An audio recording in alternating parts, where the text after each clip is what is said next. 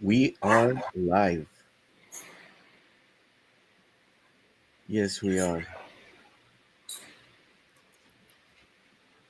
Live. Hopefully, the Yes, we are. hopefully the weather.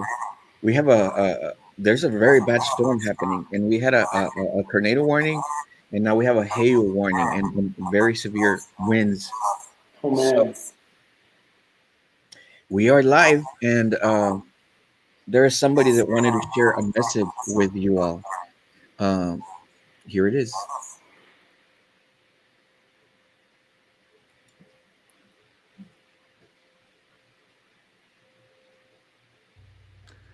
Hi, everyone. Michael Burrid here, president of the Percussive Arts Society. Uh, Wanting to congratulate everyone involved in the Valley Percussion Festival on their efforts of putting such a great event together. I certainly also want to applaud the efforts of Gilbert Garcia in leading this cause and anyone that was involved in organizing this great opportunity for people to participate and come together. It's certainly been a difficult year for all of us, and any event that brings community together in percussion, I think, is fantastic. So thanks for doing this, and I hope someday I can come down there and be a part of it in person. And further, I really hope that I can see many of you at PASIC 21 in November in Indianapolis. We're planning a really exciting convention with some fantastic artists and educational events that I would love to see people at. And I think would love to see all of us, the great friends we have in our community, come together after not being together for so long. Further, I just want to wish all of you a really healthy and happy spring and summer. I hope you have a robust time with family and friends, and that it brings us into a really great new place in the fall. So take care, everybody, and hope to see you soon. Cheers from Rochester, New York. Yes.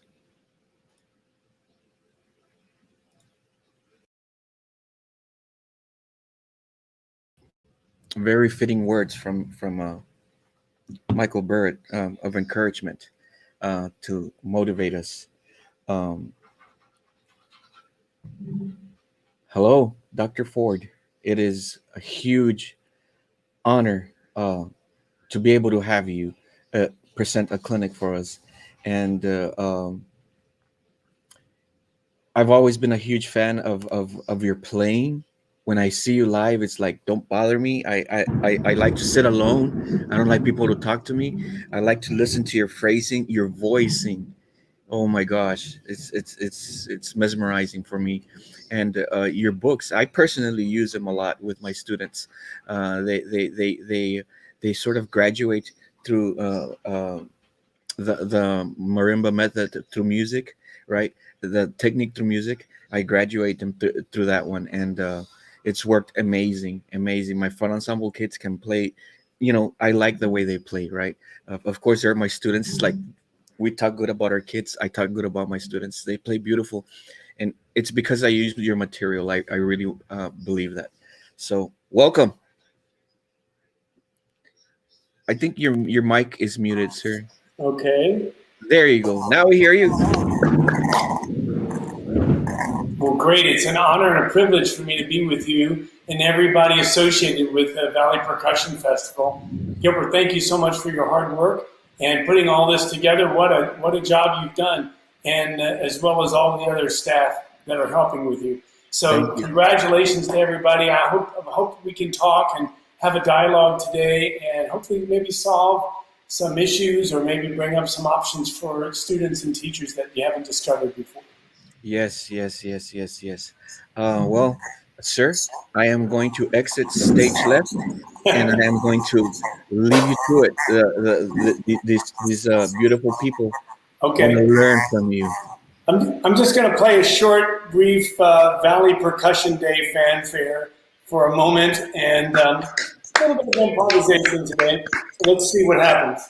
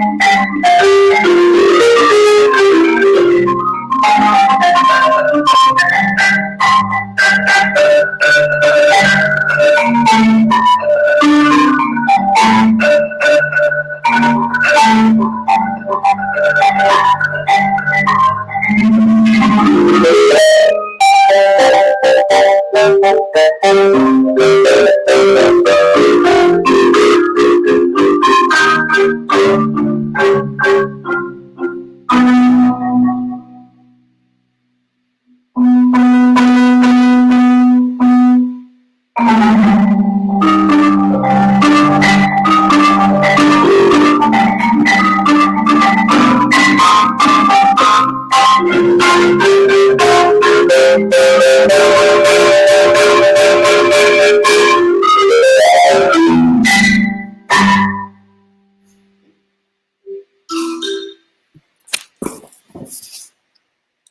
afternoon, everybody. I'm going to shift gears here a little bit. I want to talk a moment about the very first time that you walk into the practice room when you're going to play the snare drum, whether it be the marimba, vibraphone, cymbals, whatever you're going to play. The very first moment when you start to perform, you can be making music. Now, this could be working on technique, or it could be working on standard repertoire, a solo that you're working on, but it also could be an excerpt from maybe the band music that you're performing with a high school group. Doesn't matter. The whole idea is not about the instrument. It's not about the sticks. It's not about the sticking that you're using. It's all about the sound.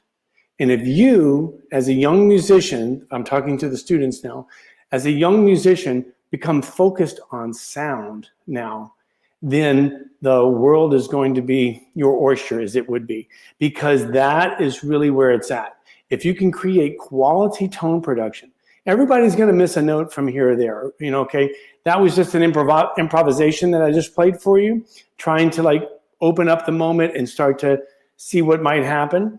It doesn't mean that every note that you're going to play is expressive or every note that's going to be perfect. Of course not. However, if your concept is on sound and tone production, then good things are going to happen. Now, I know the title for this session. First off, before we get started, I want to again thank Gilbert Garcia and Valley Percussion Festival for inviting me. It's such a privilege to be part of this amazing event.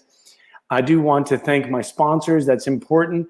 Tama and Bergeron, they make the best drums and marimbas, incredible.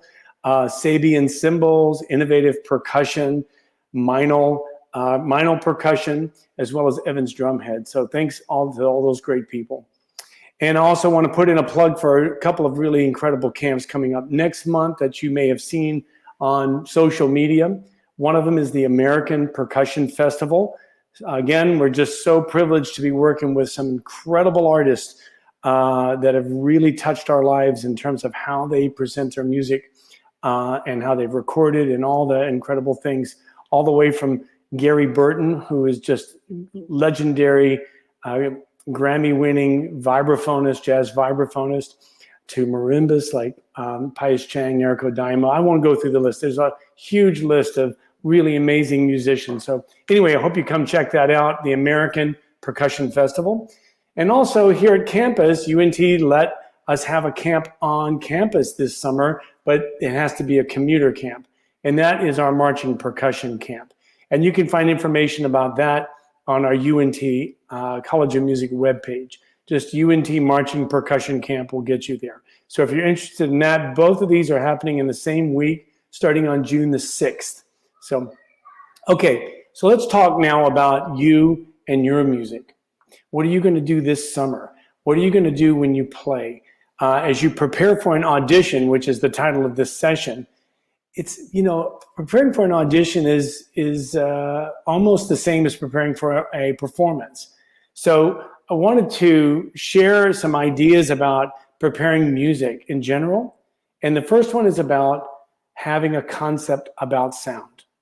Okay, now we're all really get into recipes. Okay, if we do this sticking, if we play this note right here, if we play these dynamics, if we put all those elements together, then we'll have music, right? It'll be beautiful. But that's not how it works necessarily.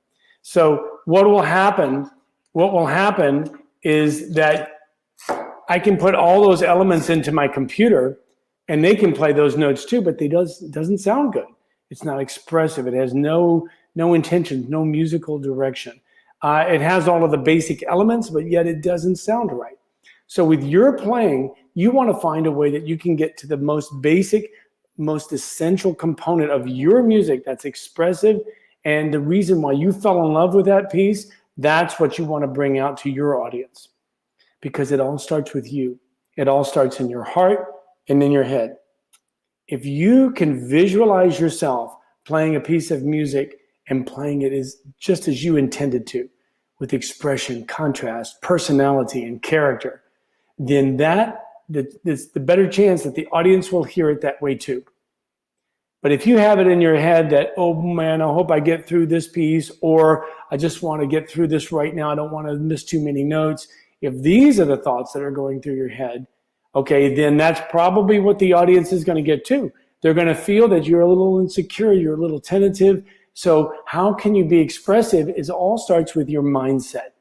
How do you believe in the piece? What do you believe in the piece? Can you hear the piece of music in your mind? A snare drum solo, a marimba piece, timpani, doesn't really matter the instrument.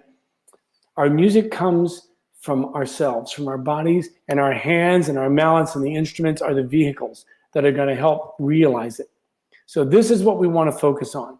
So now, you're doing the right thing. If you're listening to me right now, the idea for you to develop your potential as a musician is to surround yourself with the best musicians possible. Okay, so let me say that again. You want to hang out with musicians that are a lot better than you are. Okay, why? It's like if you're going to play tennis or any sport game, you don't want to like always be the best player. You want to be challenged. You want to play somebody that's really has your number, and you want to learn from that experience and figure out how you can best that person in that game. Well, in music, it's not competitive like that, but that's how we learn too. We want to be challenged by new ideas. We want to be challenged by someone who's has an incredible command of the instrument. So we can try to absorb those ideas as well, those concepts. So by surrounding yourself with the best musicians is doing what you're doing today. You're coming to this festival, which Gilbert and Company have put together so many fine artists to talk about how they build their art and their music. Listening to different people doesn't mean that you're going to use every bit of advice. What it means is that you have to be in that environment to be able to absorb it. Okay? Some of it you'll write down and you'll look at later. Some of it you'll go right now and the light bulb will go off. And some of you, won't use some of the information you hear at all. That's okay. All right, the idea, though, is to surround yourself with the best musicians possible, and then you must listen to music. That seems pretty obvious, doesn't it? I'm going to listen to music. We listen to music every day.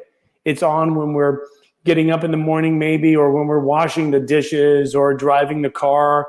Okay, but what I'm talking about is listening critically. And you know who you should listen to the most right now? It's not this artist or that artist or whatever.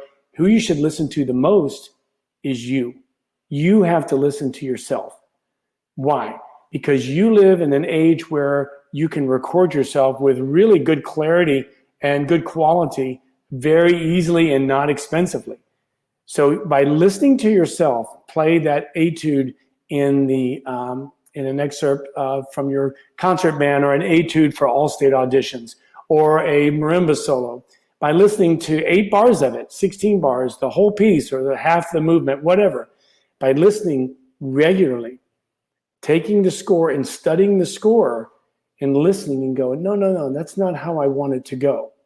And marking in those parts where you want to make those adjustments. Okay, many times I've recorded myself playing only 4 bars, 8 bars. Okay, I'll tell you how this happened for me. I was living in Nashville, teaching at Middle Tennessee State University, and one of my first college jobs. And I had a call to play a jingle in Nashville, which I was excited to do. It was one of my first recording jobs there. Went up and set my gear up, and I was recording to tracks of an orchestra. It was kind of like for a theme park show, and they needed to have music, canned music that they were going to have people sing to. So I played all my parts, at least in this first section. And it went pretty well, I thought. Went back into the control room, and the engineers said, everything's great, no worries, let's move on. But they did the playback, and I immediately said, no, this isn't good. I need to play this again. Now, for those individuals, time is money. So they weren't so excited about me going in and playing that passage again. But I needed to do that because really for the first time, maybe in my life at that point, I heard myself on a recording that was pristine, really great quality. And I had in my head what I wanted it to sound like, but what I heard on the playback didn't match my impression of what I had in my head. So thank goodness these folks. They gave me that opportunity to go back into the studio and play that pass one more time. And boy, the next time was so much better. And they agreed with me afterwards. But initially they said, no, it's fine. Because their ideas, their concepts about the music from a percussion standpoint was very different than mine. So as soon as I heard it, it was like night and day for me. Now this is what I want for you too. When you're playing a marimba solo or a snare drum etude again, let's say you take a snare drum etude and you're playing the maybe the All-State etudes for next year, for example, when that comes out. And you're going to play the first phrase or two. When you listen to yourself play back, maybe it doesn't have the dynamic contrast that you thought it did. Maybe the accents aren't as clear as you wanted them to be.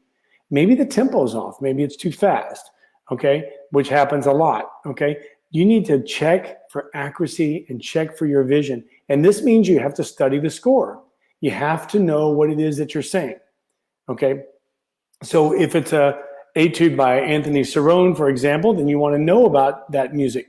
Listen to other professional players play some of those etudes. There's lots of examples on the internet now of some of this music. Or it could be a marimba solo that you're playing for an all-state festival or an ensemble festival. So as you study that composer and you listen to those recordings, maybe of the actual composer playing it or really a well-known marimbist, don't take a recording of someone that's still in school. They're still figuring it out too. Go to the best. I'll give you a great example. I had a student that was playing a work by Keiko Abe, and I wasn't impressed with how they were playing it and how they were interpreting the music. And I asked them, I said, so have you heard Keiko Abe play this piece? And they said, no, never. But I did find this recording on the internet, on YouTube, and it sounded pretty good, so I'm using that. And I'm like, who is it? And they didn't even know who it was. And I said, this is not a good process. You know, we have major recordings by Keiko Abe, and there's no reason why you shouldn't be listening to that because you're playing this music. Well, go to the source. Go to the best source that you can. Well, my student said, well, wait a minute, Miss Abe, you know, she's not on YouTube. Well, it's because in her generation of playing, it just really wasn't available. There's a few excerpts and a few pieces of her playing some, but not this particular piece. And clearly not all of her, out of her output, all of those solos and chamber music that she's written. So as soon as I loaned a CD, okay, I know that sounds quite antiquated, but CDs are still important. And when you have artists like that, a Keiko Abe, an Evelyn Glennie, these others where there are documented recordings, you want to have those. And you need to have a way to play those. Super important to have access. Don't rely on someone who's older that may have them or they may not. You need to be in charge. When you see those either for sale or sometimes you'll see them up, you know, for used items or whatnot, you should buy them because they go out of print. When they're gone, they're gone. So I want you to think about that because you need to be listening to yourself perform and listening to the source material to get ideas of expression, not to copy them and not to imitate them. Okay, so what we're going to do now is talk a little bit about basics of auditioning. I did a short video for University of North Texas, and it came out, I believe, in January or early February, about the basics and tips for auditioning. And really, it's the same. If you're going to audition for college, you're going to audition for the solo and ensemble, for Texas All-State bands, etc. So these concepts are important. So Gilbert, if it's going to work, I know you have a very big storm going on right now. It'd be great to play that video. It's about five or 6 minutes. So bear with me. I'll come back. I'll take your questions, and we can see where we can go from there. Okay?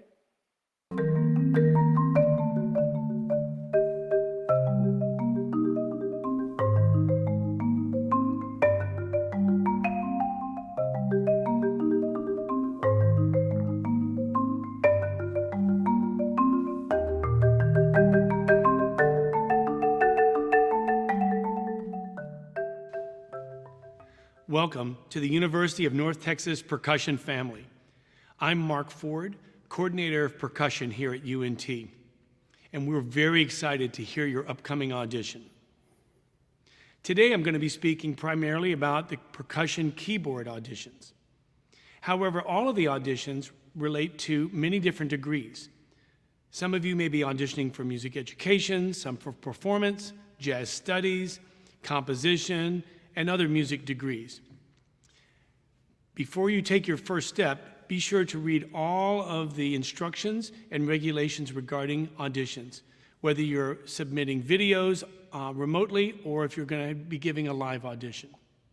So who are we at North Texas? We're part of the largest college of music in the United States. We have decades and decades of progressive, innovative work regarding percussion performance and percussion education. We're excited that you're interested in our school, and we can guarantee you that if you come with an open mind and work hard, then you're going to be on the road to success. Let me tell you just a little bit about our students. Out of 140 percussion students, we have about 8 or 10 that are graduate students. So the other 130 or so are undergraduate students. We are primarily teaching undergraduate students at North Texas. So the audition basics about keyboard percussion. You're going to be performing on 2 and 4 mallets. You want to pick a piece of music with your private instructor that you feel best projects your potential and also your background in music. Sometimes an easier piece, if you will, played very musically with a great sense of musical direction outpaces a piece that's more difficult but yet played not so well. So choose your music wisely. With your 2 mallet piece, you can choose an orchestral excerpt. You can also choose an etude or solo, but it doesn't have to be lengthy. We're talking a minute, minute and a half or so is fine. We need to see you perform with 2 mallets. In a second here, I'm going to show you some basics about technique with 2 mallets. So take that into consideration. And also now, while I'm bringing this up, there's an excellent PDF on our UNT Percussion webpage for the auditions entitled Tips for Percussion Keyboard Auditions. Download that now. Check it out. Read it. See how it applies to how you're practicing. Record yourself regularly. If you're going to be a great musician, you need to be a great listener.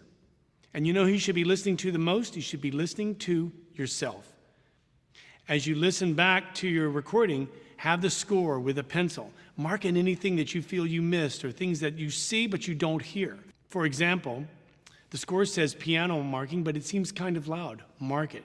Make sure that you can hear everything that's defined by the composer on the score. In order to reach that composer's intentions, you have to be able to deliver that detail. Be focused on the detail on the page and listen critically and often.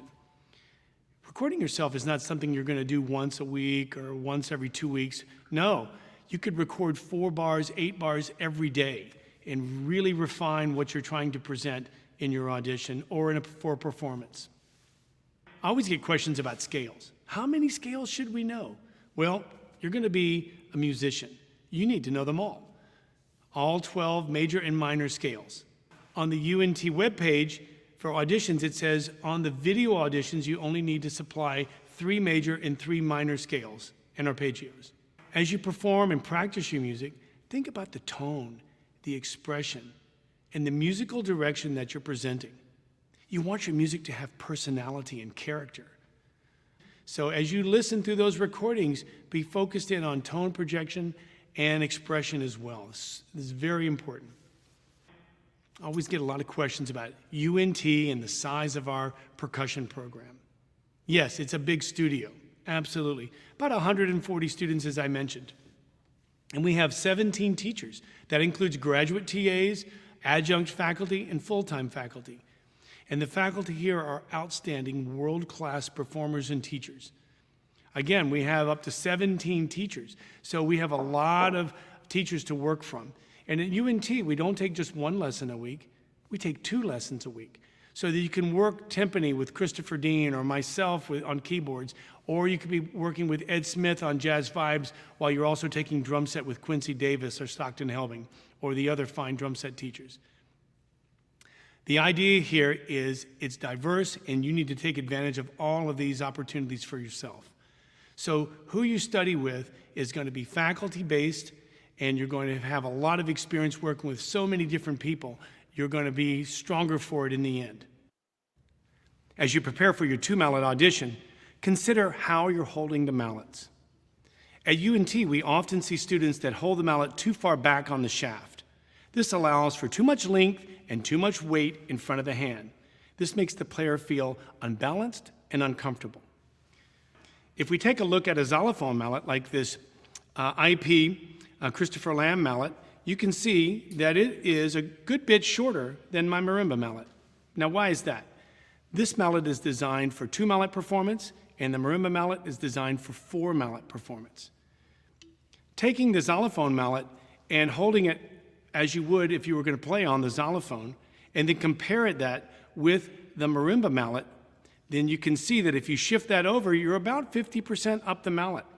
Now you're going to be closer to the instrument, you're going to have better tone projection and better control. So choke up on the mallets to help you feel more comfortable. Another good analogy, just so you know, back when I was a kid, I played baseball, Little League baseball, and my coach, when I had problems batting and hitting the ball, he would tell me to choke up on the bat. Why would he tell me to do that? It's because it gives me better control and better balance. And the same thing will happen with you. Put your hand at the back of the mallet and just wiggle the mallet and feel the weight. Now, as you move that mallet up in your hand, you're going to start to feel that weight, feel more comfortable, and you're going to find that sweet spot. That's where you want to be performing with your two-mallet etude.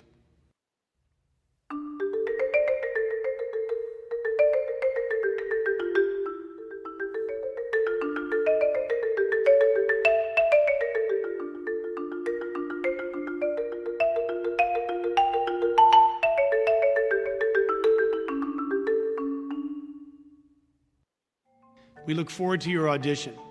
Remember, dedicated, consistent practice will help you reach your goals. Good luck.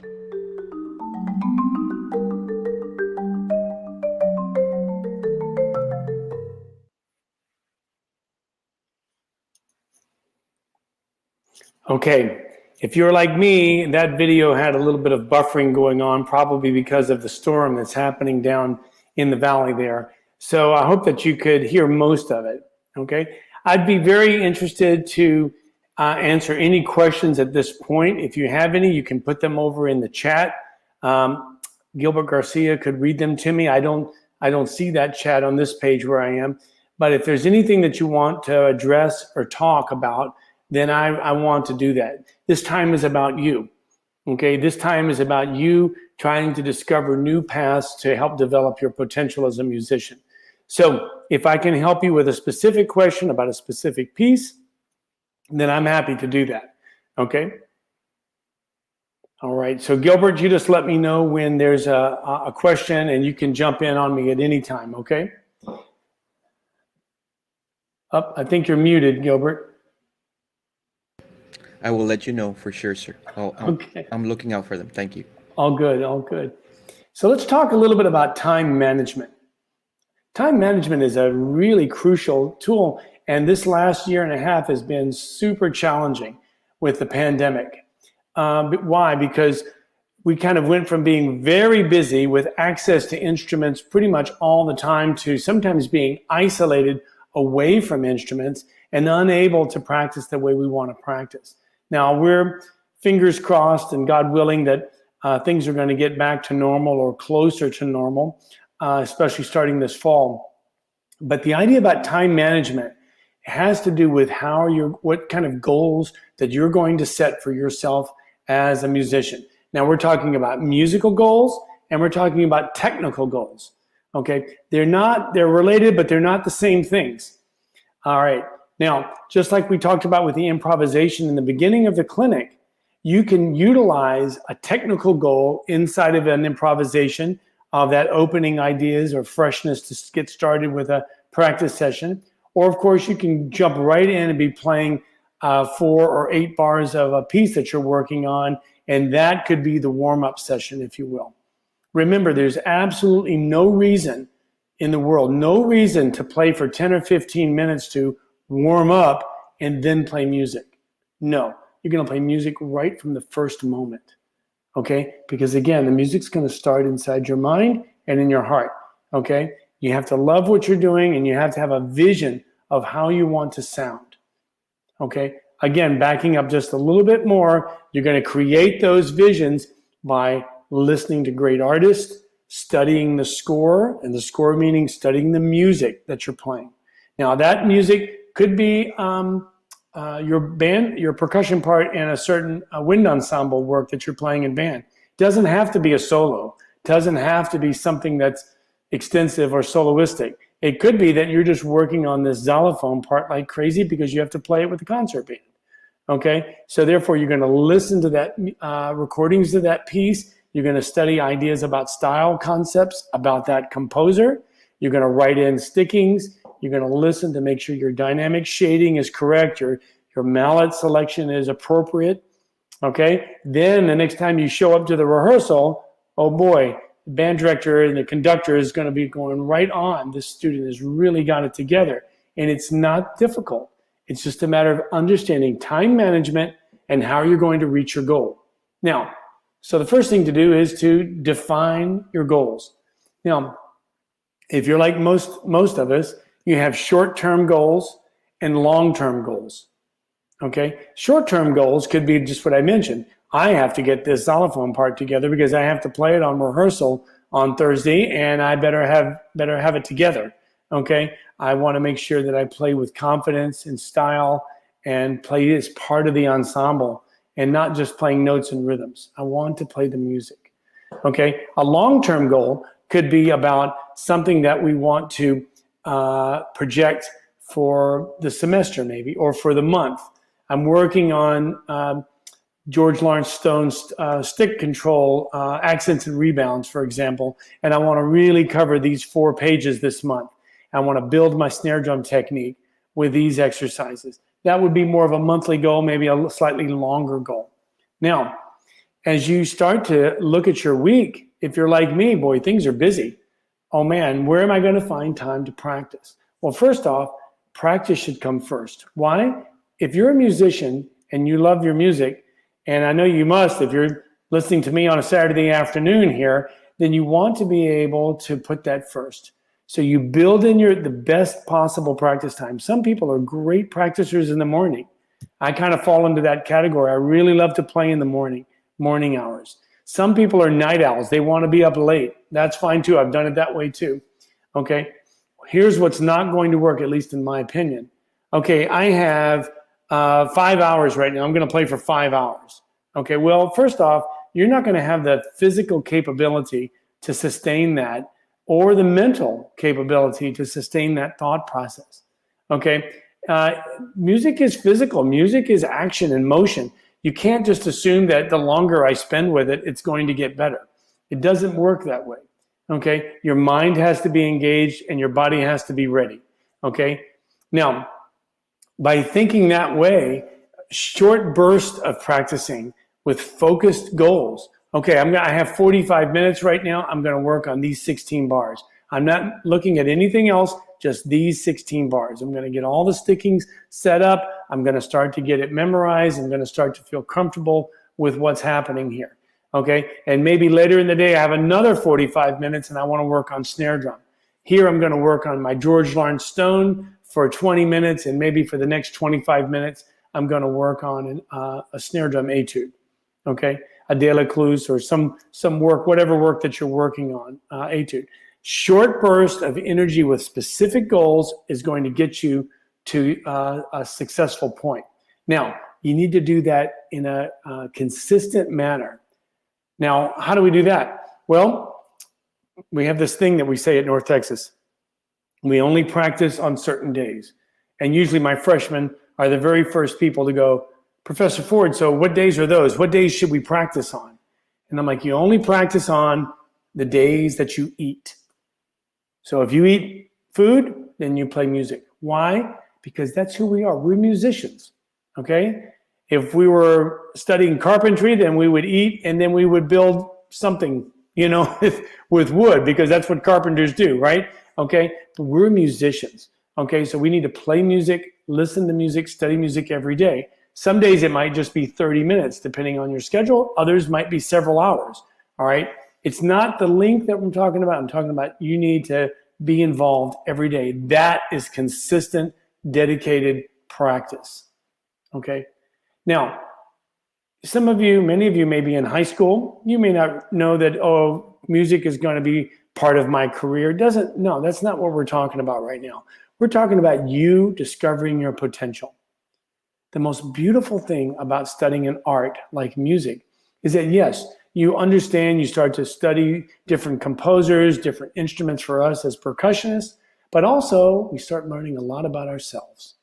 How can we achieve a goal? How can we be dedicated? How can we be persistent and rise above the expectations? That is something that's priceless. And you're going to bring that ideas, those concepts to anything that you do in life. Your music will never leave you once you leave high school. If you decide not to be a music major or not to go into music business or whatever, that's all good. Goodness, we need people in this world from all walks of life that love music, okay? And the fact that you're involved in your high school band or orchestra, drum corps, WGI, chamber groups, it really doesn't matter, jazz, of course, rock, is that you are listening to yourselves and you're creating this love of music and you're realizing how you can become stronger technically and musically. Okay? Now, I'm going to back up one thing about the word technique. Think right now in your mind, what does technique mean? What does it mean? What does that word mean? You know what a lot of people will come up with is like, technique. That's how you move your hand. That's how you hold a stick. That's like what grip you use if you're playing four mallets or even snare drum. Technique, sometimes people will say technique will be like how fast can you do something? How fast can you play those single strokes? Or how fast can you play those flamadiddles or certain permutations on marimba technique, etc. Well, all of these answers are no. None of those things are what technique is when it comes to music. Let me tell you something so important. Technique equals sound. That's it. Bingo. Technique equals sound. Now think about that for a minute. If somebody that you're listening to sounds incredible, I mean, their tone production is so wonderful, then their technique must be good. All those other things we talked about must be working in the right way. They must have a wonderful idea about how they want the instrument to sound. Okay? Technique equals sound. Okay? Now, as you start thinking about that, how are you going to incorporate books like George Lawrence Stone or permutation exercises like from my book or other books, or maybe scale exercises and things? How do we develop the idea that playing these basic components, I need to focus on the sound. I need to focus on what's happening when I'm playing. Is there any dynamic contrast? Am I trying to keep it consistent? Am I varying it in any way? Are there accents involved? Is there any personality to these exercises that I can bring? Well, you know what? You can. And if you listen to world-class musicians, let's step out of the percussion world for a minute, and you listen to a world-class violinist warming up, or you listen to a pianist, or a trumpet player, or a great clarinetist, or it doesn't really matter. All of these musicians, right from the beginning, they sound awesome, right from the strong. Now, they would maybe say, oh, no, I'm working on this right now. But to our ear, to my ear, they sound incredible. And I listen and I learn a lot from watching other musicians warm up and thinking about how they approach their art. This is something that you can do. Again, music, technique equals sound. Technique equals sound. So all those stroke combinations are important. Yes, they are, of course. They're of course, but the resulting sound is more important. So imagine you as a listener. You spend $100 to go see somebody in concert, and they play all the right notes. It sounds, they play all the right notes, they play all the right tempos, but the instrument doesn't sound good. Are you going to feel a little ripped off? I think so. We don't go to concerts to hear accuracy. We go to concerts to share music, to feel expression, to hear something that maybe we haven't heard before. We need to feel emotions and expression in a concert. Accuracy is part of it, of course, but not the primary reason. Okay? Many times in concerts, someone will miss a note, or maybe they'll take a tempo a little faster, a little slower, but the music sounds incredible. I remember once I heard Yo-Yo Ma perform a solo recital. I was just blown away. I mean, just what an amazing cellist, what an amazing musician. And I was so fortunate to be backstage afterwards. And I heard him speaking and talking with people. And he was talking about one of the Bach cello suites that he had played that night. And it was so moving, so beautiful. And the people were asking him a question, how did you feel about it tonight? He goes, well, tonight was just okay. And I'm like thinking, just okay? This was so beautiful. I mean, brought tears to my eyes. This is about perception. This is about visualization of who he wants to be as an artist. And that's what you can do too. But you have to start with the first step. And the first step is to define what the goal is and to make sure that you know what your goals are going to be for that week, for that month, and maybe for the semester. Keep a notebook. All of my students keep a notebook. I make them do that. They bring it to our lessons. I write in their notebook. They write in their notebook. I know that's old school. I guess we could do it on an iPad or our phone or whatever. It's just easy. Just pick up a pencil and start writing notes. Okay. How you do it is not as important as the fact that you do it. Okay. So the idea is for you to be smart, to start thinking about how can I be expressive as a musician? What do I want to achieve in this semester? Where do I feel like I really am not playing well? Be honest with yourself. My friends, their rudiments just sound great, but I'm struggling. I need to find a plan to strengthen my my technique on snare drum, my rudiments, for example. Okay. Then you need to get a great teacher, of course, or teachers. Sometimes you might have more than one teacher. You might have a great teacher on marimba and snare drum and another teacher for drum set, or vice versa, whatever. Could mix it up. Again, going back to that original concept of surrounding yourself with the best musicians possible. Okay, now let me ask you, Lux, do we have a question here, Gilbert, or is that from Milford? It's a comment that he made, sir. Very good. Okay, thank you, Milford. You're exactly right. Muscle sensitivity also controls sound. You're right, and that's what you're training your body to do. Okay, remember is that your hands. The music doesn't start with your hands. You're training your body. It's physical. You're like an athlete.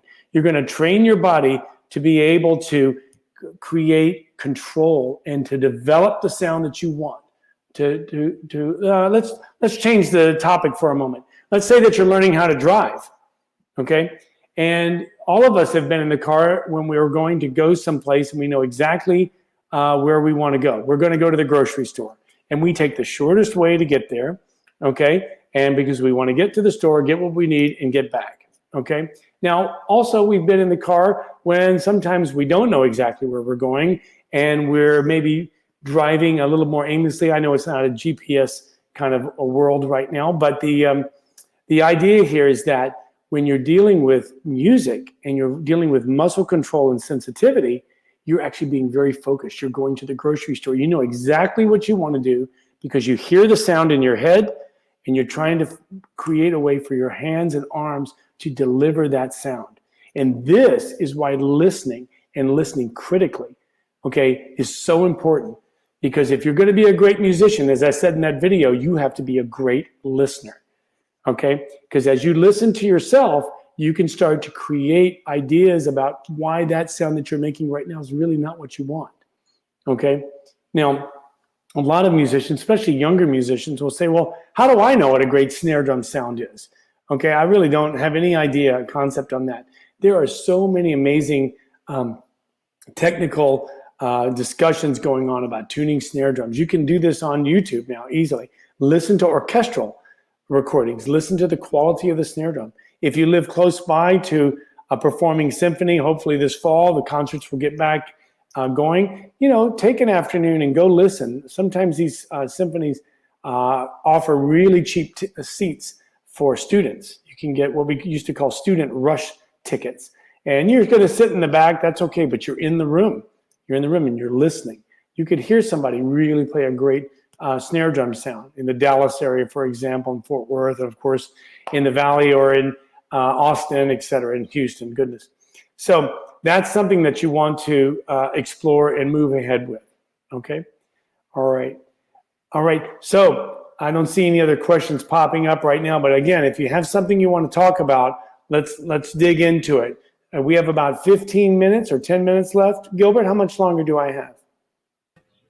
15. 15, right on. Okay, so let's talk about what we've discussed. We've talked about time management. We've talked about listening and identifying musical goals in your music, okay? Now, think about, one thing I've left off on that particular discussion is think about the music as a story that you're going to tell.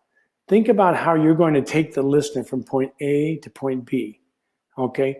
Think about all the great storytellers that you've heard. Could be in the movies, could be somebody in person. Everybody has one of those uncles that loves to tell jokes. Think about how they develop that joke and take everybody right to the punchline. Okay, now the music can be humorous, of course, but most of the times it has a journey, it has a path, it has an adventure. Your music has to identify those points, and you could call them impact points if you want. So maybe in a 5-minute composition, there might be 2 or 3 impact moments in such a short composition. And that is going to, you as the performer are going to lift up to those impact points and try to build direction to that and then away from that. And then one of those impact points will probably be the climax of the music. That's where you want to feel like, the choir is singing and everything comes together right there. Okay. So you need to have a good sense of direction of the form of your music. This is going to help a lot. And this gets back to studying the score. Make sure that you understand how that the music that you're performing has a path and you are on the path. You're not, if you're like me on GPS, sometimes my arrow on my GPS goes off my blue path there on the GPS. Not a good thing. You want to stay on the path. Okay, you want to make sure that you are following your predetermined ideas about the music. Why? Because it's your music.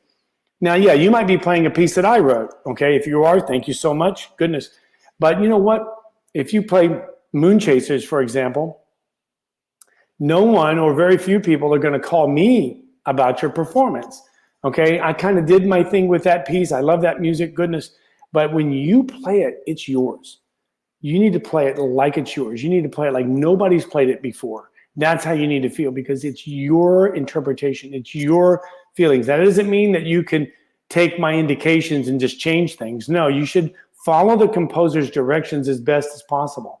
Some composers are really great for being able to give you direction of where you're going to go and how it's going to happen. And some kind of leave a lot to the imagination. Okay. So the imagination sometimes can be a tricky thing. You want to do that in relationship to how that composer's music has been performed before, maybe, and try to get some background when you don't have a lot of instruction. But the idea of this journey and following the contour of the melody. Now, as you start to interpret your musical concepts, you're going to think about the melody, and most of you are going to be playing music that has melody and harmony. Not all of you, not all music works that way, but when you do have that, you need to imagine that the melody is like the contour of a mountain range or a city skyscraper. So you can see the up and the down, and you can feel where the music might move forward and where it may pull back and where it may crescendo or where it may decrescendo. Now, a great starting point, not the only one, but clearly a great starting point, might be to infer in these melodies, whereas the line moves up, there's more dynamic intensity. And as the line moves down, you relax it. Now, why would we do that? Because we want to give a sense of direction and personality to whatever melody that we're doing. Okay? You hear me do this in Moon Chaser since I'm just mentioned that piece. Dee-da-dee-da-da-da. It kind of lifts up and then falls down. I'm just following the line. Okay? Now, for that example, every time that I would show you that example, you could flip it around opposite and it'll happen that way too. There's one way is not better than the other. It's just you have to have a plan. Now, does music stay constant and consistent and very flat lines? Sometimes. But more often than not, to be able to deliver that journey or that adventure and the path and the form of the music, You need to follow this contour. And by doing so, you're going to be able to create a lyrical approach to your music. Okay? Now, what does that mean? A lyrical approach. Lyrics indicates song, right? Indicates words. Okay? Lyrical means that you're singing. So when people say be more lyrical, it means play the music like you might sing it. Most people don't sing in flat dynamics. They actually do what's natural and in the music that they hear, and you want to bring that to your instrument. I can't tell you how many times I've been frustrated practicing, put the mallets down on the instrument, step away, or maybe take a walk and just sing the piece in my head and sing it out loud. Then I come back to the instrument and wow, things change because my body wants to respond to the way that I'm singing it. And yours does too. You just need to give it a chance. Okay? Now, there's a handout that I sent to Gilbert Garcia for this clinic, and I'd love for you all to have one. And if you want to email me at mark.ford@unt.edu. I will send that email, that handout to you now. It has a bunch of videos that I feel are really awesome for your development. Yes, I did them, but I feel like they're very effective, and I want you to check it out. Also, it has other tips and things that we've talked about in this hour. So now, Gilbert, if there's a way that you can distribute that handout to these people now, probably not. Or maybe I'm sorry. I already did. I posted on the Valley Percussion Festival page. I put the PDF file. They just click on it and they can download it. I did that already for you. Well, you're right on. You're a good guy, man. Thank you. Hey, well, he's got it together, so you can just download that off of his site. If you have issues or troubles, whatever, don't hesitate to contact me, like at UNT by email or on social media. I'm on Instagram and Facebook primarily. So I hope some of these things that we've talked about today have helped you. I've seen a few really nice, encouraging, positive comments come across there. But just remember one thing is that your music is your own, okay? You're doing it because you love it, okay? That energy and that attraction cannot be denied. And when you're playing a piece that you love to play and you've worked so hard on and delivered, do not criticize yourself if you make one little mistake or little things happen. Oh my goodness, I've heard world-class musicians, I'm talking about just amazing musicians, where they'll have a little mistake. You know what will happen though is that little mistake does not cause 16 other mistakes. It's just a little blurb and then it just goes on and the music is beautiful. Yeah, I've definitely played pieces in concert myself where I would have like one bar that I felt like, oh wow, I really kind of screwed that one bar up, you know, and people would come back and they didn't even hear it. So remember, you are hearing your music from a very focused point of view because you know it. You've heard it hundreds of times maybe. You've studied it for 6 weeks or longer, and you really know this piece of music, where the average audience member is going to hear it for the first time or second or third, depending on the type of audience you're playing for. But the idea here is that you're seeing every little thing. Play the music. Play the heart. Play the soul of the music. Don't judge your music as accuracy, technical accuracy, as being what's the most important. But because, as I mentioned before, nobody goes to concerts to hear accuracy. They go to concerts to hear you be expressive. They go to concerts to feel part of the music, to share that experience, and maybe be taken to some different situation in their imagination that they just can't conceive of beforehand. So play the music. And if you make a little mistake, fine, fix it the next time, okay? Or the next time after that. And also really remember, this is super important, that the artist that you listen to, the artist that you would like to emulate, when you hear them perform a piece, you are not hearing them play it for the first or second time normally. You're hearing them play a piece for the 50th time, the 100th time. With Yo-Yo Ma, maybe the 500, 600 times he's played the Bach suites, if not more. You know, we're here talking about a really piece that's super integrated into their personality and into their technique of style. Okay? Really. I've had so much, just really had a great time speaking with all of you today. And I want to thank you. I love the Valley. I've been down to the Valley Day of Percussion at least twice, maybe three times. And I can't think of a place that I've been to that the people are not more generous, more friendly, and more interested in how to become a stronger musician. It's always impressed me, and I love being down there with you guys. And so, thank you so much. Thank you. Thank you. Yeah. One last plug. Again, if you want to hear more of this, you want to speak with people like Eric Odaimo, Gary Burton, Rainer Carroll with the LA Philharmonic, check out the American Percussion Seminar. Okay. It's probably going to be the last big Zoom hurrah of our day. Let's hope it is. Okay. Because we can't really do those things in person. That's why Gilbert's put together such a great festival as this. But hope that you'll check that out. It starts on June the 6th, and you need to register by the 1st. And where our spaces available are becoming very limited. So check that out. And also the UNT Marching Camp with Paul Rennick, Michael Hernandez, and a host of other really amazing individuals. Yes, yes, yes. Dr. Ford, thank you so much, sir, for doing this. I, you know, I'm overwhelmed. I'm finding it hard to come up with words right now, sir. I'm overwhelmed when I see how quick all of the artists were to say, yes, let's do it. Um, a lot of these artists uh, reached out to me like, can I be a part of it? You guys were also willing to give from yourselves, and you jumped at the opportunity.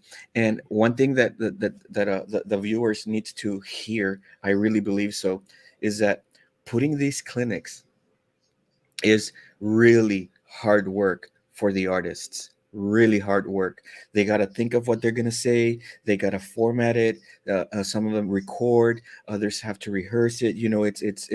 It's not something that you just take out of your pocket and voila, right? No, it takes a lot of work away from your family, away from you could be doing something else right now, but you're here, sir, and we really appreciate, and it speaks volumes to the type of person that you are. Well, Gilbert, you're very kind.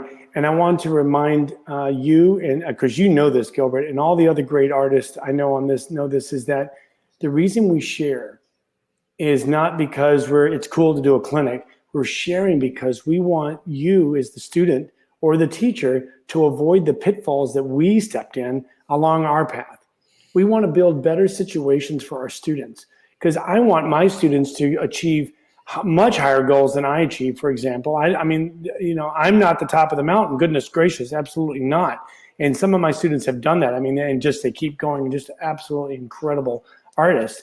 And the idea here is that as we help each other, we also help ourselves.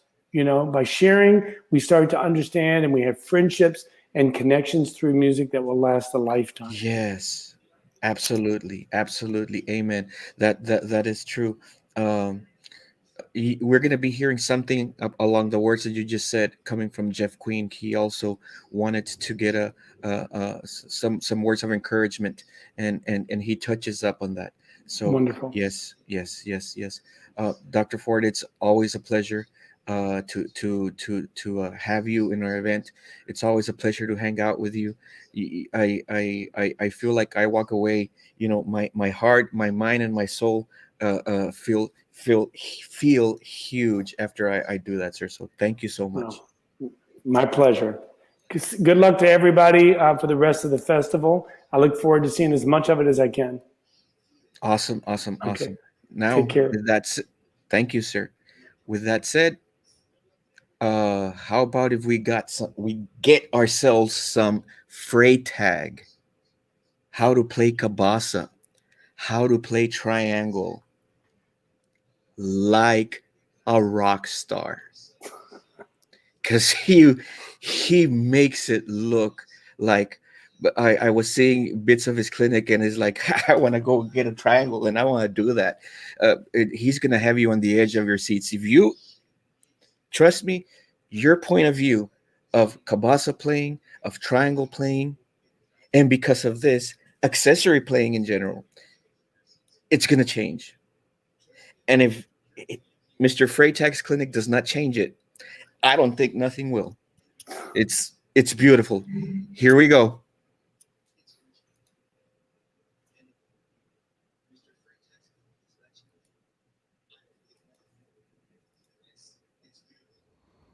Hey guys, Edward Freitag here at the Valley Percussion Festival hosted by our good friend Gilbert Garcia. So glad to be here finally. It's now May 15th at 2 p.m. Central Daylight Time. Looking forward to doing this presentation for you. I think it's going to be a great one. I've put together some good clinic footage for you on the use of cabasa and triangle and the techniques involved. So hope you're going to enjoy it.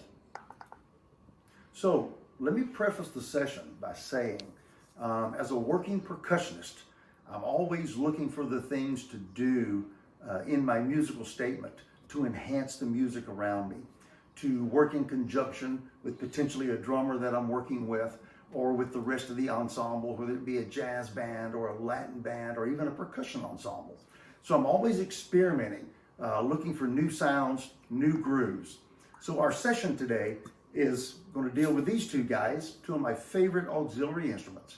And I'm going to encourage you, after you've seen the session, to make sure that you own several auxiliary instruments and experiment with them. Try to figure out what you can and cannot do with them. Most of the time, most players really don't stretch the limit of what an instrument can do. So that being said, let's dive right into the session. Let's have a lot of fun. Feel free to ask questions. You can email me. You'll probably see it posted throughout the session at edwardfreitag@comcast.net. Post those questions and I'll get back to you with an answer or a reply just as soon as I can. I'm not available today in real time. I'm actually in a video session. So I'll get back with you after the session is over with. It may even be Sunday before I can respond, but I promise you I'll answer and get back to each and every one of you. So enjoy the session. Hope you learned something great. And above all, be happy drumming and have fun.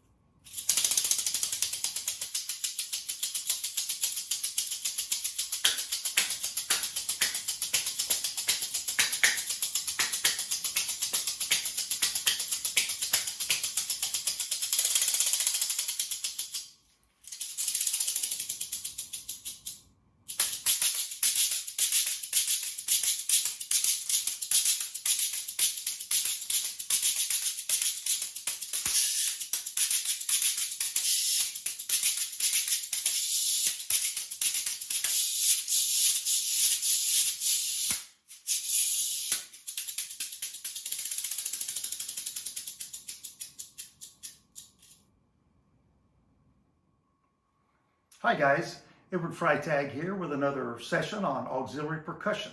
Today we're going to take a little look at the cabasa, sometimes called the afuche, but mostly called the cabasa in most circles. This particular instrument is one of my absolute favorites. I want to show you a few of the techniques today that I have a tendency to use on live performances and in the studio when playing commercial music or jazz. So let's start right off the bat with thinking about what this instrument might do. Traditionally, we generally see players do this, and the music is written for this, to where we're just simply either keeping time or playing short rhythms. I've played that a million times in concert band pieces. We can get a little legato or longer.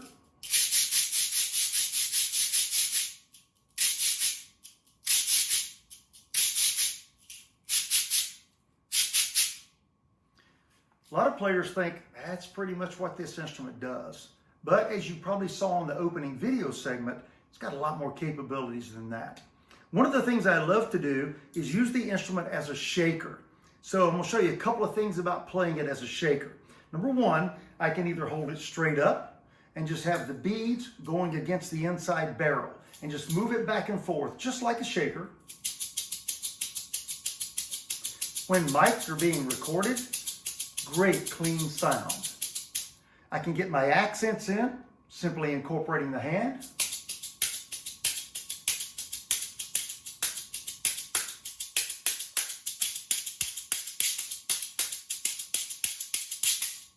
Another way I can play shaker technique, turn it up on its side. I'm going to let the beads now go against the wood front surface and the wood back surface. I've automatically got an accent in there when I'm striking a little bit harder on the front surface, just like I would with a real shaker. But I can make a better accent by adding the hand.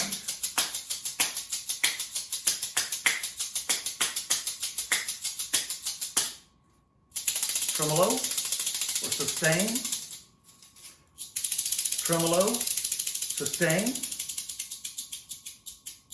All right, another thing I like to do with the instrument is to use the left hand to create a little bit of sustain between the accents when I'm using the shaker pattern. For example, I'll have the cabasa in motion, playing that shaker rhythm, and I'll play a left hand accent and then pull the chains to the back, left hand accent, pull the chains to the front in various combinations to create different rhythms. The cool thing about this is putting that sustain in place creates a little bit more energy in the pattern and gives it a little bit more volume, particularly if I'm playing in like a live band setting and there's a horn section, a lot of volume on stage, I'm mic'd, but by doing this and pulling those chains creates a little bit more cut through the ensemble so my part gets heard. So let me demonstrate this for you. So I'm going to put the shaker in motion, then play accents and tie them together with the chain motions. All right? Here's the shaker pattern. And here we go.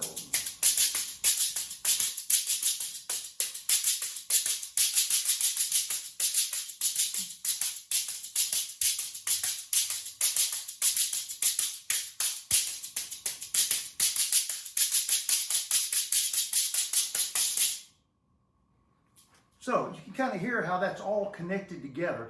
A little bit more powerful than just putting an accent with the shaker pattern. Now, I've got an exercise that I like to do and that I have students do to develop this particular technique. It's like a grid, just like we would do on snare drum or drum set. And what I'll do is I will play 4 sets of rhythms on the cabasa, combining the accent technique, the chain pull, and the shaker motion. And those rhythms would be 1 and a 2 and a 3 and a 4 and a 1 EN, 2 EN, 3 EN, 4 E and 1 E, a 2 E, a 3 E, a 4 E, a. And then the last one, rest on 1, E and a, E and a, E and a, 1. Ending back on 1, and that's the grid. I'll demonstrate that for you.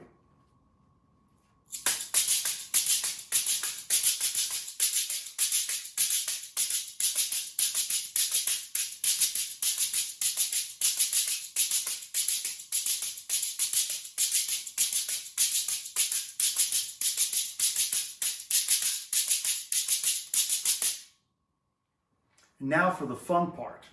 You saw at the beginning of the video, I used a really fun technique where I was spinning the cabasa and the chains were spinning and sustaining the sound. I call this a gravity spin. I must admit, it's not my original technique. The first time I saw this was in the late 70s with a percussionist from New York. Can't remember his name. Just totally went away. But anyway, I was in a clinic that he was doing, and I saw him do this spinning technique with the cabasa, and I thought, wow, I must learn to do that. So the technique,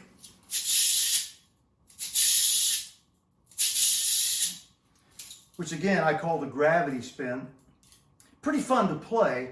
The way to actually execute that, you have to get the chains in motion, and the chains have to keep spinning. And the way we do that is we take the wrist, the right wrist, you flip it out. And once you flip it out, the chains start moving. I'll show you again. Then you can tell that they keep going. So while the chains are in motion, we want to flip the wrist back like this, which turns the instrument against the chains and helps them spin a little further. And we can actually cut it off right at the end by that last flip of the wrist. And I've kind of noticed that the bigger I make the motion, the longer the chains will spin. Stay with me, camera.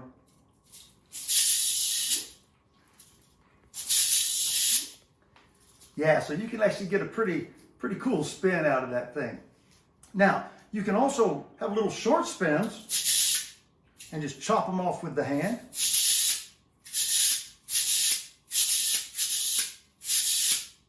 Which is kind of a cool technique and kind of fun to do. But the real key is you got to work it into a groove. If we can't get it into a groove, it's just sort of a novelty. So we actually want to make it workable. So in that opening segment, you saw me do something like this.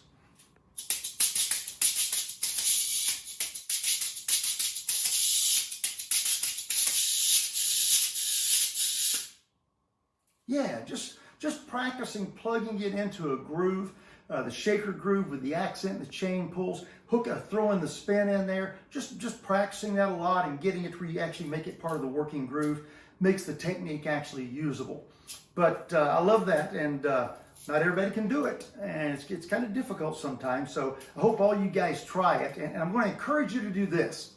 If you learn to do it, send me a video of you guys doing it so I'll put it on my Facebook page and say, hey, look, here's the gravity spin by so-and-so. So I'd love to feature you on my Facebook page doing that, right? Okay, cool. Hope all these little technique things are helpful to you.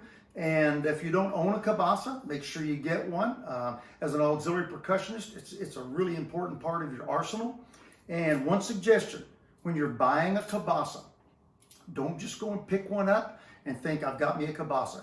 Check it out. I like the ones that have loose chains. If the chains aren't loose, it's going to really be difficult for you to play some of these rhythms that I just showed you today, and particularly the gravity spin. Got to be a little bit of float in there. Matter of fact, this one isn't quite as loose as I would like. I've got some more that are a little bit better. But I like the weight on this one, which is why I used it in the demo today. So anyway, hope you guys get your cabasas and have a lot of fun, and send me some videos. Take care. Keep drumming.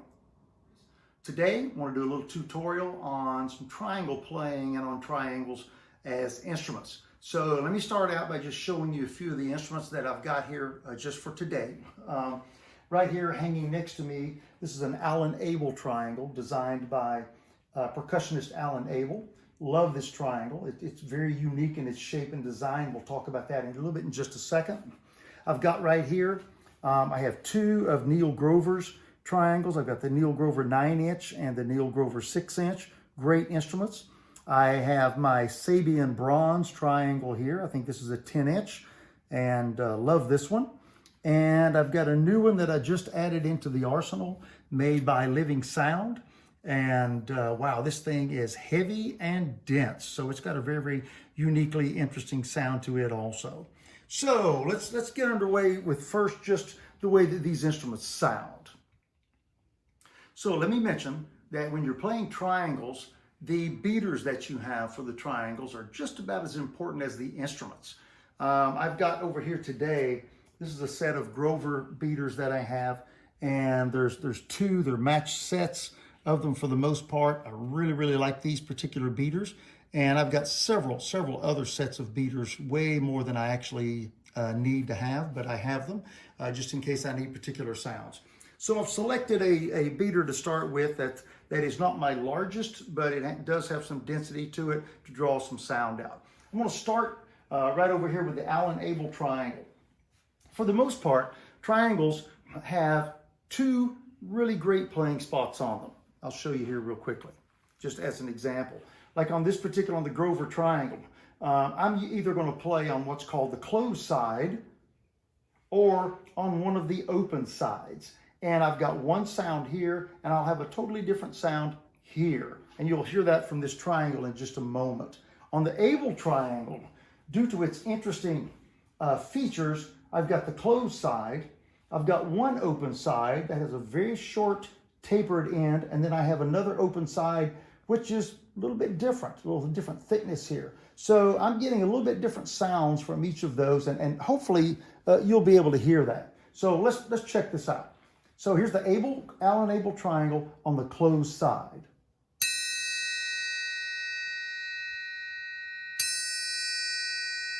Very nice pure sound. All right.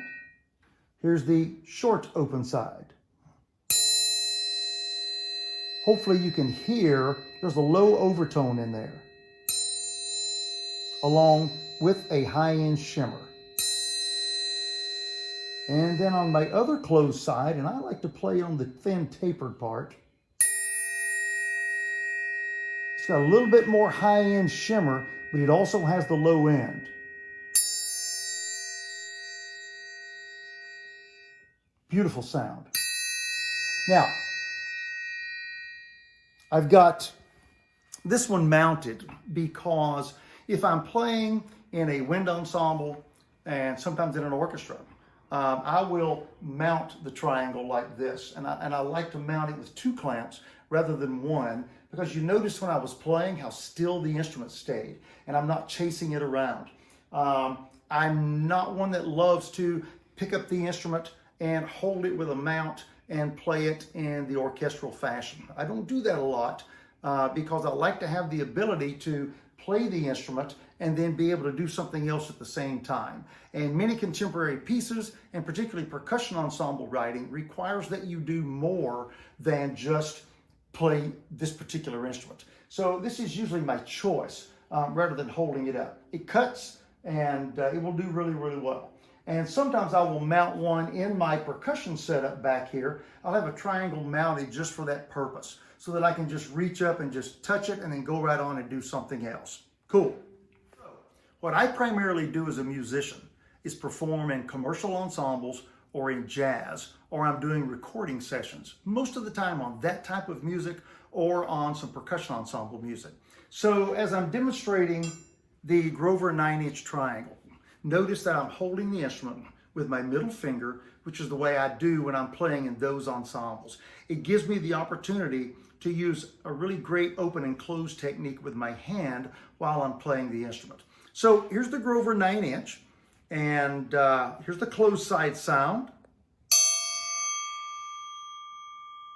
Really nice sound. Here's the open side sound. A little bit more of a scattered overtone, you can probably tell.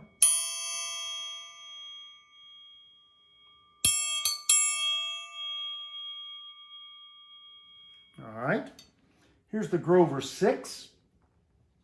Notice the open-close technique I just used briefly there on that particular instrument. Here's the 6. Very high-pitched. Open sound. Scattered overtones. I love to use this instrument on bossa nova.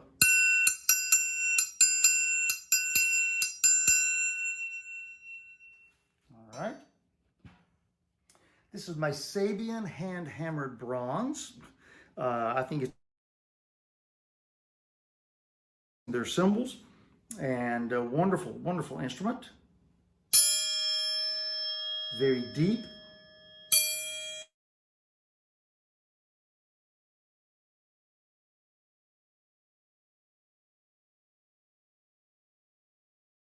All right. And then I've got the new Living Sound triangle. This one is really heavy. I got to be careful when I'm holding it. I'm going to end up dropping it. Open side, closed side. Open side. It's a long sustain on that high overtone.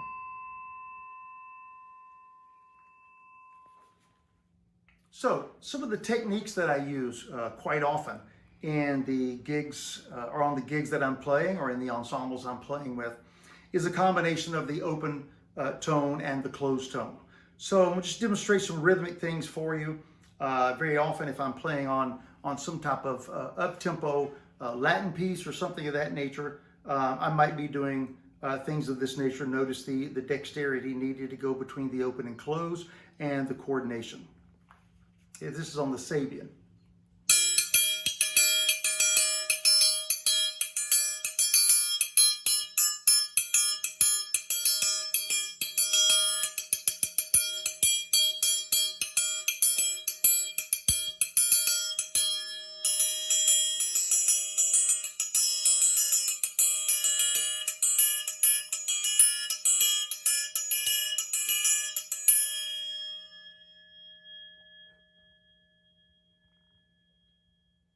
All right.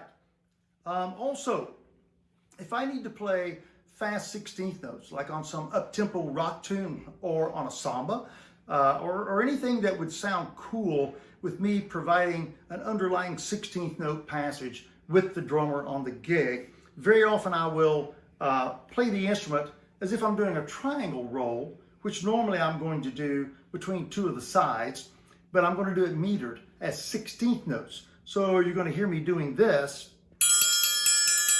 1 E into 2 E into 3.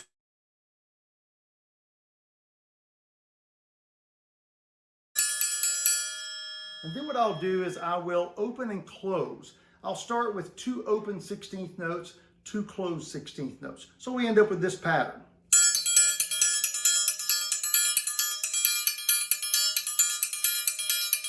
Imitates the use of the hi-hat sometimes on the drum set.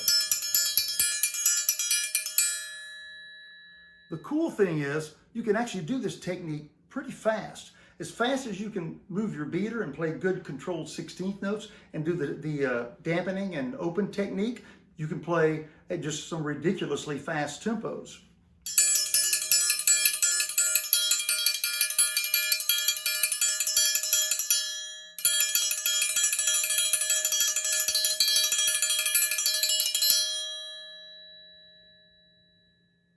Okay, another super quick technique that I use sometimes, I will dampen the instrument to the closed position, and I'll take my beater and I'll do scraping sounds on the closed side. Sort of, sometimes it's a time-keeping effect. So I might be going.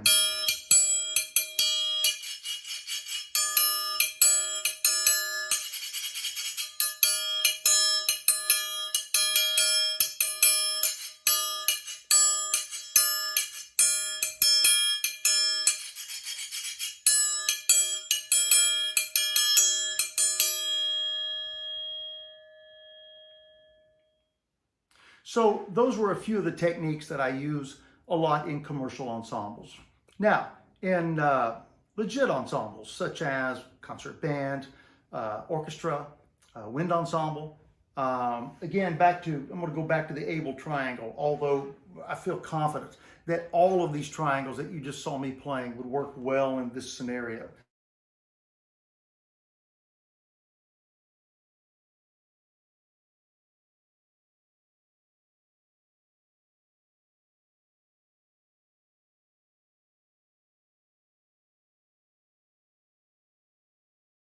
Mounting the instrument notes, I've got nice control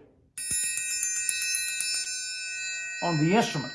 Rather than trying to go between the insides to play those 16th notes, I can do it here just practically like I'm playing snare drum.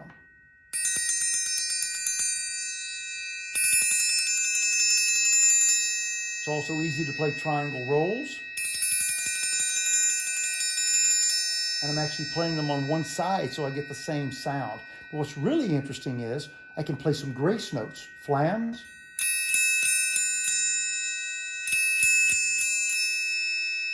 roughs,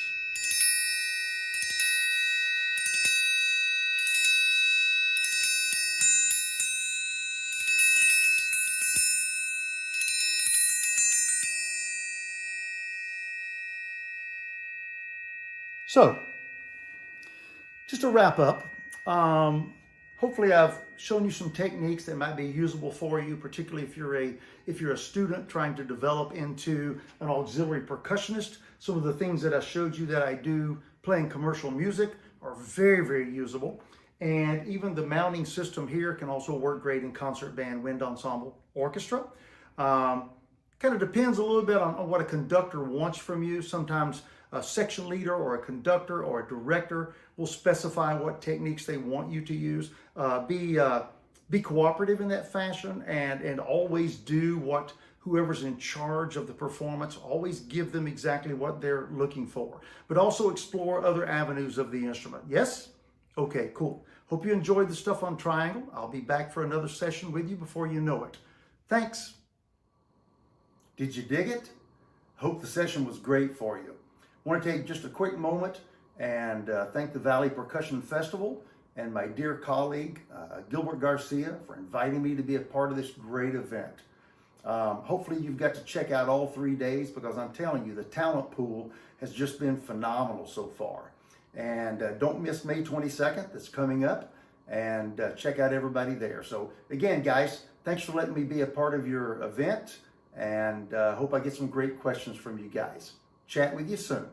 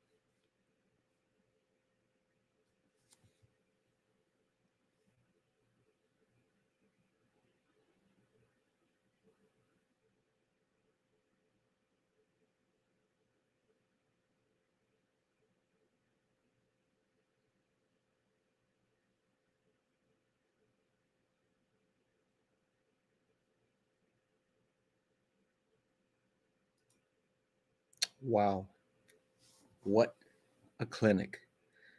I am I'm floored after watching it, and the techniques that he applies and that he employs. It's, superb, superb, and hopefully, we can take these tools and share them with our students. And if you're a performer, well, you can probably take these tools and put them in your toolbox for sure. Um, I just have one thing to say, Mr. Freytag, Edward Freytag.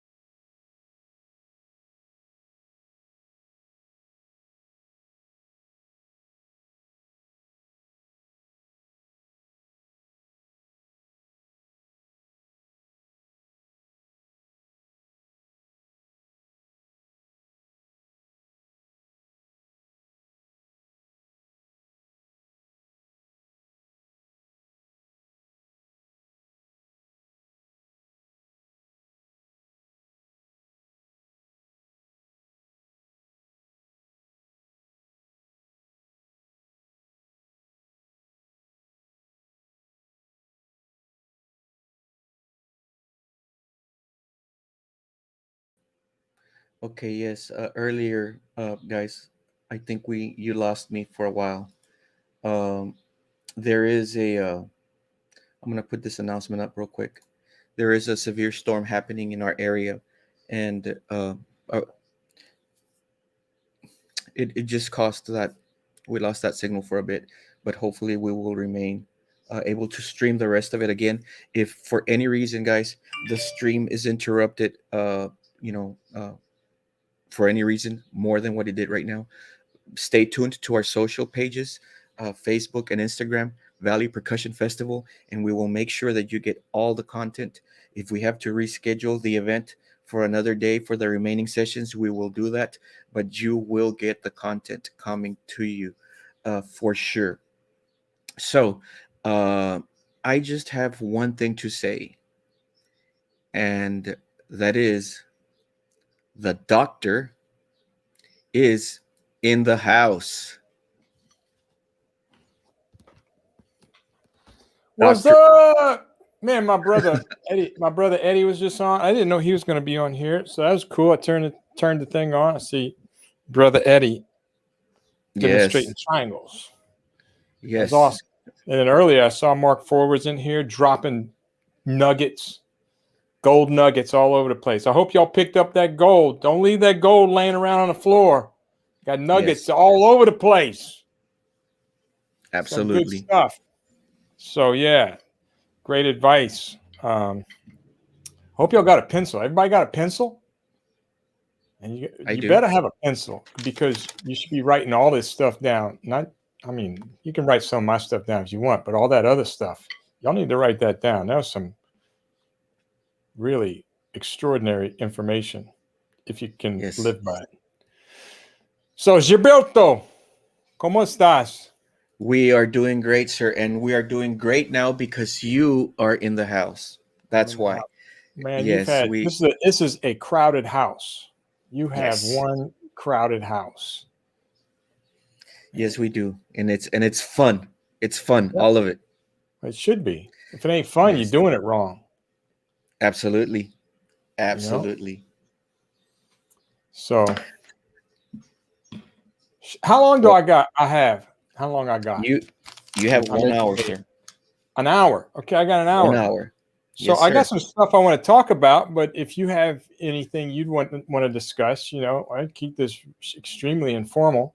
And if anybody has questions, I'm live in living color, so I can see your comments right now. Uh, Eddie, yo, daddy-o. You see, Eddie's in the house. He's commenting. He's got Yes. chopsticks. I got chops. You got chopsticks. I got chopsticks too. All right, Yes, he so does. shall we start? Sir, I am exiting stage left and No, you man, have the you're floor. not going to stay on here with me. I'm going to feel all lonely. Sir, you have all our viewers and the many, many more that are going to see us on the replay, sir. FYI, really quick, really neat bit of news last week. Just in 3 days, it hit almost 2K views. So people are digging it a lot, and we're so happy that they are, because that was the whole purpose of all of this, right? To get to motivate people and to share some education from all you wonderful artists. Okay, cool. At Yeah. this point, I shall exit. Okay. Well, I'll talk a little bit about that too. So, I've been doing a lot of online stuff. All right, Eddie, I see you. Thank you, Dirk Von. I don't know if I'm pronouncing that right. Dirk Von Groningen. Yeah, is in the house. I've seen his videos. Those are all really cool. All right. So with that said, I've been doing a lot of online stuff. If you're not online in this past year and know what you're doing, you're behind. That's one thing. Keep up with technology. I'm 58 years old, and I feel like I've been to graduate school. Learning video processing, mixing, recording, and then of course teaching online. I feel like I've been in school and learning all this stuff.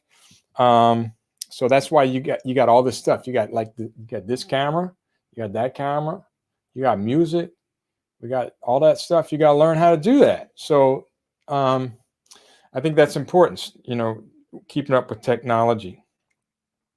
With that said, I think this pandemic has kind of pushed us more in that direction, but in a good way, right? So now here's another thing I have to say is, I've been teaching lessons on Drumeo. I do lessons, privately, and I have a class that I teach, all online. I've taught some of the classes at the university online. And so I see a trend, and it's not necessarily a healthy trend. Of course, it's like with anything, there's the good and the bad. But remember this, everything in moderation, right? So I see a lot of students watching videos, and that's what we're doing right now, right? You're watching a video, and you've watched a whole lot of videos. But man, at some point, you need to be a little selfish and turn the videos off and go practice and put all this information into play. And you play. There's so much stuff to watch, it can make your head spin. You got to limit how much you watch, I think, at this point. There's so much information. It could really affect you in a negative way. So make sure you're positive about it, and make sure you're spending time on your own. And I got to say, my semester just ended, and I always feel at the end of every semester like I'm drained, like my soul is drained. I put my heart and soul into my students and what's going on at the university, and I don't have any time for myself. I don't get much practicing in myself for the stuff I want to do. So now the semester's over, I feel rejuvenated. I've been working out. I hit the gym, playing some basketball, a little tennis, and practicing a lot. I had a paying gig yesterday. That was so nice. All right, so I need that time for me. So remember, you need that time for you. You need to turn everything off and spend time practicing if you want to make it. You got to be selfish with your time. And that means I watched there was some guy talking about watching people play video games. I'm like going, what? You watch someone else play a video game? That's a thing? Not only is it a thing, y'all probably know this, but this is how clueless I am. I went on there's a guy playing a video game, and there's like 10,000 people watching him play a video game. They're not playing the video game. They're watching. What a waste of time. Don't waste your time. This is what I'm talking about. Be selfish. Don't waste your time. All right, we're going to get into rudiments and clave. All right. So as you know, we're going to go fast because I wrote this piece. I wrote this piece called Rudimental Clave, and I kind of revisited, and I wrote out parts for it. So I wanted to put congas, timbali, bongo, and drum set. So I have all the parts out. The score's done. It's all done. And then I wrote a play along track so I could play it without the ensemble. And I'm just really getting it into shape. And I'll do a recording later. So this isn't the official release. But I want to tell you about it. And I think there's a lot of interesting stuff in this thing. So that's what I want to talk about today. And it's really what I want you to take away from this is, rudiments. Our rudiments are our foundation to drumming. And not just the rudiments, but the technique we use to produce the rudiments are very important for drum set, for marimba, for congas, for any instrument. You can apply that. All right. You don't have to play rhythm-a-cues on the congas. It's just the technique I'm talking about. Now, but the rudiments can be applied, but that's not the idea. The idea is to take rudiments and use them creatively, morph them into other things. That's just the beginning. The rudiments are the beginning. So this hopefully will kind of spur you on to see what you can do with these rudiments. Practical application, Ron. That's right. Application and functionality. Applicable and functional. That's so important. I believe that's the way I teach. At the university, everything has to be applicable and practical and functional. Otherwise, what's the point? All right. So think about that. All right, so we're going to take clave and we're going to use it in different ways. So I'm going to kind of just run through this this solo. Now I see that we got some messages up there. Yeah, we got Eddie's contact Eddie. There's his email, but I got some music up there. So Gilbert, when you can you there you go. You got my name kind of in the way. You can take my name off, you know. Or can I take my name off? Can I take my name off? Yes, it's you, sir. You. Oh, it's me. On your end. Okay. Yeah. So let's see. What if I edit name? I'm going to put nada, nothing.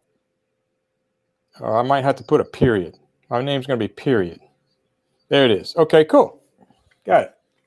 All right, so now we can see the music. Perfect. All right.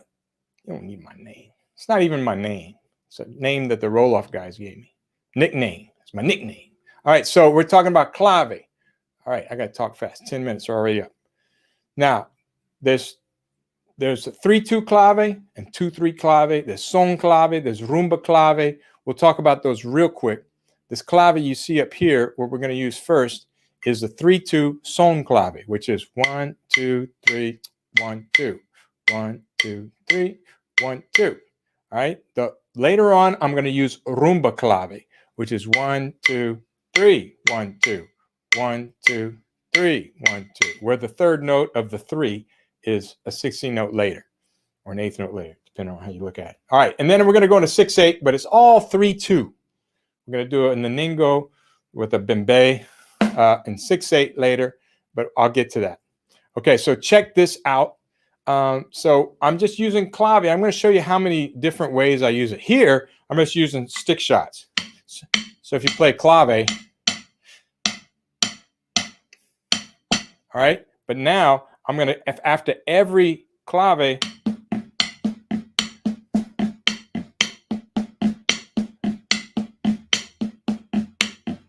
okay, just like that. Now I'm going to do it on the drum so you can hear it, but I need to turn my mic off when I play.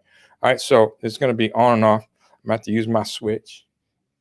Yes, I am barefooted, okay, because I'm at home, and I can be. That's why, in case you're asking. All right, so here's, I'm going to do, now first of all, when you do a cross stick, first hint is pick the angle up on the stick so it doesn't go.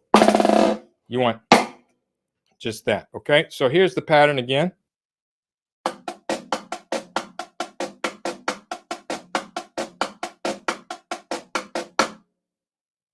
All right, so that's clave using a buzz. Let me do it a little faster. But this is a cool thing you could use not just on a snare drum solo, but on drum set. Here we go. Check it out.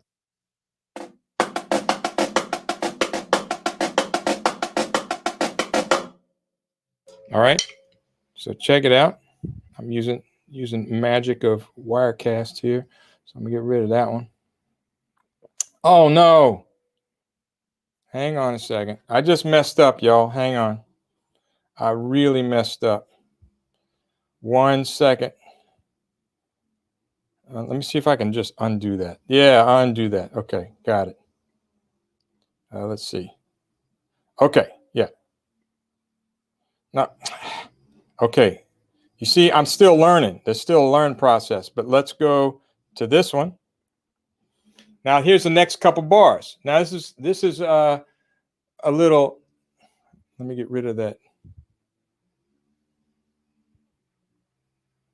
Let me see.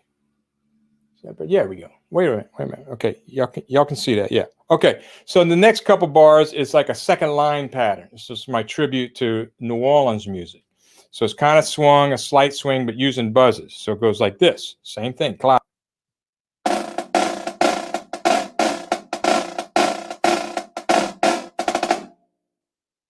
Yeah, you can play that over and over, and it jams. You could play that, using a bass drum or hi-hat.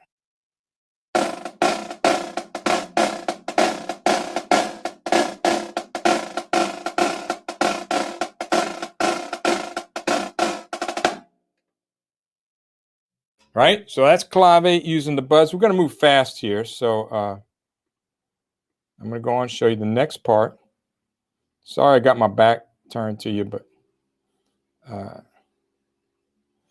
all right, here's the next two bars. So we're just going through the next 2 bars. Now I'm using just flams and rolls and playing clave, but you have clave in the first measure where you play the 3-2 and then a little variation in the second measure. So go something. Y'all got your sticks? Y'all can be playing along. I'll play it slow first. I'll play it slow and then I'll play it fast, but I'm gonna leave my mic off. Okay, so check it out. With the pickup. So I'm gonna play. I know a lot of y'all can read this, so I'm gonna play the pickup roll. I'm gonna count you off. I'm gonna play it slow, and then I'm gonna get a little faster. If you can't play it faster, don't worry. Don't worry. You can get to it later. Okay, so check. 1, 2, ready, and.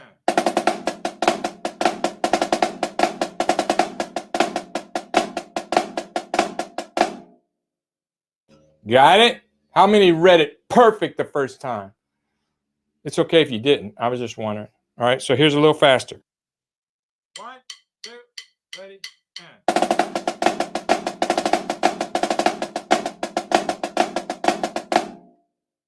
All right, one thing. No flat flams. Listen to Dennis DeLucia. No flat flams. Keep our creepy grace notes down. That's Dennis DeLucia. Marty Hurley is no flat flams. Listen to Marty Hurley. No flat flams ever. Ever. They sound like crud. They do. Not on a pad because you can't hear them. But on a drum, that's the worst sound ever. It's flat flams. Double stops. All right. So no flat flams. Keep grace notes down. Marty Hurley, Dennis DeLucia. Good advice. Always. All right. Let's move on because we got a lot to cover. Got a lot to cover. Again, I apologize for turning my back to you, but that's the way we got to do it. All right. So the next 2 bars. What? All of a sudden, flam. We got some cheese. Flam 5s, flam drags. So you just play a flam 5, flam drag, flam 5, flam drag, a flam 7. Flam 7. All right. And then, is that right? That's the next 2 bars. Yeah, and then rolls. So you're just playing a long roll, but accent and clave. So let's take this slow. If you want, you don't have to play the rolls at first. Leave the rolls out. Just play the flams, or play the rolls and don't play the grace notes. You can modify. You can modify. You don't have to play exactly what's written. That's right. I'm the composer, and I'm telling you, you don't have to play exactly what's written. It's your thing. Do what you want to do. I can't tell you who to sock it to. Isley Brothers, 1976. All right, here we go. Check it out. 1, 2, ready, go.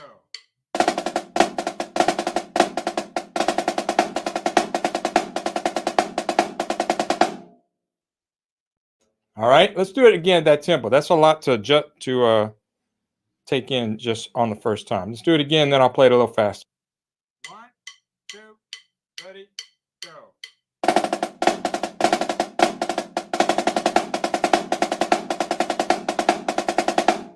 little faster. 1, 2, ready, go.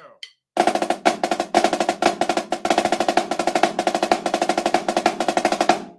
little faster. 1, 2, ready, go.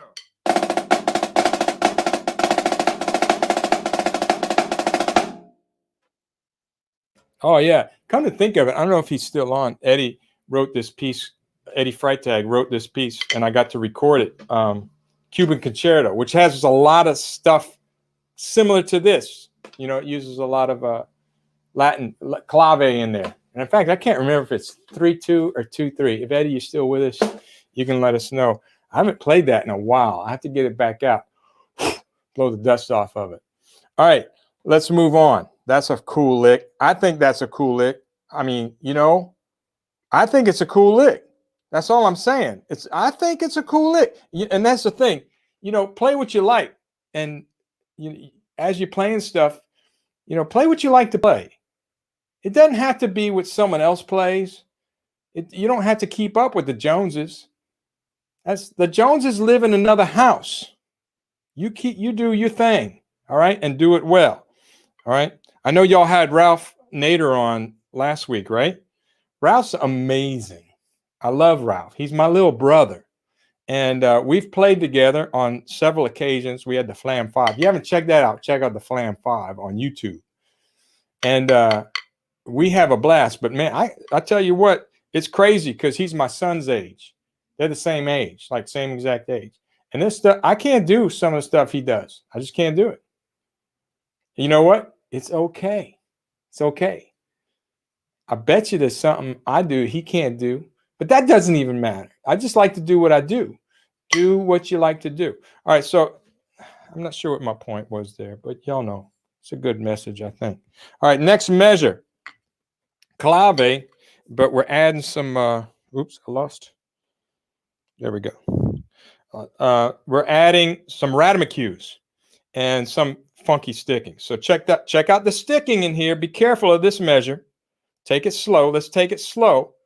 And we got a couple of rhythmicues, a single rhythmicue starting on the end of 2 and a double rhythmicue starting on the end of 3. All right, check it out.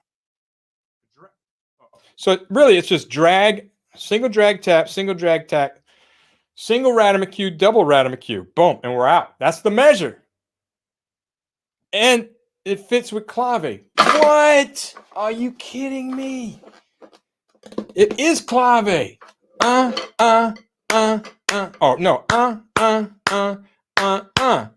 And it's a single drag tap, single rhythmicue, double rhythmicue. Crazy. Let's do it slow. 1, 2, ready, go.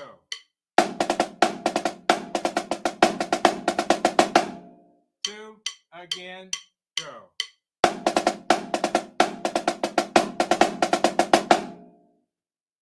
All right, so you got that double right, soft tap. So like an upstroke, like in an inverted flam tap, right? So you got to be quick because we get going faster. Make sure you got that upstroke. Whap! Right there. Here we go. Here we go. Use that wrist. Pull the wrist up. Whap! Here we go. A little faster. 1, 2, ready, go. Oh, my fault. My bad. 1, 2, ready, go. A little faster. 1, 2, ready, go. Okay, cool. Let's move on. Then we got some 6 tuplets. It's just setting up the next part, which is a little 6 tuplet thing. Oh, I have this. Hang on a second. So let's go ahead and add the next measure. So we can do that and then the next measure. Forte piano, single stroke roll, and then you have those little sharp signs. That's backsticking. Just so you know, that's your legend now. When you see the sharp sign, that's a backsticking. So let's play these 2 bars. That's the one we just played plus the next measure. 1, 2, ready, go.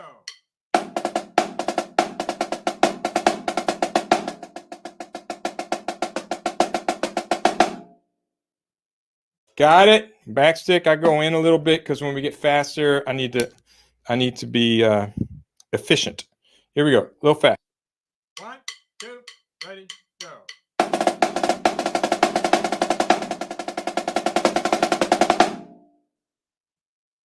Okay, that's fun right there. I don't care who you are. I don't care who you are. That's fun. I mean, if that ain't fun, something, I don't know. I think there's something wrong with you. You could be a little sick in the head. I don't know. I'm just saying. Possible. It's possible.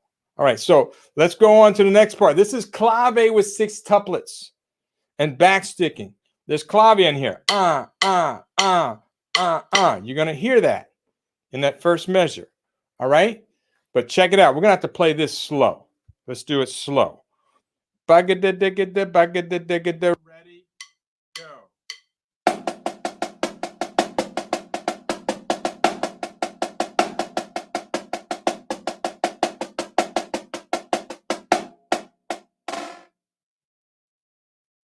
Did you catch all that?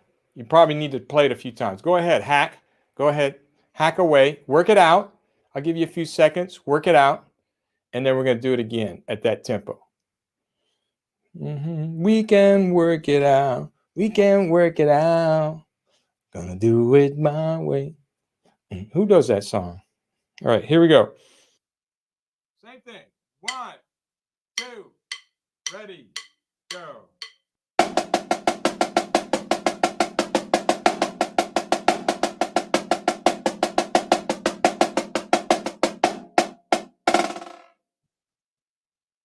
Got it? A little faster. 1, 2, ready, go.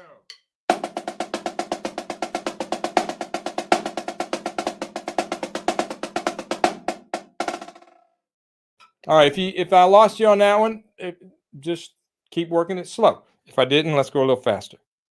1, 2, ready, go.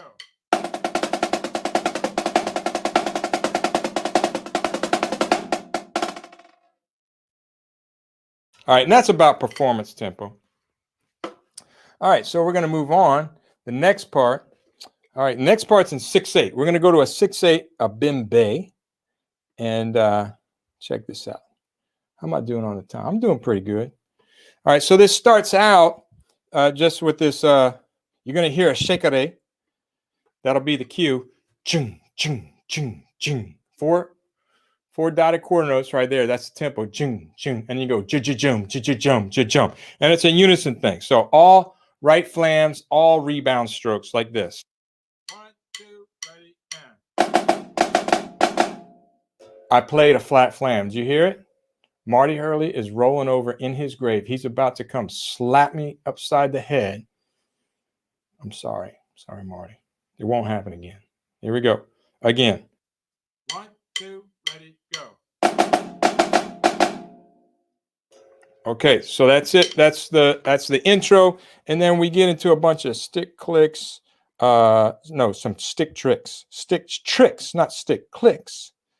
Let's check this out. This part's kind of fun. Actually, I learned this trick from Jeff Queen. Y'all know who Jeff Queen is? If you don't, check it out. Check it. Great snare drummer with blast and everything. Anyway, he was part of the Flam 5 with Ralph and Harvey and Jeff Queen and Jeff Prosperi and myself, the first Flam 5. Then the second edition of the Flam 5, we had Scott Johnson and Tim Green take Jeff and Jeff's place. But anyway, this trick I learned from Jeff Queen. And when he first showed it to me, I said, dude, that's impossible. No way. I can't do that. All right. So, and I tell you what, I dropped so many sticks and I cussed so much like a sailor. I mean, telling you, like a sailor. I didn't drop sticks like a sailor. I cussed like a sailor. But it's not a good thing. I'm not proud of it. I'm not proud of it. I'm just saying. It took a lot. There's a lot of drop sticks. So I'm going to show you this trick. So we're using the Naningo rhythm. Gang, gang, gang, gong, gang, gang, gang, gong, gang, gang, gang. That's that rhythm right there. Womp, bump, beep, bop, beep, the bang, bang, the bing, bang, bang, the bang. All right. But here, check this out. So that first one is going to be a right. We're going to hit the drum, let the stick fly up in the air and catch it. So like this.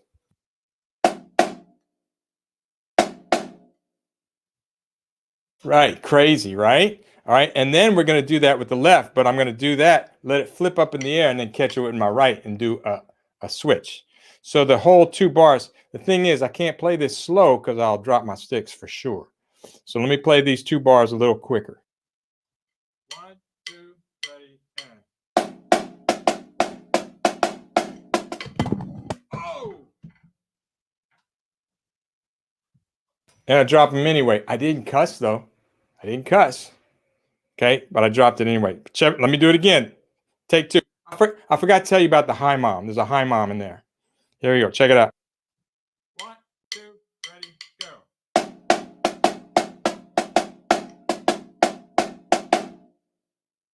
That was it. Let me do it again. 1, 2, ready, go.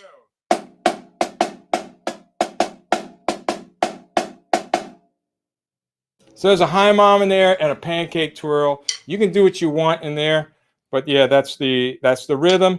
That's the little stick trick. It's tricky, and you gotta practice it. So what I learned from the Flam 5 thing, we all wrote a part of that solo, and we had our own little tricks that we like to do, but we had to learn everyone else's tricks. And that one, like I said, I learned that one from Jeff Queen. Shout out to Jeff for that one. And the next one I learned from Ralph, and that's the spider. However, I wasn't very good at it. I could not do it nearly as fast. I mean, he does it. It looks like magic. I couldn't do it as fast. Sometimes I cheated. I got to be honest with you. However, I wasn't the only one that cheated. I'll just say that. I'll say that right now. But I'll be honest. I cheated sometimes. I try to do it, and sometimes I got it, and I was very proud. I was like, yeah, I got it. So what I did in this one, this is at the we're going to do a spider. It's called triple backsticking, a spider, but we're going to do it at the old man speed because I'm older. It's just a fact. I'm older. All right. So we're going to do it at the old man speed. So same rhythm, but doing the spider like this. 1, 2, ready, go.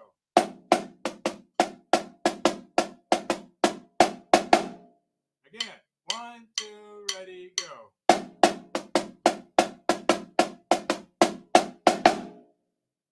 All right. So let me put those 4 bars. That's 4 bars all together with all the tricks. Here we go. Check it out. 1, 2, ready, go.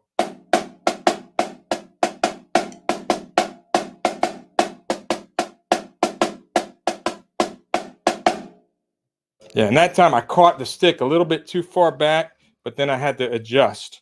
The rhythm was a little shaky, but that happens, you know. I got to do it over and over until it's a little more consistent. I still got to practice. I turn those videos. I got to stop watching those video games. Go practice. Talking about practice. All right, the next part. Let me see. I got that up here, huh? So that one's tricky. Tricky. A little bit. Okay, so next part. These are some stick clicks. And we're going to be playing the Ningo on the drum, and then the rest of it we're going to do stick clicks. And for now, you can just do this.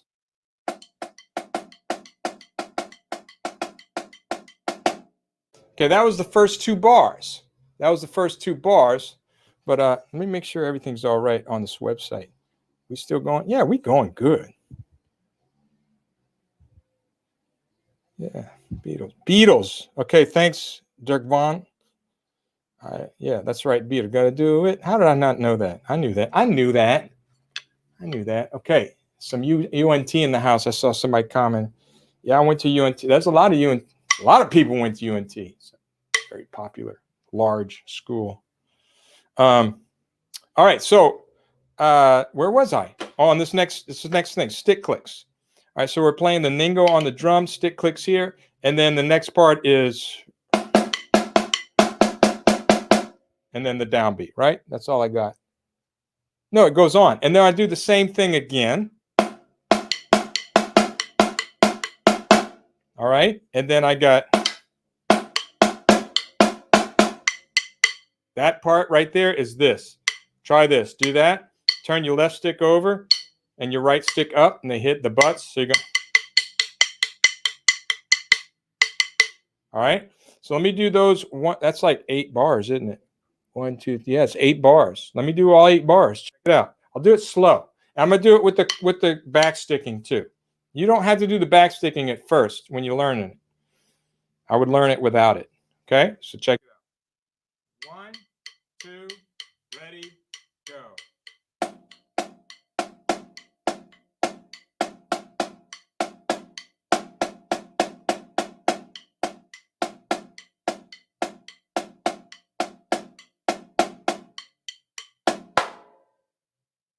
Okay, I messed up. I messed up the 3rd measure because I played the other one. It's hard to play slow, by the way. Playing slow is hard. So for those of you who think playing slow is easy, you're wrong. You're wrong. Just wrong. So work on playing slow in order to play it right fast. You know, a lot of times, well, I can play it faster. I said, no, you can't. No, you actually can't. It's just the mistakes go by quicker and you don't notice them. You can't play it. So make sure you work on it slow. So here it is again. Let's do that tempo again. 1, 2, ready, go.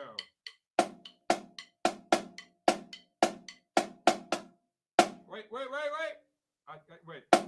Okay, I got it. 1, 2, ready, go.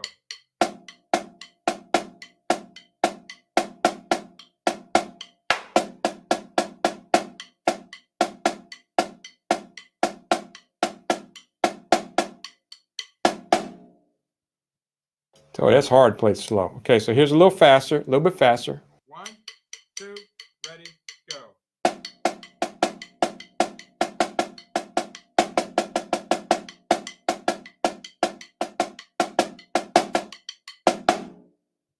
I forgot one accent, so I'm going to play a little faster, and I won't forget the accent.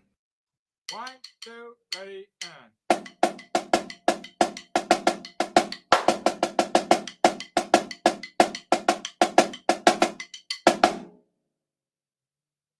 That's kind of cool, I think. I think it's kind of cool. That's the way I am. All right, the next part, we got ping shots. Ping shots, y'all love ping shots, huh? I think most young people like ping shots. We're not all young people in here, but I know young people like them. I don't know. I think as you get older, ping shots they just hurt. It's all they're just annoying because they hurt. It's that pitch, we just can't take it.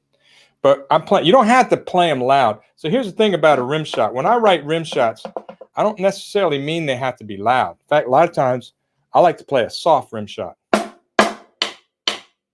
It took me like 5 times, but that's a rim shot.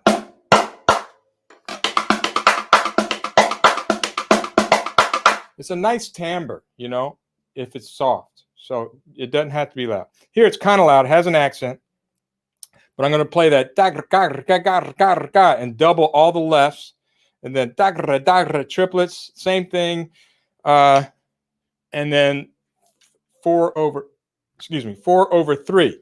So you got like a little paradiddle off the same hand. So this is how this goes. We'll go slow. 1, 2, ready, go.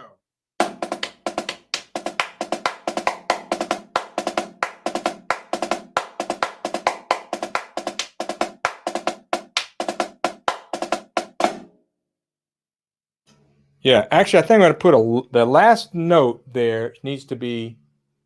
Oh wait, I don't have the right one up. Hang on. I didn't switch it over. Now there. Sorry, there it is. Okay. The last note needs to be a left on that page. I'm going to switch that in the solo. Note to self. I should have a pencil. I preach about having a pencil all the time, but I'm on my notepad. So, okay, so let's do that again. Sorry, y'all didn't have the music, so we got to do that again. Here we go. 1, 2, ready, go.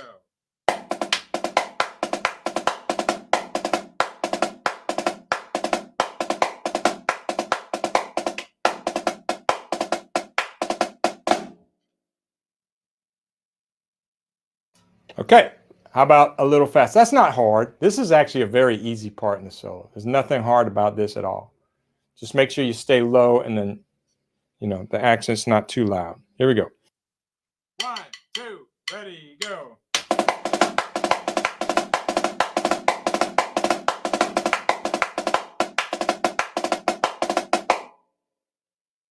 All right, and notice I messed it up, but my time did not falter. So that's an important lesson right there. I will make mistakes. You will make mistakes. We all make mistakes. And we have to keep going. Life must go on. So keep the groove happening. All right, next part. That part's easy. How are we doing on time? 3:09. Ooh, we got to move fast. We got to go really fast. So hang on, guys. We're just going to just cover each one. So now we're using cheese. Lots of cheese. Throw some cheese on it, as Tom Float would say. All right, so here's some. We're using inverted flam taps to play clave. Blocka, blocka, blocka, blocka, blocka. But we put cheese on it. And then flam 5s all off the left hand. I don't want to get into that too much, but y'all figure it out. Next 2 measures are the same as the first 2. And then a little cheese, flam 5, cheese, flam 5, cheese. And then I'll stop at the paradiddle diddle. So slow. Here we go. 1, 2, ready, go.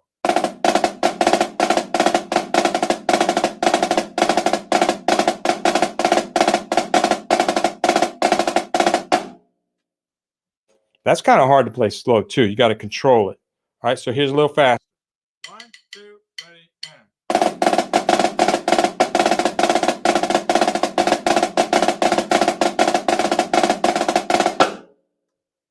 That's fun. I don't care who you are.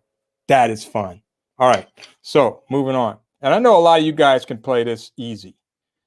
Some of you that are watching saying, what? That's not easy.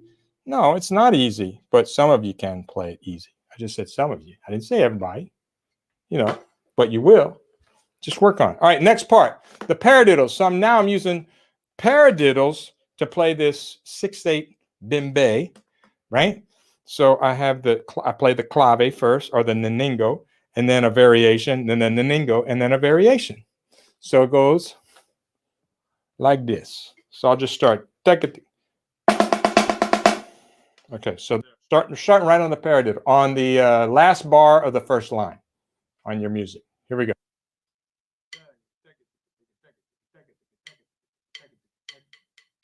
One, two, ready, go.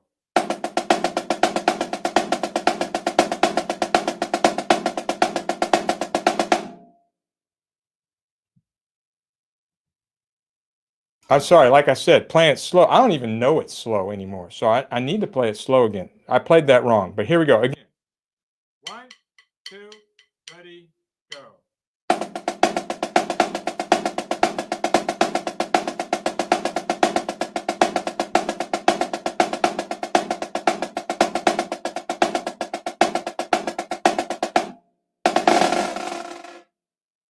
All right, paradiddle diddles. I know how much y'all love paradiddle diddles. That is the rudiment of the Generation X paradiddle diddles. But here, I play them all off the left hand. So I know y'all don't like to play it off the left hand. So that's a challenge right there, just to play them off the left. All right, a little faster. One, two, ready, and.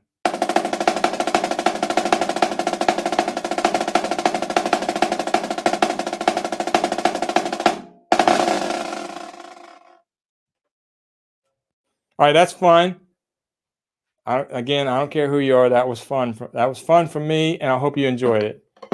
That's just fun to play. Okay, so I hope you learned that. That's a fun one. Though, just that lick alone. All right, we're moving on. We're halfway done. All right, we're going on to this part. Is really, you need to know this. This is a cascara on the shell, and I do it on the shell. So this is a very common. If you play in a salsa band, you got to know this rhythm.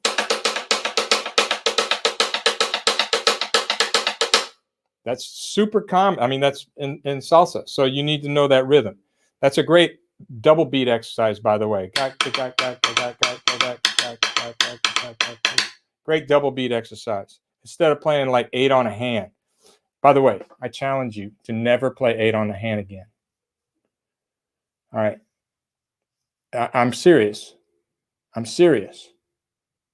If you played 8 on a hand, like when you're in middle school and you learn how to play quarter notes and you can play that rhythm, then it's time to move on from quarter notes. It's time to move on. You play any rhythm. You don't have to play quarter notes. All right, so I'm just saying. It doesn't groove. If it doesn't groove, if you're not making music, then you're building a house or something. I don't know. So make music even on your warm-ups. When I go listen to a drum line, I want to go listen to the warm up and go, yeah, that sounds good. Not gung gung gung gung gung gung gung gung gung gung gung gung gung gung gung. That doesn't sound good. It doesn't matter who you are. That doesn't sound good. Sounds like somebody's building a house. All right. So make sure all your exercises. I'm throwing that challenge to you. Make sure all your exercises sound good. In other words, when somebody walks up to your drum line, for every single exercise, they should go, whoa, that is grooving. That sounds good. They're making music. So you're not just practicing technique.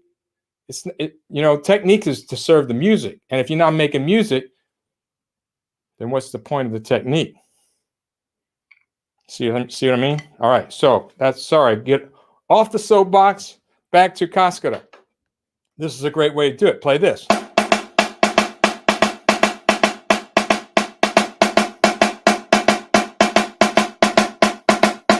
Maybe have the bass drums play clave, tenor drums can play mambo bell, something.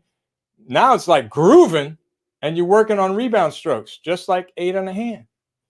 So you're working your technique, and you're making music. Imagine that. All right, so here we go. On the shell.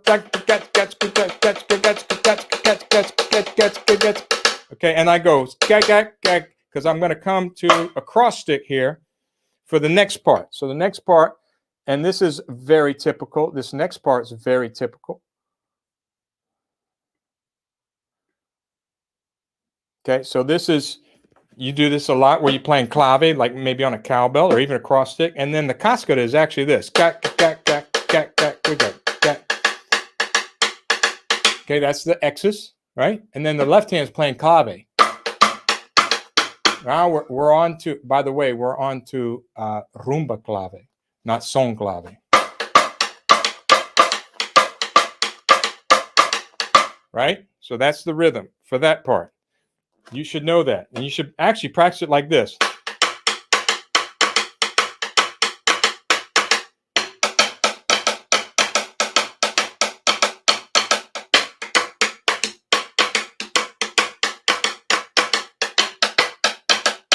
Switch hands like that.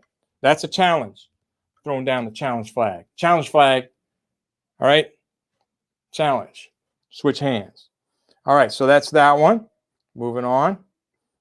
We're grooving. We're grooving. All right. So the next part's pretty cool. I'm playing clave here. This doesn't change, but I put some ping shots right before every clave note.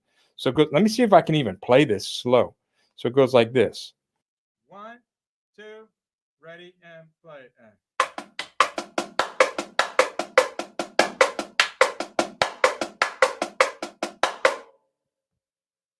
I can play it slow. I nailed it. Nailed it. Nailed it. All right, so here's it faster. 1, 2, ready, go.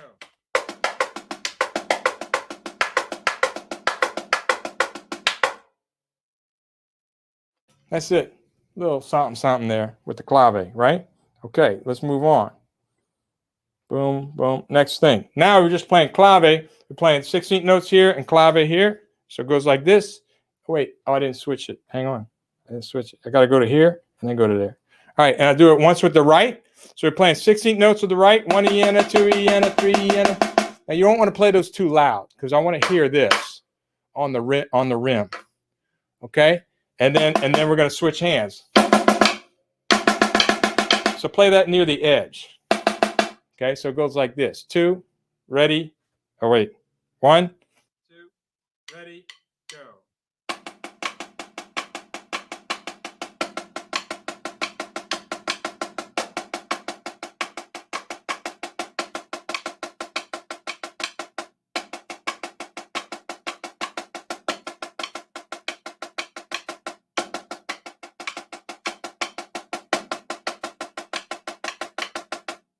Okay, you only do it. I was just practicing it over and over, but you only do it once. But that's in there. That's kind of cool. Y'all should be able to do that. So each one of these, look, guys, each one of these is like a little nugget. You could use any of these things just to work on, just as an exercise, to work on ambidexterity and your technique and applying rudiments to clave. Any one of these you can work on, but this is all in this solo. So it's published, but this is the revision, which isn't published yet. But I'll tell you where you can get that later. Well, johnwooten.com, johnwooten.com. And it's all O's, just like the river. Wooten, W-O-O-T-O-N, just like the river. Okay? All right, so if you're smart, you just said, what river? I don't know. I'm just making that up. Okay, so here we go. Now, this is with paradiddles. Check it out. So we're playing straight paradiddles, but we're accenting clave. So that's cool. I think that's cool. I'm kind of a geek that way, but that's cool. And then I change it up. So the second measure is a little variation. So let's play these 2 bars. 1, 2, ready, and play.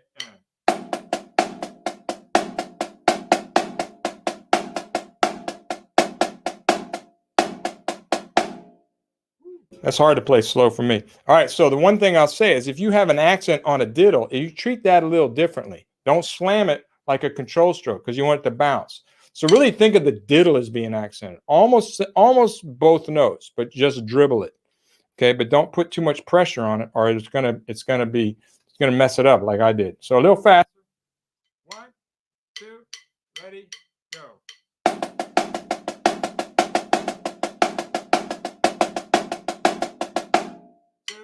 Again, go.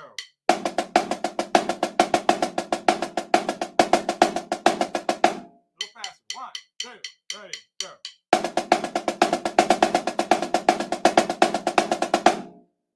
All right, that's fun right there. Right there. All right, so now check it out. Same thing.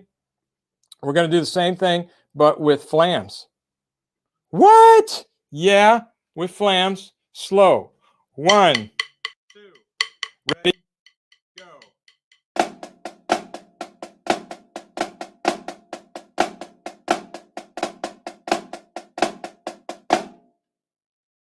All right, the last 3 flams are all lefts, right? Jagga, do jacku, do jagga, digga. All right, all 3 flams are left. Let's do it again a little faster. 1, 2, ready, go. One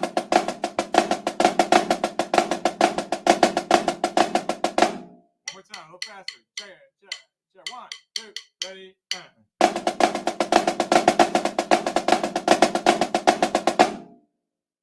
All right, that's fun too. That's fun. Man, so much fun. You know, that's what it's about, is having fun. Because if you ain't having fun, you ain't doing it right. All right, next one's really fun. This may be my favorite.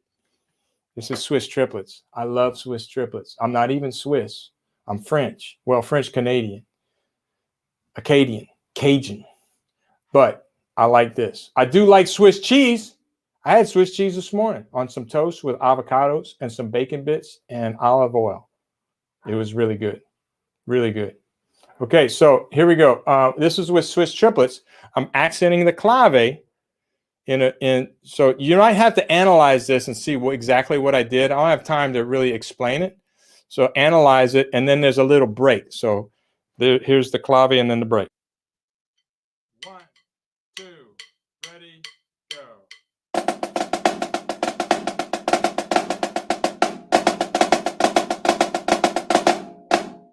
Again, 2, ready, go.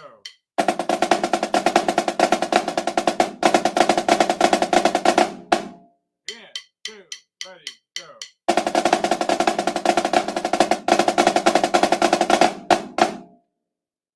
That's a lot of fun. Okay, that's the first lick. Now I know you may not be able to read that one. That's okay. You might have to work on it a while. But here's the next lick.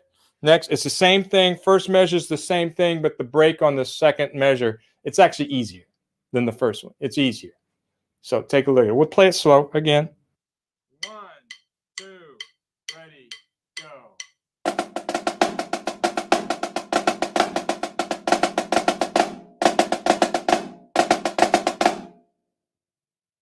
Swiss is off the left. I got to play him off the left. Yes. Yes, you do. Be ambidextrous. Here we go, a little faster. 1, 2, ready, go.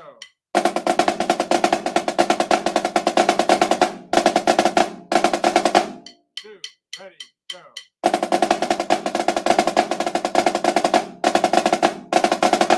2, ready, go.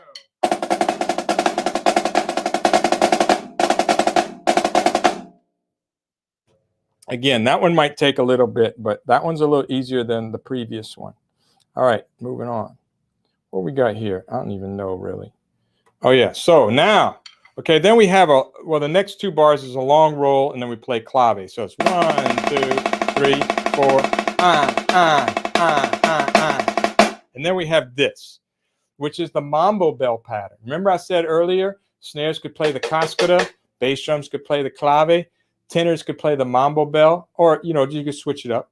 This is the mambo bell pattern, but play it on snare drum with rudiments. Well, actually, there's no rudiments. It's just there's flams. That's a rudiment. Okay, so it goes like this. So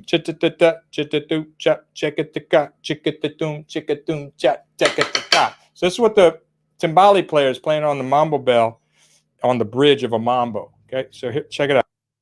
1, 2, ready, go.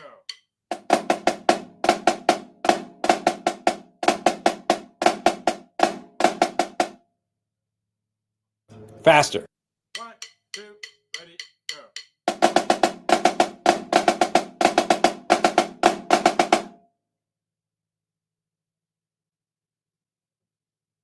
Okay. Guys, I see I'm running out of time. I need to play the solo. Somebody's mowing the yard across the street. Can you believe that? How rude. Don't they know I'm in a class right now?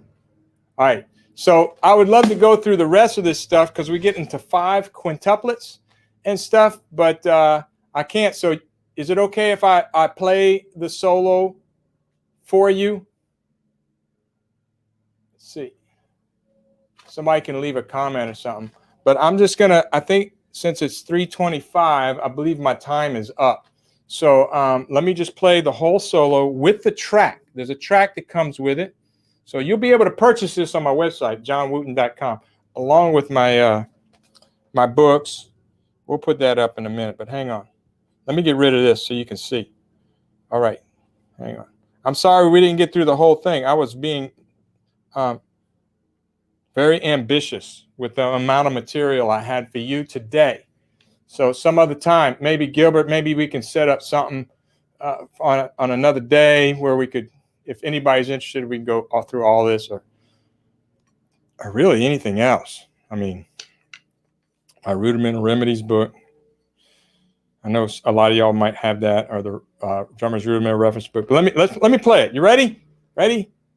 I didn't see if anybody commented. Anybody comment? Is anybody watching anymore? Maybe nobody's watching. Go for it. Richard says go for it. Thank you, Richard. Richard Rodriguez. What's up? Okay, so here we go. Let's see. All right, wish me luck. No drop sticks. Wait, you know what? Let me get one right there just in case something flies, and I need to grab that. Insurance. That's insurance right there. Here we go. Uh-oh. Oh, I'm not plugged in. Hang on. Hang on.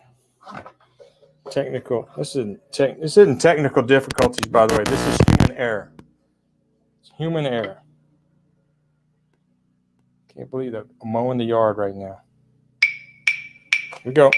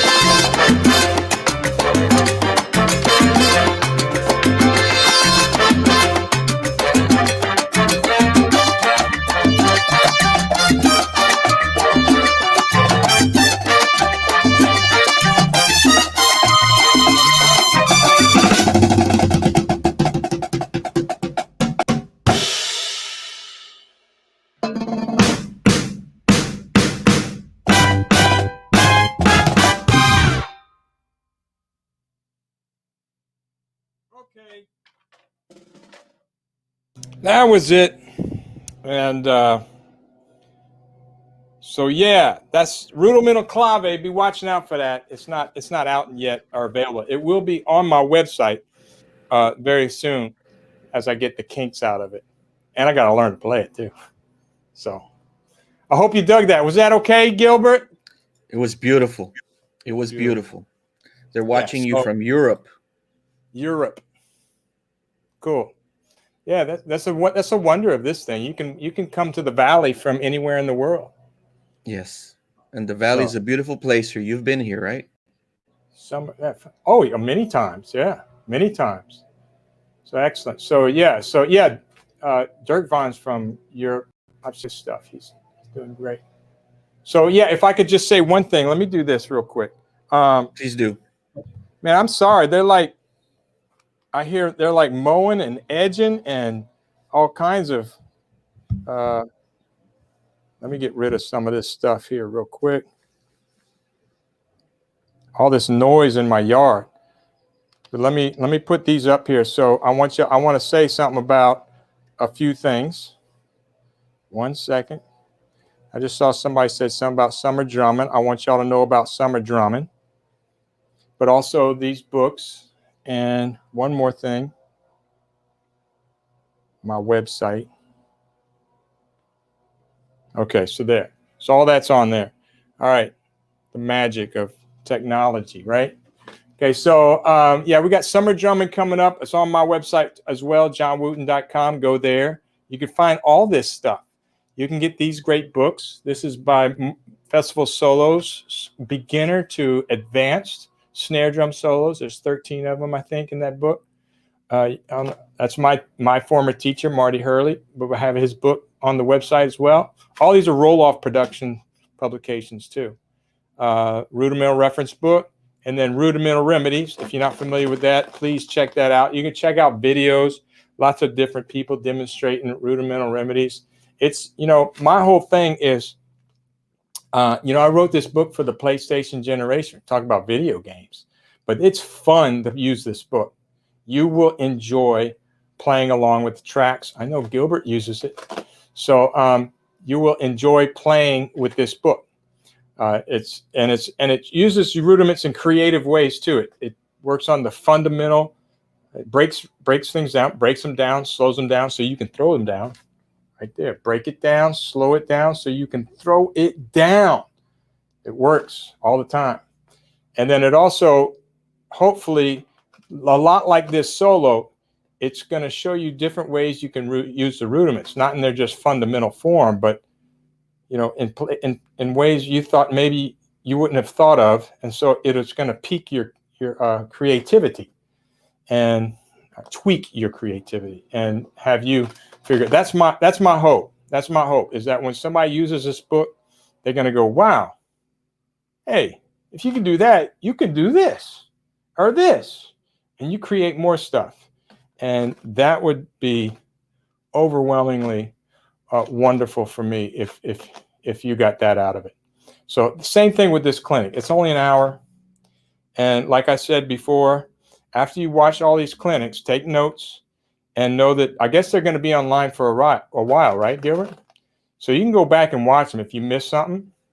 Yeah, and you can go back and watch them again. I would suggest that. But it's important to turn this off as well. Remember, I want you to go practice this stuff. I didn't show you all this stuff so you wouldn't digest it and go work on it. I wasn't here showing off. I don't need that. Okay? I was here to show you some ideas, and it is my hope you all take some of these ideas and run with them. Exactly. Okay? Well, man, this is fun. Very. Yeah, very, but dude, there's no tacos. No tacos. Yeah. We're supposed to go for tacos and beer now. Our usual. Yeah. Well, we don't have the tacos you have, but we got the beer. We do have some good Mexican food, Tex-Mex and Mexican food. We do have some good restaurants here in Hattiesburg, but it's not the same. It's not the company. What about the company? Yeah. Okay, we're missing out on that. Yeah, the Absolutely. camaraderie, man. When I go down there, we always have such a great time, don't we? Yes, we do. Yeah. Beautiful, beautiful. And as soon as this is over, this pandemic thing is over, we need to hurry up and do that soon. Yeah, Yes. yeah. We need to do that. Need to do that. Yes. Okay. Well, so next time, live in living color. Well, this is living color, isn't it? It is live. But in fact, all of you, wherever I am, if I'm going to be traveling around, man, I'd love to meet you. It's all about, when I travel, it's all about people. It's all about meeting people and exchanging ideas and all of that. That environment thing Mark Ford was talking about, that's so Yes. important. So important. You know, I tell people all the time, like here at Southern Miss, just to go off of what Mark said, I said, I'm not that great of a teacher. I don't think I'm a great teacher. I mean, I'm good just because I've done it for so long. I know a few tricks and, you know, that stuff. But what I discovered a long time ago, if my students don't have a creative and positive environment, they're not going to do very well. So you have to put yourself in that environment. Don't think by locking yourself in a practice room by yourself, you're going to get good. Not going to happen. As Leonard Bernstein says, don't practice Yeah. 8 hours a day, practice 4 hours a day, and then go out and experience life. Go ride your bike, fall in love, eat good food, get exercise. Because if you don't, what are you going to play about? Yes. Right? Absolutely. So Absolutely. turn Agree it. with you 100%. And by the way, those video games, that's evil. That's evil stuff right there. That's some evilness. Get away. Get out of it. Come on. Come on. I mean, I know because I've played them, man. You can get sucked into that computer. Get out. Go do something. Play some music. Okay? That's my I parting. agree. That's my parting comments. Gilbert, it's good to see you, man. It's beautiful to see you, sir. Every single time. Every single time Yeah, is enjoyable. I always walk away learning something from you every single time. Beautiful. that's awesome. John McClain, I see. You're welcome, John. Marcel Van Vo is on here. Check it out. Yeah, you do have people from all over the world. Trinidad Lopez Jr. Where's he from? Trinidad. You from Trinidad? No, Oh, he is from here, from the valley. He's seen your okay. clinics live when you've been down here. Oh, I remember him. Yeah. Okay. Now that you say that, I remember. Okay. Yeah. Cool. Cool name. I love Trinidad because I play pans too. Next time I can do a steel pan clinic, huh? Yes. Yes, Oh, we by should. the way, so check out my Facebook page. We just put up we just finished our semester, so we have some steel band, percussion ensemble. In fact, I think you just watched one, Gilbert. Yes. We had some percussion ensemble, steel band videos we just put up, and I'm very proud of them. If you want to see what comes out of a good environment, that's this. My ensembles, I'm very proud of what they do, and it's because those guys are in the basement of our music building, and they live together and they practice, and it's just a fantastic environment at Southern Miss. So if anybody's looking to go to school and you're serious about percussion, that's another plug, I guess. But I only want you to come here if you want to come here. If you don't want to come here, you should go somewhere else. Just saying. Yeah. Roberto Botel in the house. What? It's an old buddy. Buddy. He's only the one that started this whole event 30 years ago. Yeah, that's right. That's right. Yeah, man. Well, he's the one that first invited me down there. Yes. So thank you, Roberto. Appreciate it. And your brother's doing some great stuff online. I've seen his videos, putting out some content. Yeah. So what's after this? What are y'all doing now? Oh, now we have a great clinic by Ksenia Komolinovic. I really hope I've been practicing it. I hope I nailed it. How to be a better student, and a lot of useful information, especially for freshmen going into college. How to be a better student, how to manage your time. A lot of very useful information, and even for us, because we never stop learning. Yeah. Oh, dude, when you stop learning, you're dead. Okay, Exactly. That's the thing. If you guys think you're going to go to school, learn everything, and then you don't have to study anymore, you think that the beauty of learning is learning. I mean, you get to learn all the time. I'm a forever student. learning, Yes. and I look forward to learning. I mean, everything, something new, So yeah, when you stop learning, you're dead. Keep I learning. totally agree. I'm going to live forever. Absolutely. I'm going to live forever. Just keep learning. Yeah. Okay. Without further ado, here we go.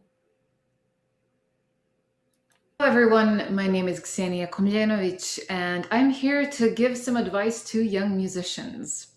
We're going to have a conversation in about 4 categories. We're going to talk about organization and your musical identity and practicing, and finally some extra musical skills that you need to have in order to succeed in today's world.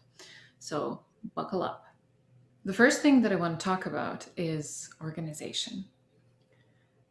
It is extremely important to be organized. I know that's redundant, but guess what?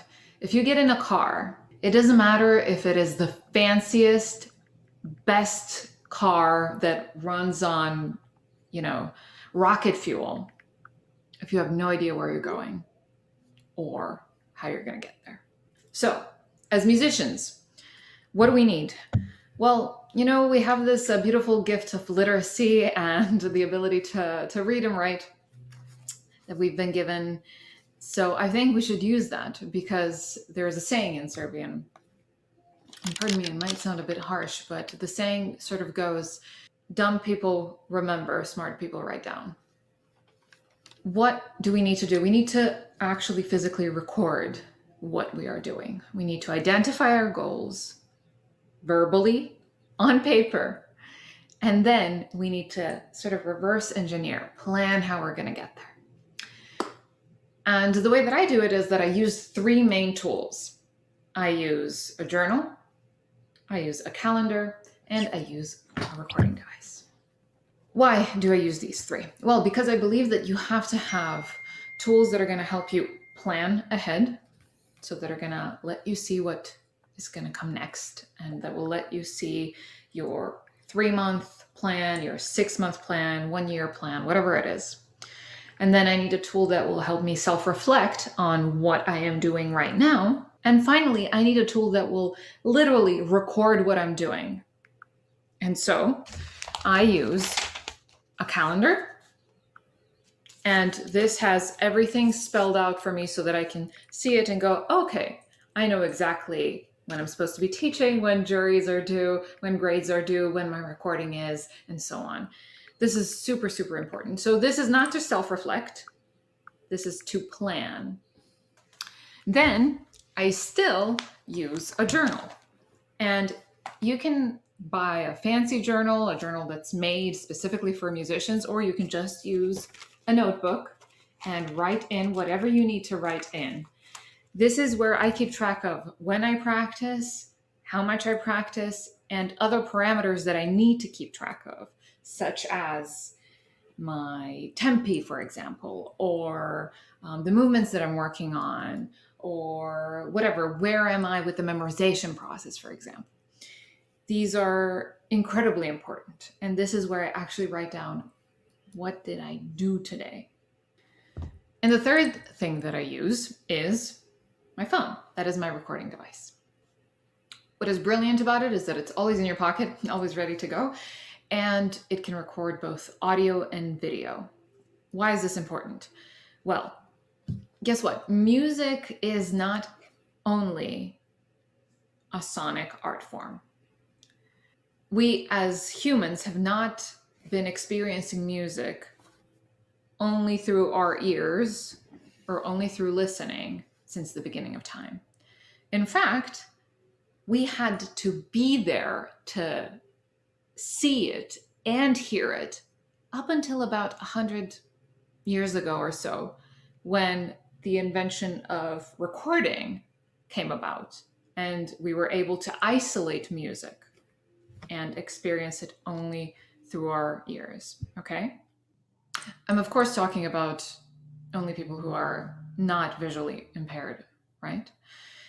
But in any case, for those of us who are not, we have been experiencing music through all senses. And in fact, if you speak to, say, people who are hard of hearing or perhaps are completely deaf, they will tell you that they too can experience music. They can experience it through their body, through the feeling, the sensation of vibration, as well as through their eyes. So that is why I think it's super important to record video. What you want to do is you want to be able to focus on playing and not focus on judging yourself, so that then you can look at the recording and then go fully into, okay, judgmental mode. I'm now going to evaluate what happened. You want to also be able to do audio only, because you want to take a moment and not be distracted by the visual aspect of it all. You want to focus only on your sound. The third little bit of advice that I have in there, which is like a little trick, is that you want to not only watch yourself perform with the sound on and listen to yourself perform only, you also want to only watch yourself with the sound off. Why? It is because obviously we're an extremely physical art form. The way we move will initiate sound and will sculpt sound. And so it is absolutely impossible that you will look like a robot and yet sound like a river. You have to move fluidly in order to evoke fluidity out of your instrument. So those would be my 3 little tools that I always use to make sure that I am on top of things. So the second thing that we're going to talk about is your musical identity. And this is something that has confused many students. And I remember it being a little bit confusing myself when I was in high school, for example, and even in early college, when people would say, oh, it matters so much what you play because it says something about you. And I never understood that that was really in my hands that much, because I had very proactive teachers and they would keep throwing music my way. So I kept thinking, well, what is there to think about?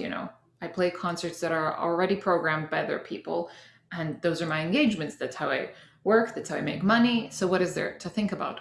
If you want to make a solo career or a chamber career, or you want to be in charge of the music that you're playing, well, then you definitely have to think about it. Where do you start with building your musical identity? Lucky for you, it is not separate from your identity in general. So what you need to look at is, okay, what are my interests? What do I like? Just in general. Do I like to read comics? Do I like to watch movies? Do I like animals? And you might think, what does this have to do with music? Well, everything has to do with music. You'll see that there are these examples of cat pianos. It's really weird, don't do it, but it exists, sort of, in theory. Then there are underwater experiences. If you thought that you couldn't play music underwater, well, yes, you can. And you can make money doing that. And someone's already doing that. Or perhaps you're into ping pong, and Hikiko wrote a concerto for you that you might love. So you know what? Think outside the box and write down what do you like to do, because you're in luck. Music will marry anything. You like movies? Music interacts with that. Theater? Yeah. There's something for everybody. Music is there for everything, from weddings to funerals to, births. Music accompanies every moment of our lives. So think about what is it that excites you and write that thing down. So you start off with what you already like. That's great. Don't stop there. You need to grow your taste. You need to constantly evolve. And what does this mean? This means that you have to go out and attend not only events that are already appealing to you, but perhaps those that you know nothing about. So this means that you will sometimes sit down with, say, a friend, and you will ask them to play you their favorite album. Perhaps you don't know anything about this band or performer, it doesn't matter. But that is exactly the point. You need to sit down and you need to start transplanting other people's knowledge and love of other music or art forms, doesn't matter, into yourself. If you remain open enough, this can absolutely happen. So perhaps you're the kind of person that thinks, well, you know what? I don't get jazz. I only like drum corps and I only like metal, and jazz seems like a great excuse to just make mistakes and not take any responsibility for it, which of course is wrong. Well, you know what you need to do? You need to go with a friend who listens to jazz and go to a jazz gig if possible, or perhaps you're going to just sit down, safely socially distanced, and you're going to listen to an album and you're going to ask them, what do they hear? What is so interesting to them? Why is this special? The best way to learn is to latch onto an emotional hook. That's why we are so keen on receiving these influences from people we care about, whether it's your partner or your friend or your parent, sibling, family member, doesn't matter. You need to go to people you care about and you need to listen to what they listen to. One thing that I used to do a lot was read other people's favorite books. This gave me several great things. It gave me access to authors I wouldn't have normally thought of, genres I don't think about reading that much, and it allowed me to learn something about this person that I care about, because what they read and what they enjoy tells you a lot about them. So not only is this a great way to expand on your tastes, it is also a way for you to become closer with someone. So it's a win-win situation, and I absolutely recommend doing that. Another thing that you need to consider, of course, is exploring other art forms. Music does not exist in a vacuum, and it frequently interacts with dance and moving pictures, right, and everything. So super important that you go ahead and do that, because books will teach you about narration and character development and details. Dance will teach you about the poetry of movement, something that is very relatable to us. Photography will teach you about the magic of the moment, patience, of waiting to capture that ideal split second that tells a story within a frame. Painting will teach you about how style is much more important than what is depicted. Because not everything is about realism, and we don't need that. Picasso's Cubist period is interesting not because of what is depicted, but how it is depicted. And in many ways, you are the performer. It is not what you're depicting, because a million other people can do that. They can take the same piece and depict it. It is how you do that that will separate you from it. So in a way, you're a painter. Another way to develop your musical identity is to spend time with things you really dislike. So you should be more like Luciano Berio, the famous composer. And here's what he did. So on one day, he gave a 2-hour lecture about how Beethoven's 7th Symphony is the greatest gift God has given to this planet. And then on the next day, he gave a 2-hour lecture about how Beethoven's 7th Symphony, so the same piece of art, is the most flawed attempt at music in history. And yes, this tells us about how funny he was, but also about his ability to argue for and against a piece of music. And this is what you need to learn how to do too. If you only represent one side, then you have many blind spots. You really, really, really don't get it then. It is okay to dislike things. It is absolutely fine to understand that this is not, for example, aesthetically pleasing to you. But you need to understand why something might teach you, why something might be valuable to other people, why this thing might actually be important. And you need to be able to argue both sides. So an exercise would be, go ahead, find 3 pieces you really dislike, genuinely find good things in them. Super important. Here's another reason why this is so important. I'm personally not too keen on the social media image. It's perfectly fine, of course. If you do that and you do that really well, more power to you. However, what I think is that your social media image or any perception that other people have of you should lean on who you actually are. So develop yourself for the sake of yourself, so that then you could go out there and present yourself to the world and say, hi, this is who I am, and this is what I like to do, and this is what I'd like to do with you, for example. Allow yourself to do the things that you like. That is perfectly okay, and you can take things into your own hands. You don't have to wait for your teacher to give you something to play. Of course, they're going to give you great stuff, and they're going to give you stuff that you need to work on so that you grow, because you don't have that perspective. You don't have their knowledge. You don't have their experience. You have to trust them. But you can also be guided by what you like. So while you can spend an X amount of time working on what someone else has prescribed for you, it doesn't mean that you should never dedicate time to whatever music you wish to play, you wish to interact with. And it doesn't matter if it's within the realm of percussion music or not. Play whatever you like. Stay in touch with what you like. Stay curious. Look for new music all the time. Explore other instruments. Express yourself. Music is not there so that you could have some trick to perform in front of other people and then they, yay, give you a score afterwards and then someone claps or doesn't. That's not what it's there for. It is a mode of self-expression. So please do not forget how important your artistic loves are. Write down what you like. Okay, it could be, music and tattoos. And you might think there's no connection, but guess what? Boom, you Google it and there is. Google is your best friend. You certainly want to explore that.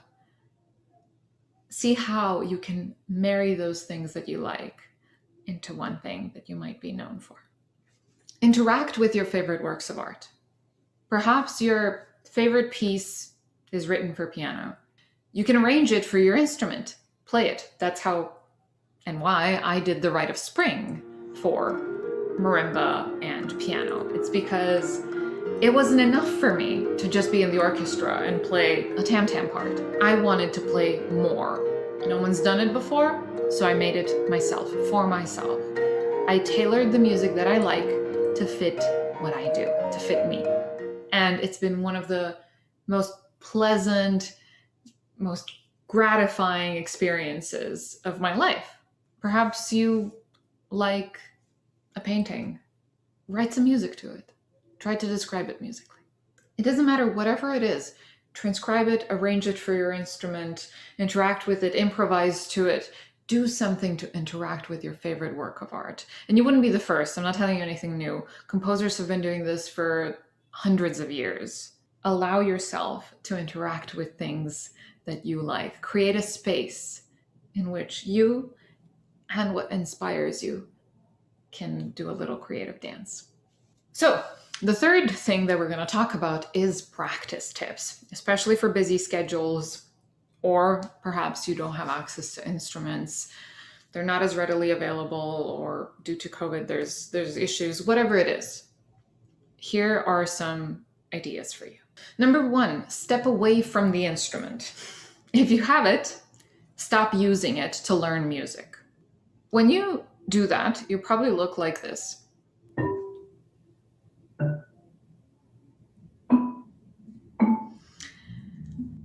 And the reason why that looks like that is because you are trying to process the music mentally and also mechanically poke it on the instrument.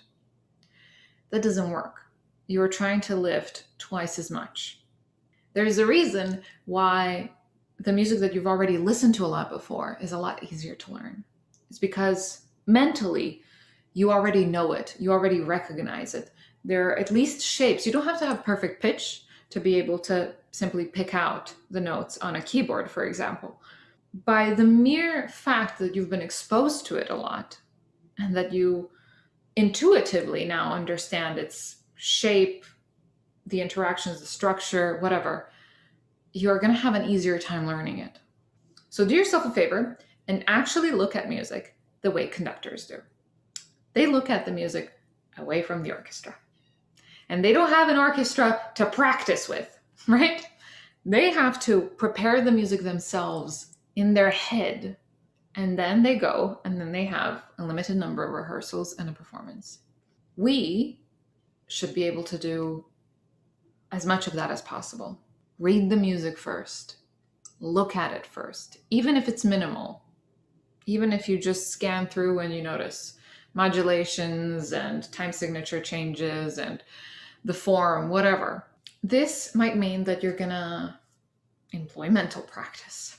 And that means that you're standing there and just looking at the music and you're practicing mentally. And also, huge reveal, when you practice physically, you're also practicing mentally. Because guess what? All of your physical impulses, the things that make your hands move, come from your head. So you need to train this first, because if this misfires, this is going to glitch, and then the music is going to glitch. It doesn't go the other way around. So incredibly important to practice mentally. And this might mean that you're going to do visualization. So you're going to, for example, you're just going to stand in front of the instrument and you're not going to move your hands, but you're going to think about the music that you're supposed to be playing. Or you're going to close your eyes and you're going to imagine a keyboard or whatever you're playing, doesn't matter, your setup. And you're going to imagine playing it, because this has to work first. This comes second. This is a reaction to what happens in your head. Okay.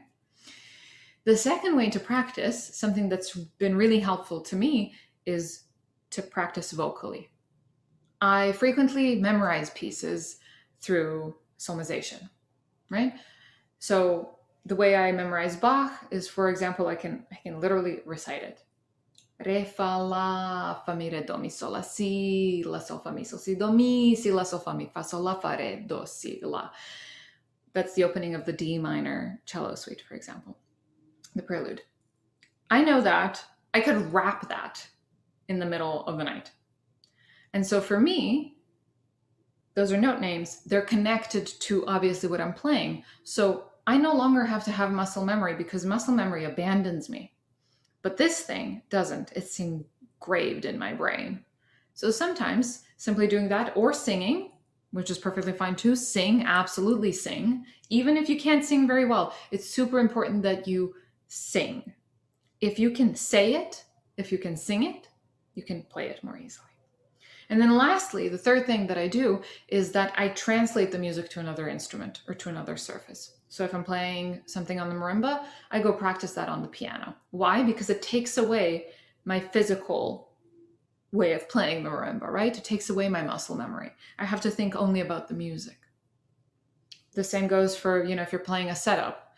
Well, it's really hard to play a setup if you're not hearing the exact same sounds that you're used to, for example. But that's exactly why you should practice that. Go and just play on a blank surface. Nothing that changes pitches for you.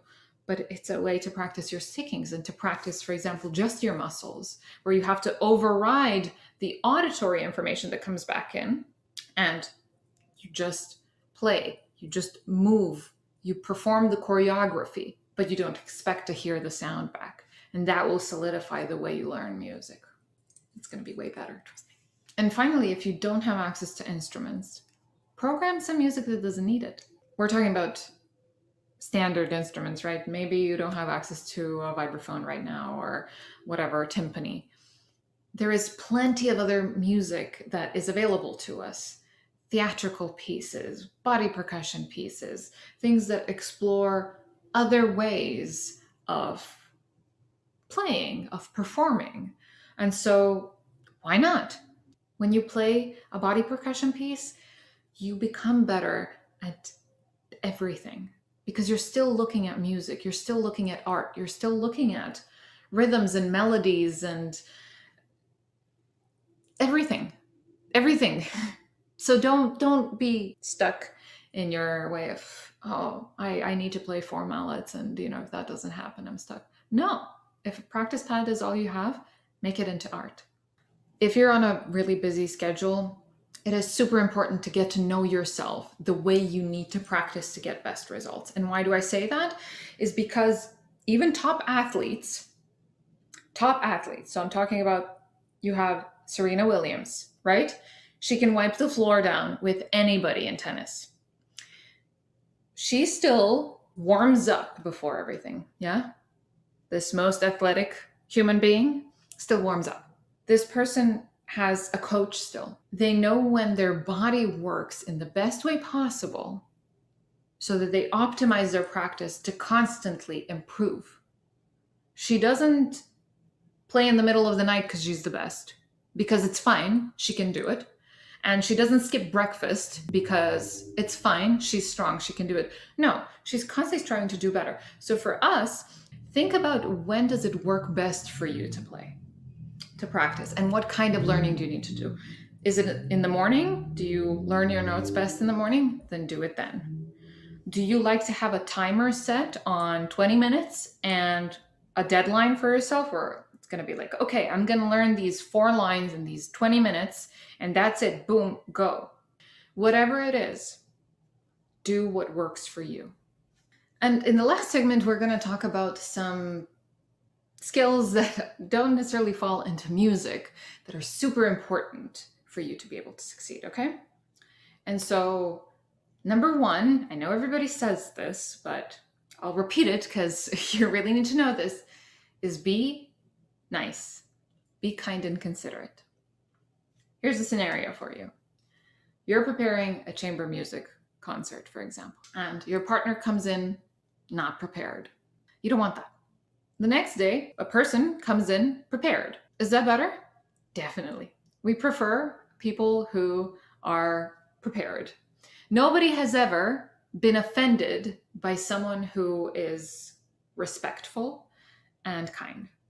Nobody has ever gone, I really wish that person wasn't nice, or that they didn't make my life easier by being on top of their stuff. So there's the not prepared version, the prepared version, and then there's the version that everyone wants to work with.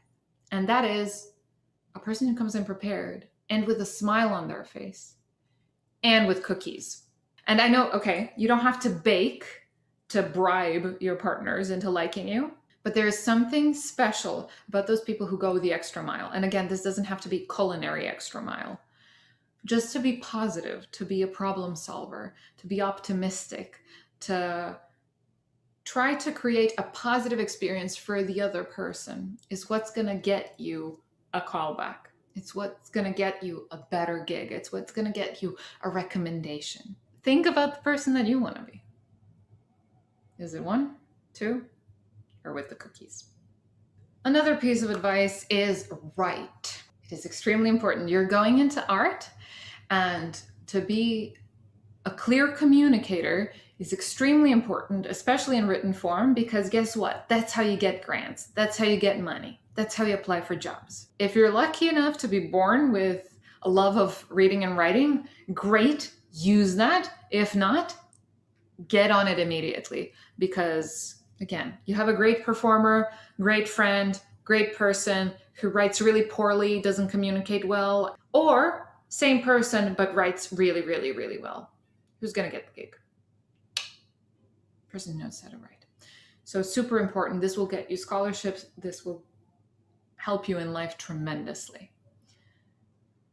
Start writing. And my final piece of advice would be to give what you need. That usually needs a bit of time to sink in. Give what you need. What do I mean by this? You might think that, for example, if you live in a place that is not the cultural mecca of the universe, that there is not a lot of stuff going on, and that you wish that there were more concerts or more events of a certain kind. Well, you need to give what you need. You have the opportunity to create those things for other people. For yourself too, you'll get to enjoy them too. But guess what? When you create, you have the ability to establish a platform that assists many who might have similar needs. So For me, for example, that has been the podcast, the At Percussion podcast that I'm a host on. Now, I didn't get to create this podcast, but through doing this thing, interviewing many people from all over the world about percussion, I am giving to the world what I need to. And those are meaningful conversations with many brilliant people from around the world about what I care about. It could be your own show, it could be your own series on social media, it could be your own podcast, it could be your own concert series, whatever it is. You're not creating these only for personal benefit. It is something that the entire community can participate in. So think about how you can create communities, how you can benefit other people. It is a very, very special thing to be able to curate such a wonderful experience for everybody. So give what you need. It is incredibly important. And so that's it. Those are my little pieces of advice for young musicians. I hope this has been helpful to you. And you're always free to write to me. My email is right there. I'm always happy to chat with fellow musicians, young and old, doesn't matter. So thank you to the Valley Percussion Festival for having me. And I'm really looking forward to checking out the rest of events that are on. Thanks, everyone. Bye.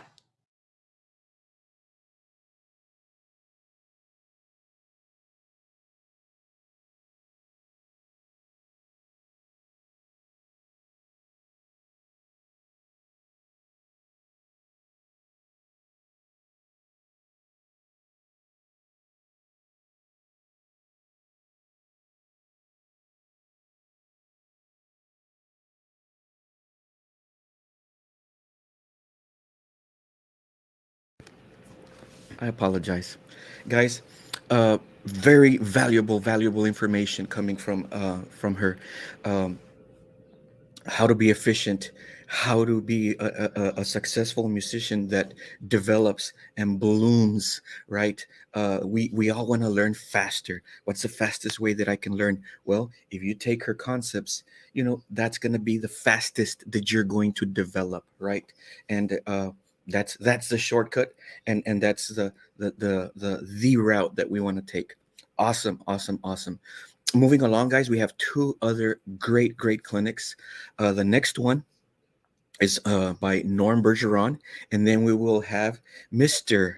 Professor Dave DeCenso from Berklee College of Music. You do not want to miss any of these remaining clinics.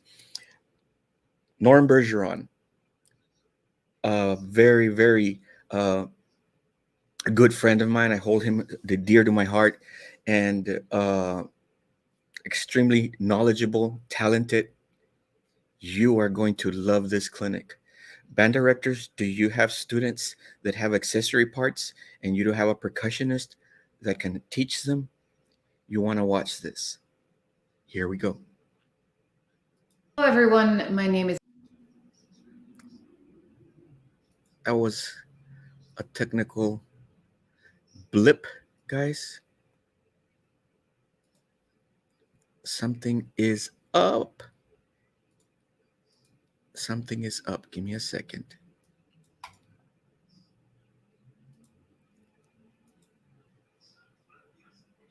Okay, this is the right one. Awesome. Here we go. Hey everybody, Norm Bergeron here, Temple College, Temple, Texas. First of all, I want to say I'm super excited to be a part of the Valley Percussion Festival 2021. I've done the live clinics. Was I graceful? 4 times now, I think, down in the valley, and it's always an absolute pleasure. Did it look like it faced me or no? To be around you and to share what we know with the next generation. And so I was honored to be asked to be part of this year.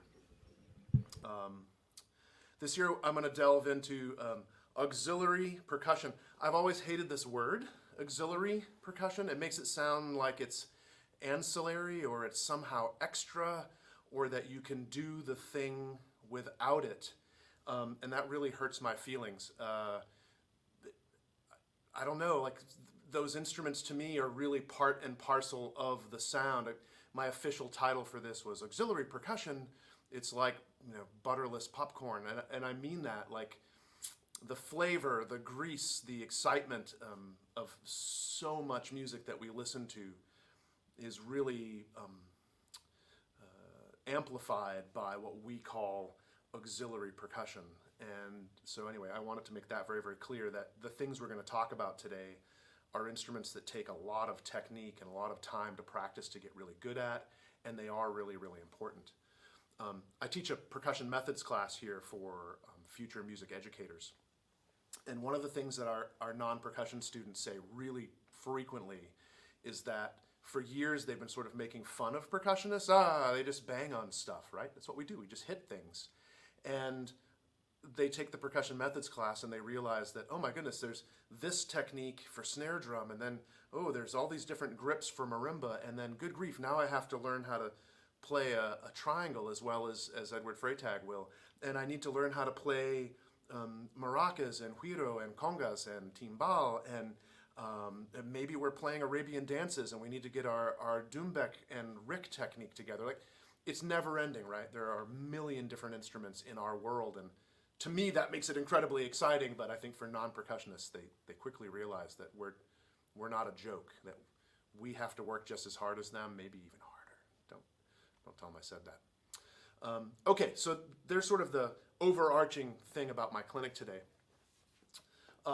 The other really important point for me to make is that, and I think this is timely and I think it's important, I am a middle-aged, about to be 50, middle-aged white dude who grew up in Maine. I don't culturally own any of the things that I'm going to talk about today. I did not grow up in Cuba. I did not grow up in West Africa. I did not grow up in Brazil. These instruments are from cultures that I admire, and I listen to their music and I study their music, but I don't own it. I have no ownership of this at all. And I think that's important that we recognize that we can honor it and love it and learn how to do it, but make sure that we give kudos to the people who actually invented it, okay? I think that's really important. And the other thing that's really, really important to consider is that there is no one way to do something. There's no one right technique for any of the instruments. And I think there's a generalization of like, this technique works best. We'll call it best practice. And those are the types of techniques that we're going to talk about today. But it doesn't mean that some alternate technique might not invent a whole new sound spectrum out there. So don't be afraid to experiment as well, okay? That's really, really important to me. Okay, so the first instrument I want to talk about today are the maracas. This instrument is really, really, really, the difficulty level is really, really downplayed. This is a challenging instrument to play well, especially in the traditional styles. And I want to talk briefly about some of the techniques that we can use in the concert band setting or the orchestral setting for those types of patterns. And then I want to talk about some of the larger, more groovy styles that we use within music of the Afro-Cuban and Afro-Puerto Rican world. And I'm going to show you a couple of different types of maracas that I've collected over the years. This set is sort of standard commercially available. These happen to be Gonbops, a company that I endorse and love. And these sound great. They're real rawhide, plastic beads, wood handles. One of the techniques that you've probably maybe checked out a little bit, maybe your percussion instructor or your band director has talked about, is this style of playing where we're playing with the beads only playing on the bottom of the instrument. Quick wrist strokes.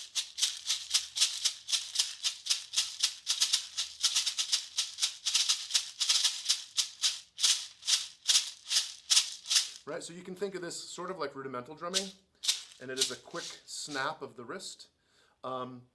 This is challenging because when we go up to play our next downstroke, there is the very high likelihood that it's going to strike the top of the maraca, right? But we're looking for just the clean downstroke. So this takes some practice.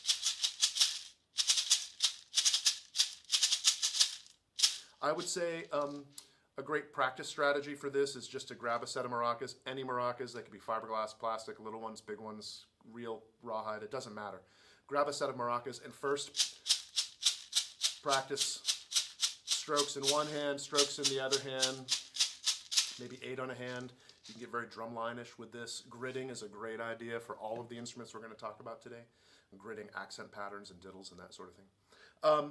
So downstrokes only, then maybe start practicing hand to hand, and then maybe some rudimental stuff. So going to double strokes, paradiddles.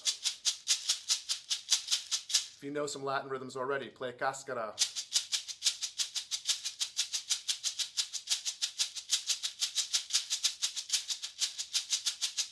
Right? Just practice some patterns playing only these downstrokes. We can play flams between the two hands. One can play, if we want a little bit more attack, we can play on for very, very quiet passages. We can play on our leg or on a table, carpeted table. But this practicing of this downstroke is really, really important.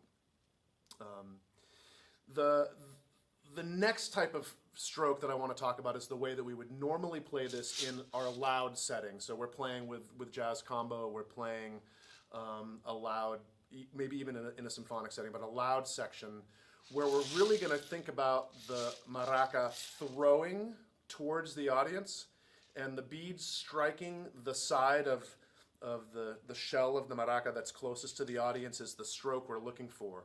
We're not going to care about the sound that happens, the resultant sound coming back at our face, because that thrown sound is going to be loud enough that it will sort of mask the other sound. So straight eighth notes.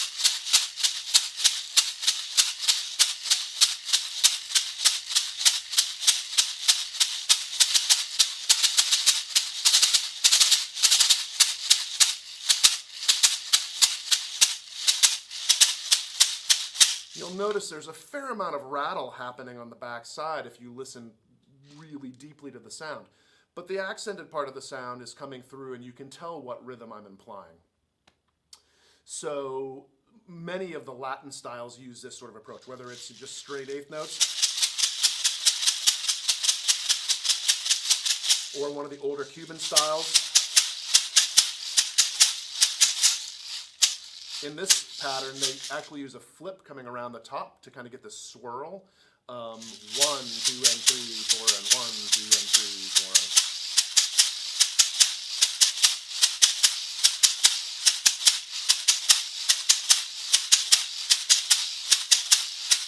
4. Yeah. So one of the things we can do is practice just a flow of notes. Again, thinking gridding, sort of drumline style, we can practice gridding. And one of the ways that we start creating some interest in these patterns, traditional or otherwise, is to think about playing diddles within this pattern. So I'm just going to play a flow for a second, and then we'll go back to talking about gridding this thing.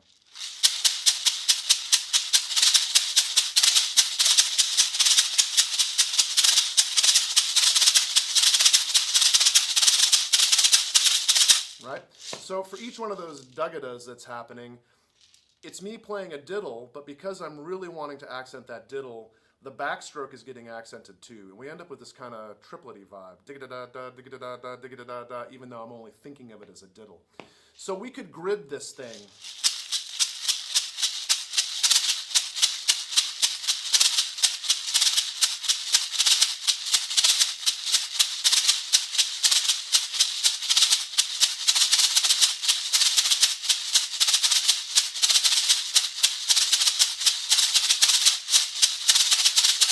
Right? Think normal drumline warm-ups. We can grid accents, we can grid diddles, and all of those sorts of things. So when we start creating a more traditional Cuban feeling pattern or a Puerto Rican feeling pattern,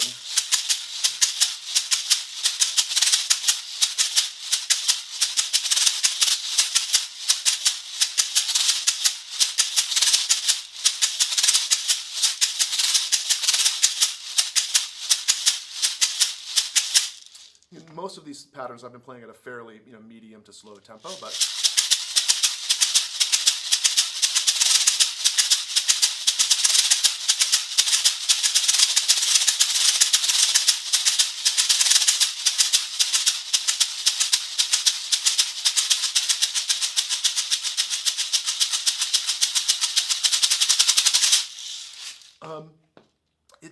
behooves you as a young student trying to get your percussion chops together to practice things in lots and lots of different ways.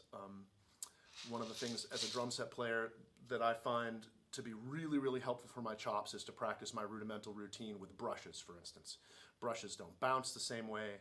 I have to think differently about the way I'm going to attack the drum.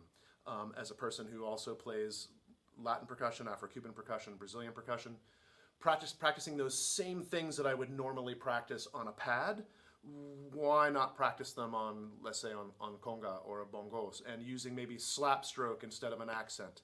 But all of those rudimental things that we would normally do, those gritting things that we would normally do, let's find another way to practice.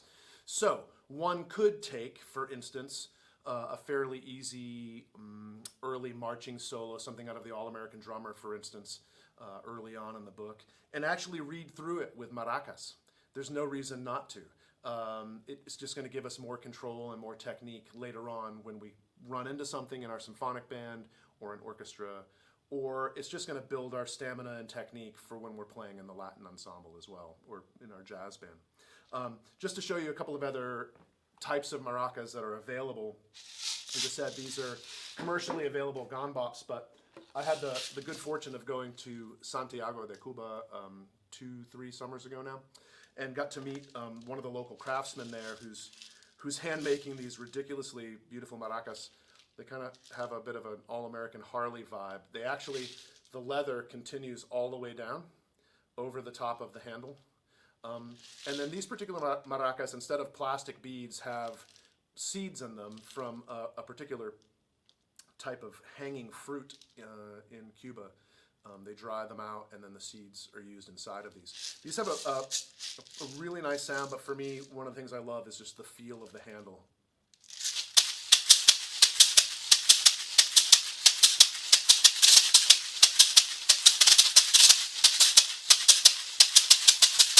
Yeah. And then he carves the heck out of them and he paints them, and they're absolutely beautiful. And then when you travel places, if you travel to South America, anywhere, if you travel to Cuba or Puerto Rico, when you're at the airport or you're at the hotel or anywhere, there'll be all of the sort of the touristy stuff that you can buy, right? The instruments that are being generated for the tourist market. They're not professional instruments. When I was hanging out with Harlem Campos, the guy that made those, he makes traditional, original style maracas, and he makes them to sell in those places.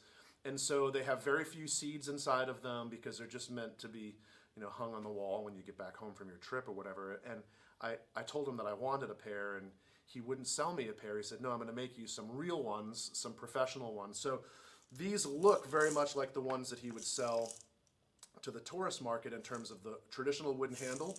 This is actually the shell of that maraca fruit I was telling you about. This fruit hangs from a tree, and they let them dry out. But then he, rather than painting them really gaudy colors, he carved these for me and wood burned them, and then put the appropriate amount of seeds in them.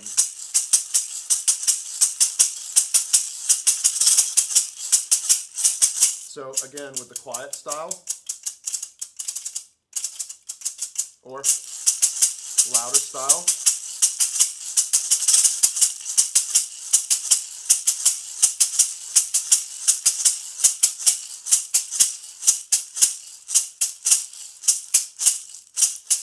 Yeah, much brighter sound, because instead of leather, this is a dried fruit, which is really hard, like wood. Okay, maracas. All right, continuing in the vein of shaky items, we talked about maracas and we talked about the throw to and fro. One of the instruments that frequently gets added to jazz band charts, or they do show up in concert band music too, it's just the lowly shaker, right? And there are a bajillion of these on the market. They all have their own sound. There are tiny little egg shakers. There are ginormous Brazilian style shakers for samba. They all basically are played the same exact way, and we're shaking to and fro, but we want to get some control over the shaker, right? I mean, I have spent a fair amount of time studying, as I said, Afro-Cuban and Brazilian music, and there's a certain lope, there's a certain greasy swirl to those patterns, And I've gotten really used to playing those. So for me, the challenge is when I sit down to practice shaker, because I know I'm going to be doing some studio work that's going to be more quantized, more straight 16th notes. It actually takes a little bit of work to get into the flow of playing really, really, really clean straight 16th notes with a shaker.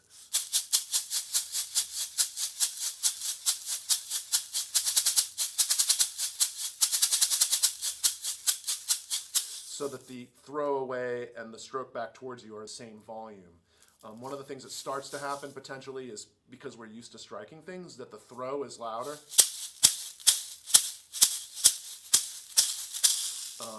We can practice the opposite, overcompensate.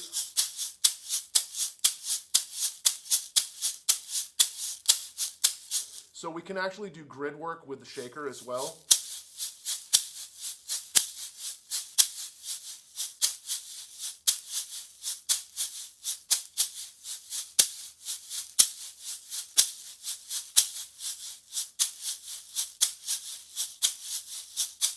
Right? Same idea that we would do with accents on a pad. Notice that in the middle of that, my quantization went right out the window. And it started to get a little swampy again. Part of that is because when the beads are moving through the bottom of the shaker, when you make a big stroke, they are flying directly from one side of the shaker to the other, and it's pretty easy to keep them even. When you start playing with the smaller strokes, the beads start to kind of slush across the bottom of swoosh, swoosh, across the bottom, and it starts to create some grease, which again, in the traditional styles,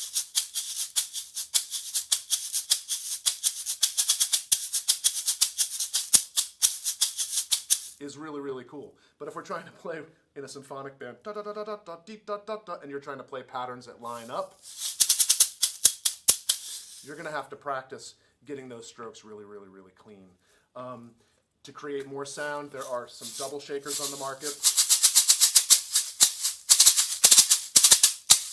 Right? We can add more. We can play two-handed.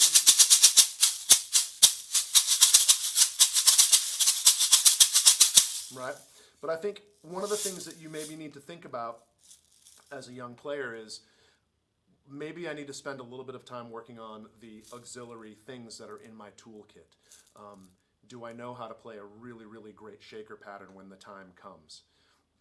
I was just doing a clinic earlier today, and I won't name any names, but I was at a local high school, and they're doing a Latin chart, and they don't have any percussionists in this particular jazz band, and the drummer's really young, and he's kind of inexperienced, and he's playing a really, really simplified, watered-down pattern right now. And the director came over in the middle of the rehearsal and said, "Hey, if I were going to add one Latin instrument to this, what should I add? I have a kid who's free during this period." And I thought, well, that's cool, but has this kid ever played a Latin instrument before? Or are you throwing a kid back here with no training on this new instrument? Imagine tossing a clarinet towards one of your trumpet players and saying, "Hey, you're playing clarinet on the jazz concert next week." I realize shaker maybe isn't as difficult as learning how to play clarinet if you're a trumpet player, but if it's going to be played well and it's going to be played clean and appropriately to the style, it doesn't happen overnight. So I implore all of you, whether you're a youngster in the Valley or wherever in the world you are watching this, or if you're a seasoned pro, if you haven't spent some time with your toys, with your auxiliary instruments, dig them out. Shaker's not as easy as it looks to play really, really, really clean. So again, sort of basic technique ideas from my perspective with a shaker. Think really big strokes at first.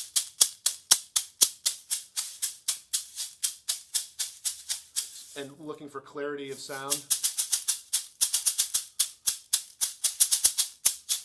Maybe go through a basic rhythm book, reading through some rhythms, Ted Reed's Syncopation or something like that, reading through some 16th note passages. Just get good at playing good, clean patterns on the shaker. Then we can start gridding and thinking about accents. And then we can start swamping it up afterwards. Let's work on playing really, really, really square and quantized and clean first, and then we can start to round things off and make them feel a little bit greasy. All right, still shaking some things today. Maybe we should call the clinic something about shaking. So this instrument, African in origin, but this particular variety is Brazilian, kashishi, Caxixi, kashishi. Woven basket, and then the bottom traditionally is made of a piece of gourd, like a pumpkin, right? So we have two very distinct sounds with these. We have the basket sound, usually, oh, by the way, usually pebbles or small shells, cowrie shells, or some other aquatic creature shell inside of here. But we've got our basket sound.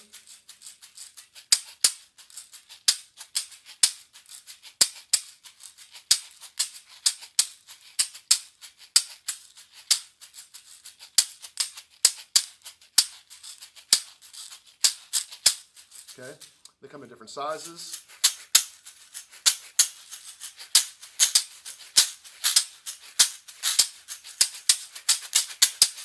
Okay.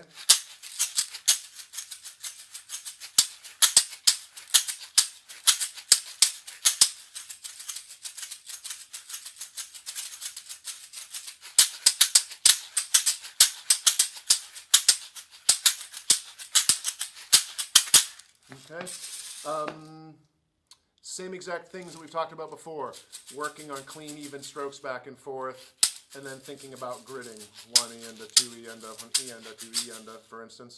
Going through the grid with where, using this as our accent sound, for instance.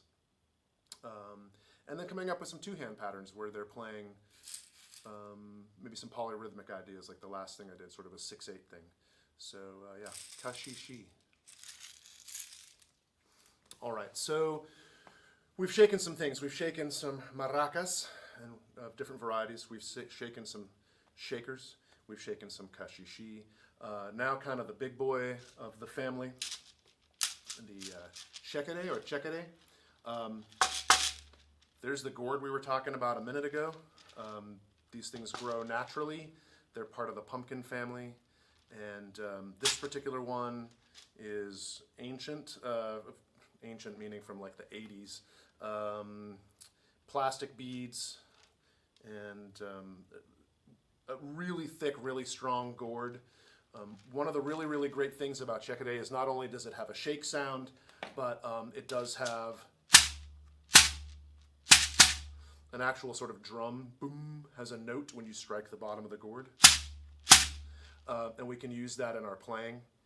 For really, really quiet playing on chekere, we can cradle it, kind of like a child. We can play on the bottom of the gourd and just play with any technique we want, hand to hand, using our fingers. But more traditionally, when this is played in West Africa and in Brazil and in Cuba and Puerto Rico, we're using a technique that is kind of like maybe throwing a basketball from hand to hand. We're just throwing from side to side at first. So instead of shaking it away from us, like we would with all the other shaker things we've talked about, we're going to shake from side to side.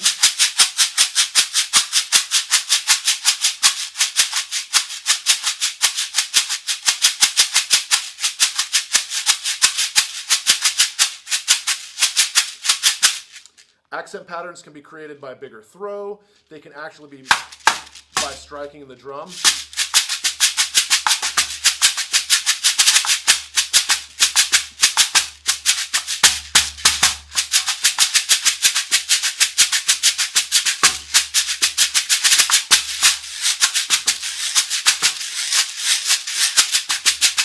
Legato strokes by doing a swirl,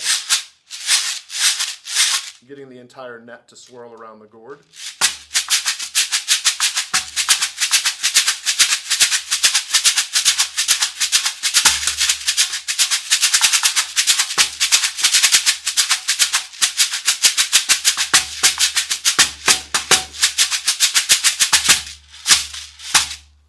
Yeah, so this is a pretty large one. They come even larger. When I was in Cuba, as I talked about previously, and met Harlem, just the most amazing craftsman there in Santiago. He wasn't really making chekeres at the time, but I asked him if he would make me one. And he had some gourds from that he grows for making gyros with, which we'll talk about in a minute. But he made me overnight knitted up this basket, and these are all traditional seeds that grow in Cuba, and then a couple of rows of colored beads that are plastic just for color, but the rest of it is all natural seeds from Cuba.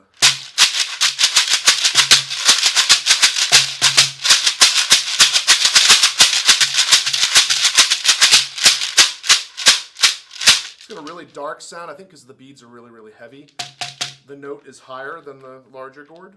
But yeah, super, super bold sound. So again, practicing side to side instead of to and fro.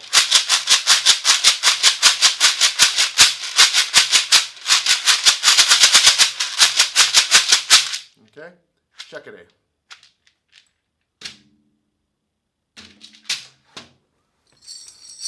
All right, tambourine. Honest to goodness, you could have a 6-hour-long clinic just on tambourine technique if you wanted to talk about all the different types of tambourine in the world. Traditional headed concert tambourines that we use in the concert setting, and thumb rolls and all of that stuff. If we were going to talk about Brazilian tambourines, pandeiro, a whole world of tambourine there that's its own thing. If we talked about the rick, R-I-Q, rick from the Middle East, it's its own thing. If we talked about the kanjira, which is a type of tambourine from India, South India, a lifetime of learning there. Seriously, there are people who have dedicated their lives to the study of all the world's tambourines, and they will never run out of things to learn. That said, aside from the concert techniques that you will learn, I hope, using a headed tambourine, like I said, and thumb rolls and proper technique. Lalo Davila's book for this is amazing, by the way. Regular straight up pop style tambourine where the head is no longer there. It was headed and the head was removed, or maybe in this case, this is Danny Reyes's designed tambourine to sound very much like the tambourine that the Beatles recorded with, which had been a headed tambourine and the head had broken and somebody had ripped it off. Full circle, you know, all those modern Cyclops looking ones that all the companies make are great too, and you can get them with lots of different types of jingles.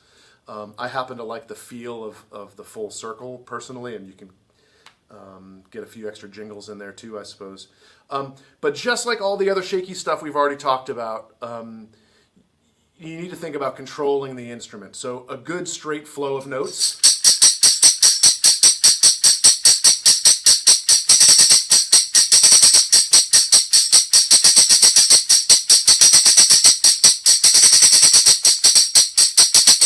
Okay, we're looking for even movements to create an even pattern at different tempos.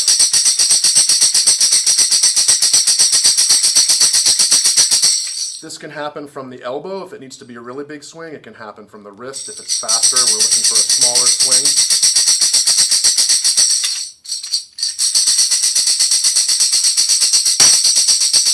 Accents can happen by striking it. Where are we going to strike it? Where do you want to strike it? Your chest, your leg, your hand.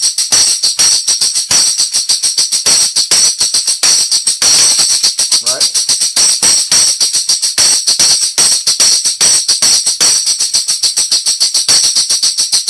So we can work on gridding stuff here too.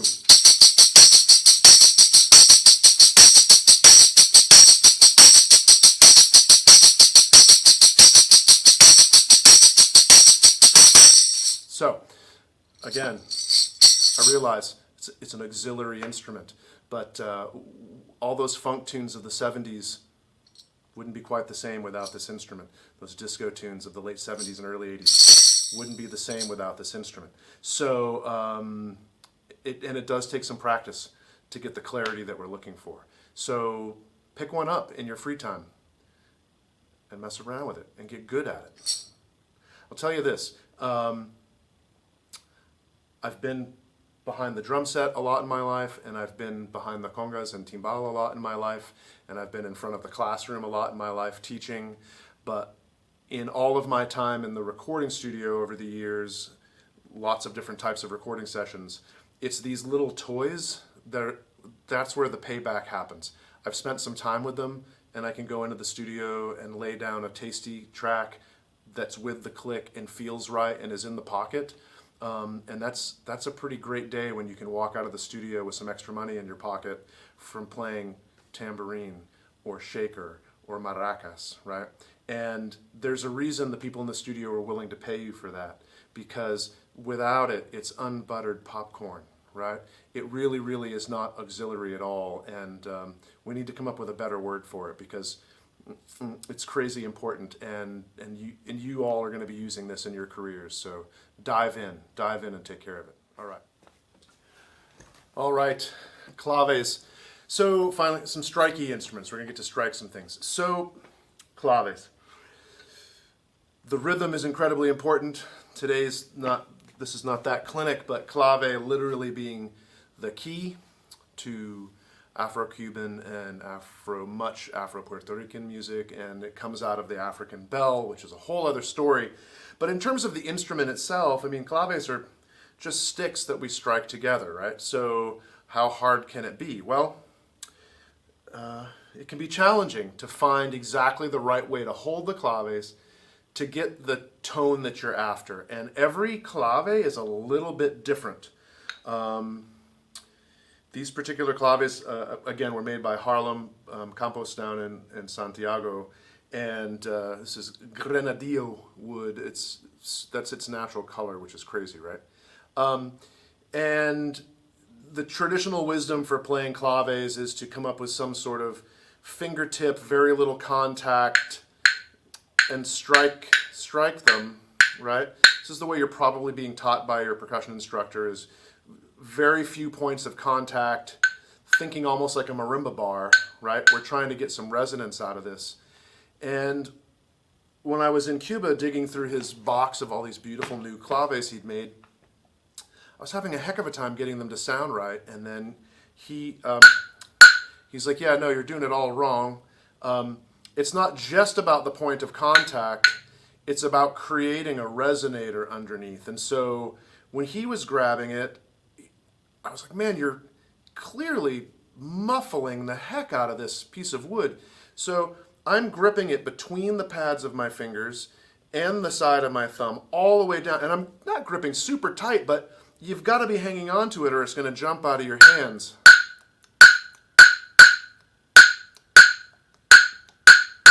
And that's where the sound really started to happen. Higher pitched, lower pitched. Same thing, if I just create some sort of, it doesn't work the same. You have to actually grip it pretty tightly and create a channel.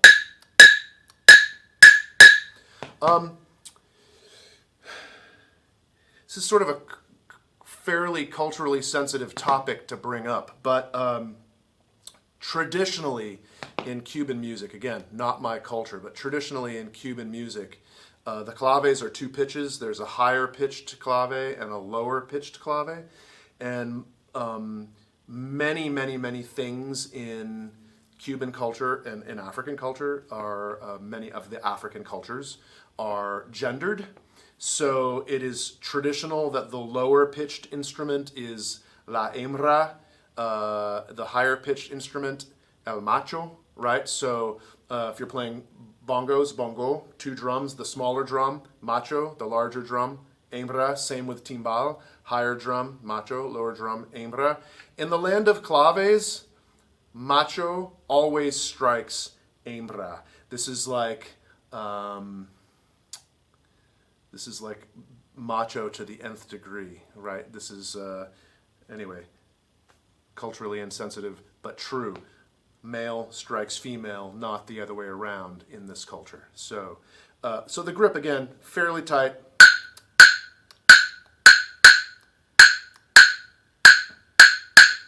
Rumba clave. So, right? So the general, I mean, it's, again, we're striking two sticks of wood together. How hard can it be? But finding the exact spot and the exact shape of my hand to create, or on your hand, on your claves, to create the sound you want, actually takes some practice. We're not just banging things together. So this is the more common style of clave you'll see. Probably in your band hall you have some wooden ones. You may also have some fiberglass ones that are incredibly loud, no matter how you hold them. A more traditional style would be this, sometimes called African claves, but it's a larger block of wood for the hembra, and it has a cutout, very much like a marimba bar or a xylo bar.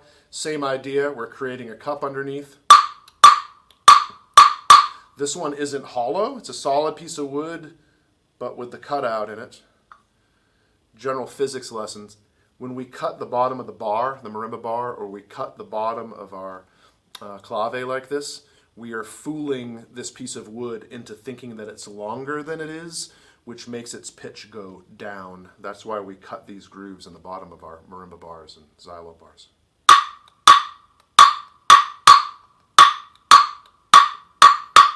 This is a set of gombops, African style claves, and this is a set that Harlem made, again down in Cuba. Notice that this one is not only notched, but it's actually hollowed out all the way down, with holes in the center as well, thereby lowering the pitch even more.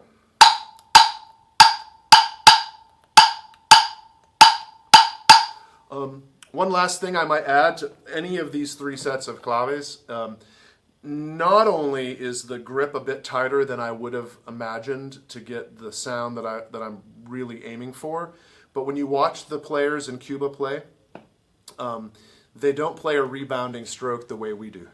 They actually play into the clave.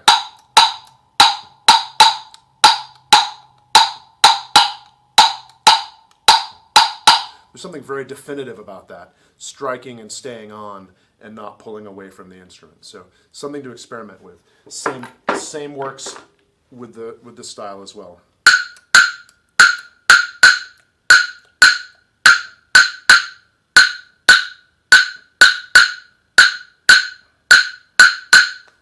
Yeah, claves.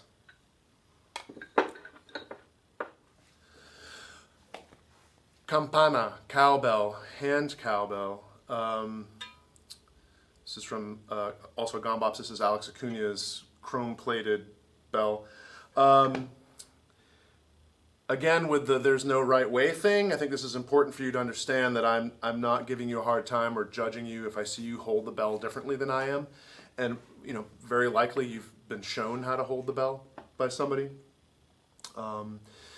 But traditionally, again, in thinking in terms of best practice and ergonomics, it is wise to hold the bell with the mouth of the bell away from you instead of towards you.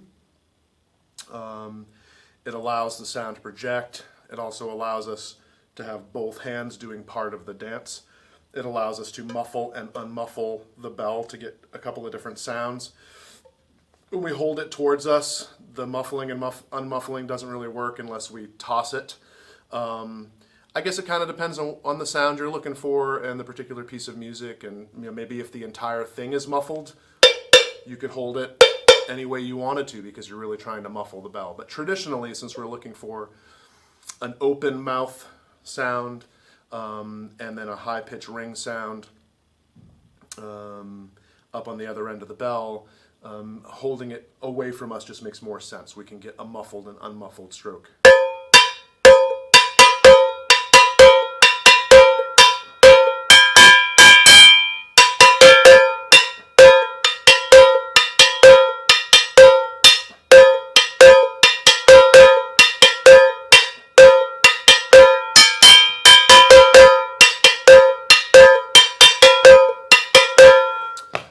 So, if you're playing in a funk tune with your jazz band or something, and it's just, it's not a traditional pattern, you could play mounted bell too. It doesn't have to be handheld. Traditionally, the reason this is handheld is because it's played by the bongocero. During certain sections of the tune, the guy or gal who's playing bongo ceases to play bongo and the song goes up. And they play bell, and it's very physical, and they can actually let the bongo to the floor, and they can stand up and play. So they're not mounted; they're handheld. In terms of pitch, they come in lots of different pitches, high and low, and there are some people who are like, oh, I like a G, and other people I like an A flat. Some people are very specific to the sound they're looking for. I would say most modern salsa, especially a lot of the electronic leaning stuff is using a whole lot higher bell than some of the older traditional son and son montuno out of Cuba. This bell is actually a little bit higher than I'm used to playing. The bell that I played for a really, really, really long time was an old LP. Clearly, I've played it a lot. It's really rusty. This is an older LP salsa bell that I've had forever. It even has organic banana stickers on it from, who knows, some gig somewhere.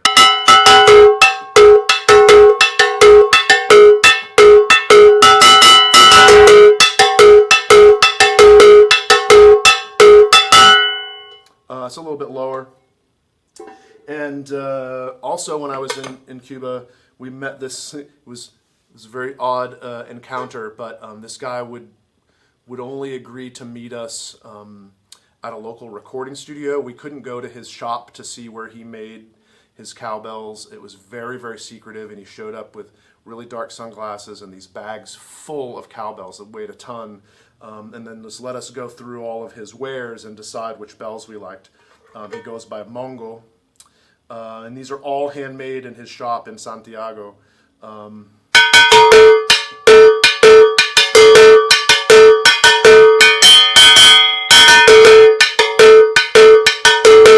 I really like the overtones on this particular bell. I think it really sits nicely in the mix. I have a couple of his bells that are much higher, and I have one that's a bit lower. This is sort of like your cymbal collection. You're not just going to own one ride cymbal if you become a jazz drummer, or if you're a concert percussionist, you're not going to only own one pair of crashes. You're going to need to own multiple sets to fit the music that you might play. Same is true in this world. You're going to need to have several bells with different pitches that you can use in different settings, depending on what the music calls for. But yeah, holding it away from you, notice the size of this beater. All of these bells will start to sound really weird and thin if you play them with a smaller beater.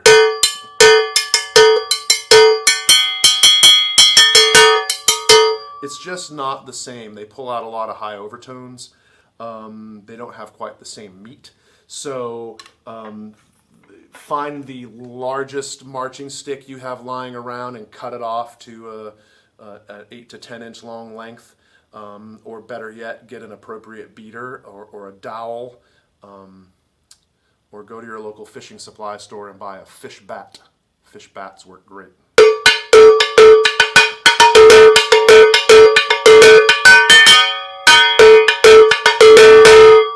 Campana. Okay, so way back at the beginning of this clinic, and I talked about how there's no right way. There's no one way to do something. There's just best practice. There's the way that through years, decades, centuries of playing around with these types of instruments, we've come up with a way that's ergonomic, that makes sense for our body. One of the things that drives percussionists like me crazy, meaning percussionists that have studied ethnic styles from around the world, is when I see a young student being taught to play Huiro, right? Huiro, this is a plastic one. This is by Gombops. They're great because they're unbreakable. Number 2 plastic, it's basically a kayak. But one of the things that drives me insane about watching people play Huiro is just total disregard for the way the instrument was invented and how it evolved. So you have directors having the student hold it in front of them with the sound hole facing out towards the audience. It all sounds great and it's all well-meaning, but this instrument was designed to be a two-handed instrument. I'll show you in a second. But you very frequently see it demonstrated in classical settings with this one hand doing all the work across the top of the instrument. And it's almost impossible to play with the right feel and groove in the traditional style if you're holding it this way. I suppose you could fake it, but once you got up tempo, it wouldn't really work. Also, this is a really awkward and uncomfortable grip to have in front of your body. It's just, again, not ergonomic. When this is played as it was intended to be, when the people who invented this invented it, the instrument is held in such a way that it's very, very comfortable. So this hand is naturally rising up in front of our body, and it's there it is. That's just my natural shape. It's not some weird thing. It's right there. The gourd is in my hand, in this case the plastic gourd. That makes the gourd at a slight angle. Well, that works out because we're going to play the gourd with this other hand, and there it is. It's right in front of me, and it's a comfortable movement. I can't help but think Karate Kid, any of the versions of Karate Kid, all the way back till when I was a kid. But this idea of sort of paint the fence, right? Wax on, wax off. The two hands are working together in very smooth motions, instead of one being static and the other doing the work. So, the most traditional pattern that we will play frequently here, I mean there are older patterns like danzon, but the pattern that you're most likely going to end up playing something similar to in your stage band, jazz band, concert band, etc., is some sort of pattern that's similar to the pattern that's used for cha-cha-cha. And this pattern is long, short, short, long, short, short, long, short, short, long, short, short. And notice when I'm saying it, long beats 1 and 3, 1, 2, and 3, 4, and 1 and 3 are the ones that are accented. And it's a long stroke, but also needs to have an accent. And we want this to be a smooth, fluid motion. So again, chicken or the egg, who knows if somebody decided to create this technique or if somebody was trying to create a sound and the technique happened out of trying to create that sound. That's my guess. So the long is going to be a long upward stroke. But to get the accent at the beginning of that, we're going to do a little short accent at the bottom of the gourd and then immediately make our long upstroke. So it's like this kind of stroke. Those of you who have hung out with your band director enough or your orchestra director enough to start learning orchestral terms, but when a conductor is using a baton, that flick at the end is called the ictus, right? That's where the beat actually is. This is kind of like conducting. So the accent's happening as a tiny downstroke and then a long upstroke. Notice that my finger is also on the stick.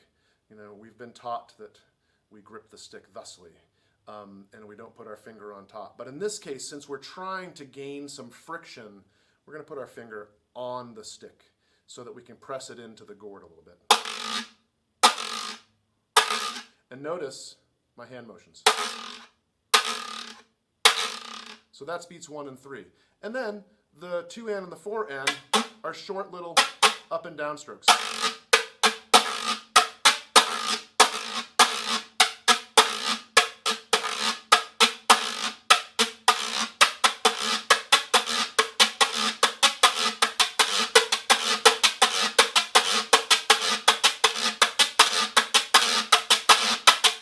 Yeah? So while there are other grooves and there are other styles and other things that we can do with this instrument, that is the one that you will fundamentally use. Most companies that sell the plastic versions, whether it's Gumbops or LP or Meinl or Pearl or whoever, they typically come with 2 sticks. This is the plastic larger diameter one. They typically also come with a wooden stick. It's a little bit brighter sounding, almost more like a real gourd with the smaller wooden stick.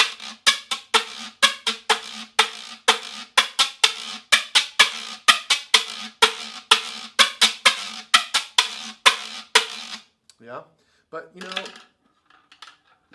kind of a believer in things being done right originally, and the instrument that plastic instrument is trying to emulate is made out of a gourd. This again made by Harlem Campos down in Cuba, but look at the level of detail on there and the painting and the sculpting. But this is a gourd. And notice the hole in the back on the traditional style. Instead of 3 holes with grommets, there's a full hand muckler back here. You can muckle onto it this way. If you've got bigger hands like me, you can grab around the outside. And now we have a sound hole in the side as well, which will give us a bit more sound.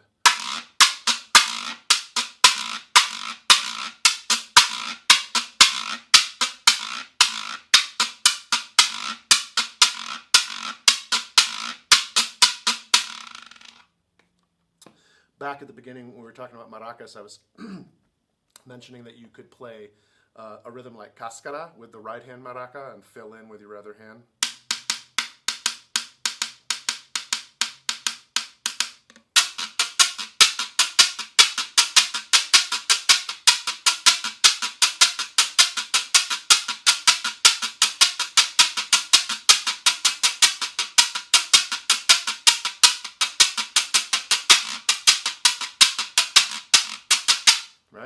Don't be afraid to experiment with these instruments and have fun with them. They're not auxiliary. They're important. Beautiful. Thank you.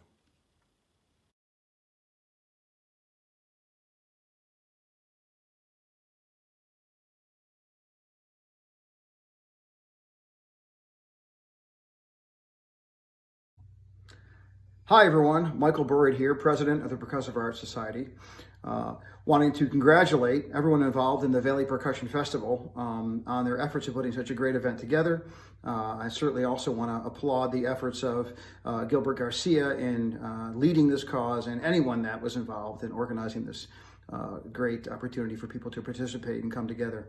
It's certainly been a difficult year for all of us, and any event that brings community together in percussion, I think, is fantastic. So thanks for doing this, and I hope someday I can come down there and be a part of it in person. And further, I really hope that I can see many of you at PASIC 21 in November in Indianapolis. We're planning a really exciting convention with some fantastic artists and educational events that I would love to see people at. And I think would love to see all of us, the great friends we have in our community, come together after not being together for so long. Further, I just want to wish all of you a really healthy and happy spring and summer. I hope you have a robust time with family and friends, and that it brings us into a really great new place in the fall. So take care, everybody, and hope to see you soon. Cheers from Rochester, New York. Hi, everyone. This is Jeff Queen. I'm a 4-time World Championship snare drummer and an original cast member of the Broadway show Blast. Gilbert Garcia asked me to put a little video together explaining what percussion means to me. And I've got to say, playing drums, playing music is pretty much everything to me. I would not be where I am today in my life if it wasn't for my love for drums and percussion. Started playing drums when I was about 10, got into marching band when I was 14, got into drum corps when I was 16, and to this day, I'm still involved in the activity as a consultant or as a teacher, and still have a passion for playing drums. So everybody that's in my life that's not my blood family is a result of really being involved in drum corps or being involved in music.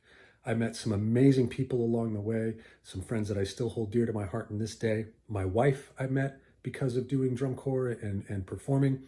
And like I said, pretty much everybody and almost everything that I have in my life is a result of my passion for playing drums. So I share this with you because regardless of what you want to do in your life, you're embarking on a journey by playing percussion, playing music that can stay with you for the rest of your life, and you can make a lot of great friends in the process. So what's cool is that everybody's like-minded. Everybody wants to play. Everybody's into the music, so you can share a lot through playing drums and playing music. So I urge you to stick with it. I urge you to take advantage of the events that are around you, like the Valley Percussion Festival. And I urge you to be curious and to continue to learn about the craft of music and playing drums. Best of luck to you, and happy drumming.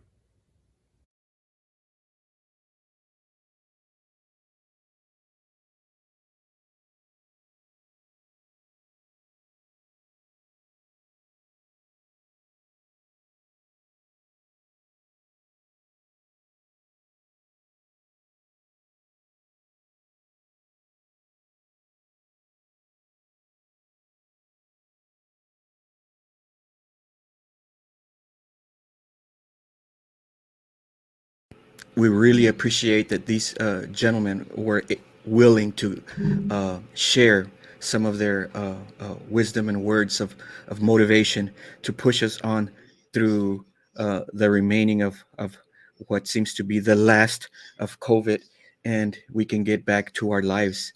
And yes, the moment that we have been waiting for all day today, enjoyed all the clinics. But there is one gentleman that I know, at least South Texas has been asking for years. And South Texas, we finally got his attention. And when we were talking to him, he said, "What do you want me to do?" Amazing, amazing. Berklee College of Music professor, Mr. Dave DeCenso. Yeah. Hey, Joe. Thank you, Gil. That was so nice, man. So nice. We are excited to have you in our house, sir. Um, you people in South Texas love you, and they respect you, and they look up to you in so many ways. And I personally am glad that we were able to connect and make this happen. You are making a lot of South Texans happy today, sir. Well, I sure do appreciate that, man. Um, it's an honor. It really is. I'm just so grateful to be a musician. Like I was just listening to Jeff Queen talk about, you know, his life as in music and how everything sort of revolves around his whole life sort of has revolved around him being a musician. And I can very much relate to that. And it just the older I get, I feel more and more grateful, um, and very much grateful to be a part of events like this. And I want to say, whenever I'm a part of an event like this, it just, especially if it's well done, um, I just appreciate the people like yourself who put these Thank things you. together, man. I know it's a Thank you. ton of work. It's a labor of love, and you're doing such a wonderful thing for our community. Yeah, man. And I don't take that lightly. I don't take it for granted. And like I said, I'm honored to be here. I Thank appreciate it. you. I appreciate you Thank you. inviting me. And I look forward to doing it someday in person. Yes. Yeah, man. Yes. But in the We meantime, we got this going on. yes, Yeah. sir. So, um, so Gil, thanks again. I'm gonna launch into this. I just want to Yes. say to the people who are out there, listening right now, watching, feel free to let me know you're there. Like, give me comments, give me feedback, ask me questions. Just say hello if you want, because you feel like you're a little bit in a vacuum with. It can feel like you're a bit in a vacuum with these sort of virtual events. So feel free to say hello. We're live.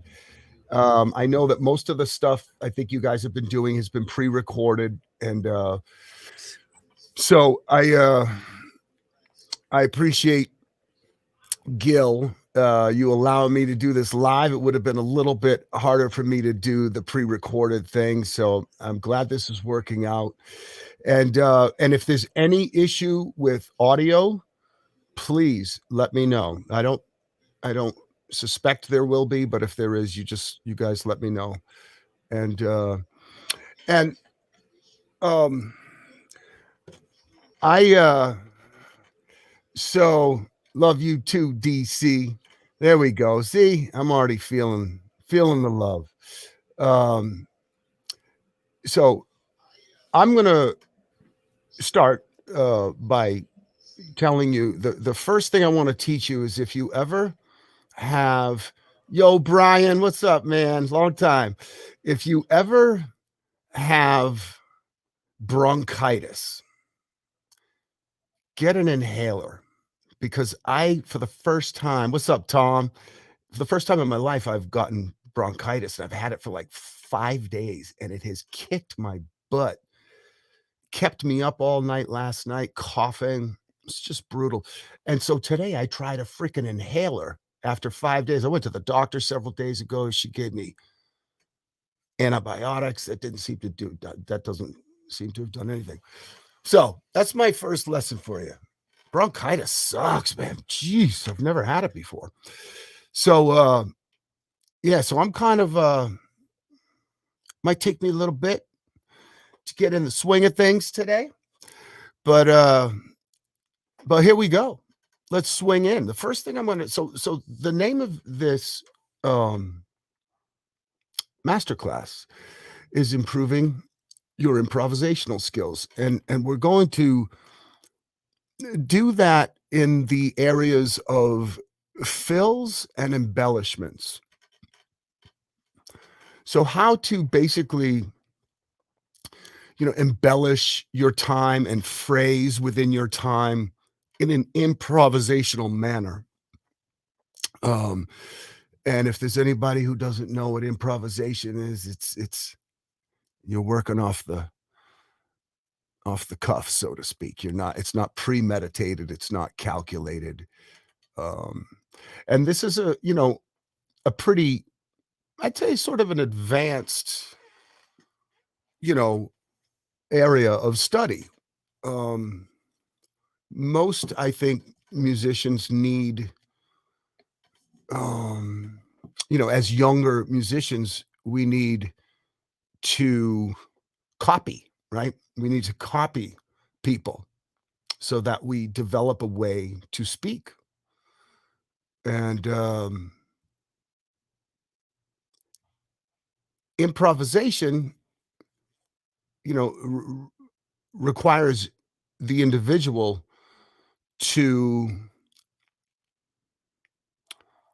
come up with their own vocabulary in the moment. And so, most people, I think, that's why I think it's more of an advanced area of study than some others. And it can be mystifying, I think. I know, I get questions all the time from my students about improvisation. And not only improvisation, but this will help. What I'm going to show you today are some things that will help you with just generating vocabulary, like that 10 seconds ago did not exist in your lexicon. You did not have that up here. But these systems, so I should say, these systems will help you to generate new vocabulary, and not have to necessarily be super calculated about it. There's nothing wrong with being calculated. I love being calculated about things. But these systems that I'm going to show you today will allow you to develop vocabulary sort of on the fly, if you will. So it's kind of double-headed. The benefits are twofold to help you with your improvisation, but also help you generate vocabulary. So the first thing I want to show you is something that I would call mimicking the kick snare pattern. So this is going to be in the context of backbeat time. It's not going to be jazz or swing. It's not going to be Latin or Afro-Cuban, Brazilian. It's going to be backbeat oriented. And I'm going to go over to the drums and kick this off right here. And like I said, any issues with audio, please let me know. We should be good.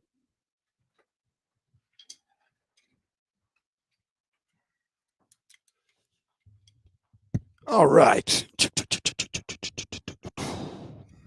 And I'm far enough away from this screen where if you chat me right now, I'm not going to be able to. I'll see that a chat popped up, but I won't be able to read it. So feel free to chat, and I'll come back and check them out. And if there is trouble with audio, perhaps Gil, you could give me a cue, like a verbal cue, like an audio cue. Just come into my headphones.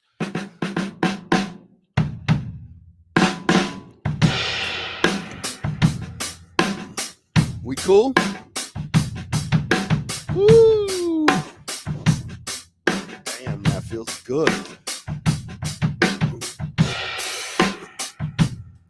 All right, so I don't see no chats, so I'm going to assume we're good. So the first thing I'm going to show you and by the way, go old school on me here and take out your notebook and write this stuff down, okay? Don't try to commit all of this to memory, and don't count on the fact that this is being recorded and you'll be able to go back to it, which is true. You'll be able to go back to this, but don't rely on that. Take the notes. So the first thing we're talking about is mimicking the kick snare pattern. And step one is a straight 4. So in other words, kick, snare, kick, snare. Now,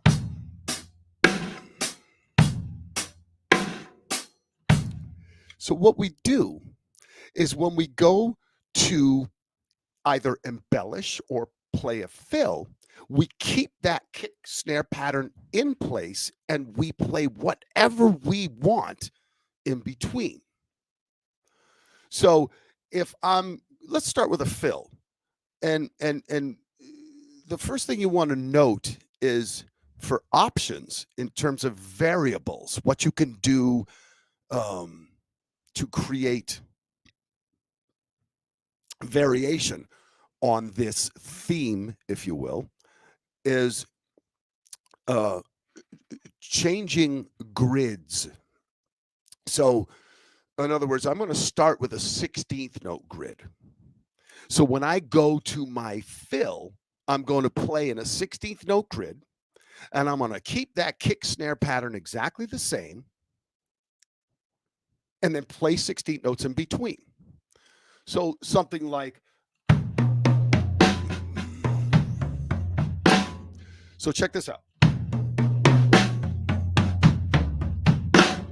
So notice I added one bass drum that wasn't there in the pattern, in the groove, right? But I kept the kick snare. In other words, you can add bass drums, okay, but don't take them out. Don't take the original bass drum strokes out. So here's, I didn't really think about this other than to say, all right, I'm in a 16th note grid and I got to keep that kick snare on 1 and 3, 2 and 4. All right, kick 1 and 3, snare 2 and 4. So 1, 2, 3, 4. 1, 2, 3, 4. 1, 2, 3, 4. 1, 2, 3, 4. Triplets. 2. Check this out. Kick, snare, kick, snare. So I just changed grids to 16th note triplets.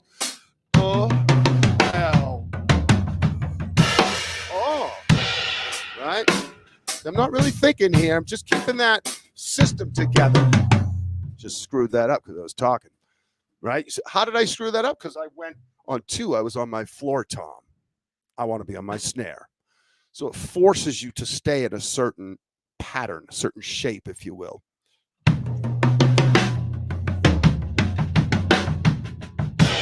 So notice, again, I'm adding bass drums, but I am not taking any away from the original pattern.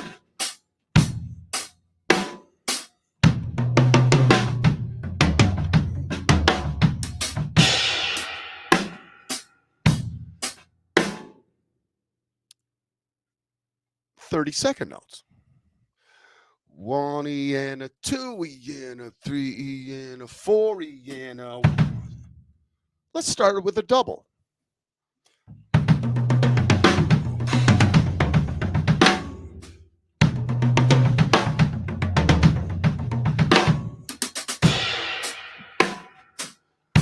So again, the double. Oh,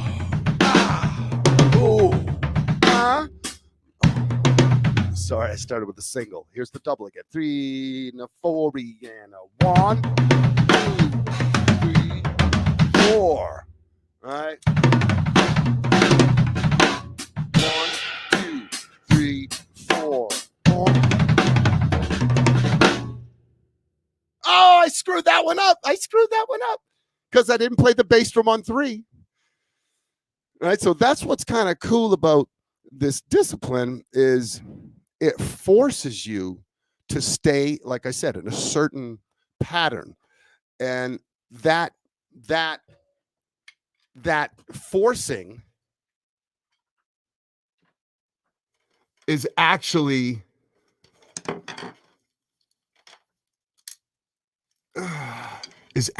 liberating, right? Cool, DC. Glad you're digging it, right? So this forcing to stay confined is actually liberating, you know. Discipline. Elvin Jones said, without discipline, there is no freedom. All things have discipline, right? You know, it's like if you play football, it's like there's limitations. All things have limitations. Like you can't go out of bounds. You can't run out of bounds and then run into the end zone. You got to stay. And there's 100 yards. There's not 115 yards. There's 100 yards, you know. So we find our freedom within the limitation. And the limitation can actually be inspiring. It can inspire growth. All right, I'm going back. Everything cool with audio, I'm assuming, because I ain't hearing no complaints. So I'm going to keep going as I am. Excellent. Thanks, Tom. Thanks for letting me know. Here we go. Okay. So we just went to the 30-second notes. And I want to show you. So we just did 3 different grids with the same boom, bap, boom, bap. All right. So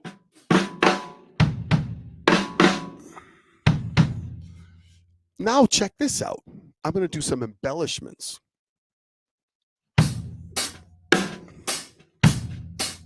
I'll do some 16-note triplet embellishments. Right? I kept that kick snare pattern the same. Kick, snare, kick, snare, kick, snare. Check this out. Kick, snare, kick. Oh, I missed the kick. Kick, snare, kick. So see how I'm adding those bass drums after the snare? That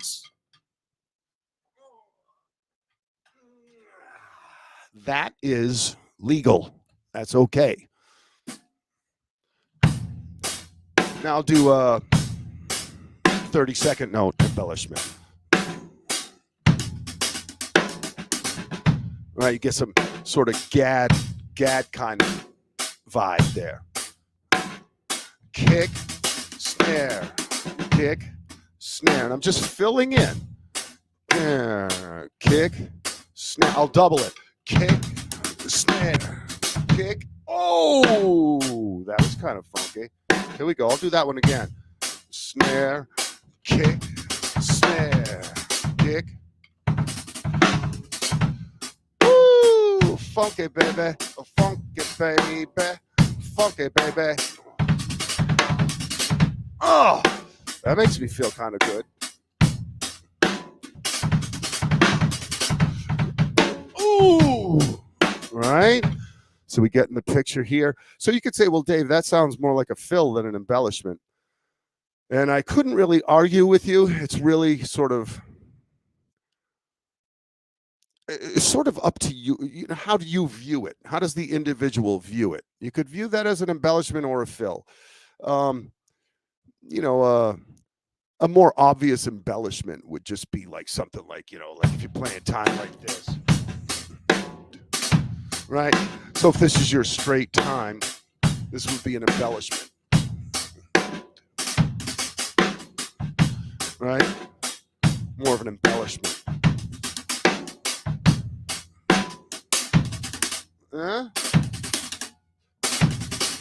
No?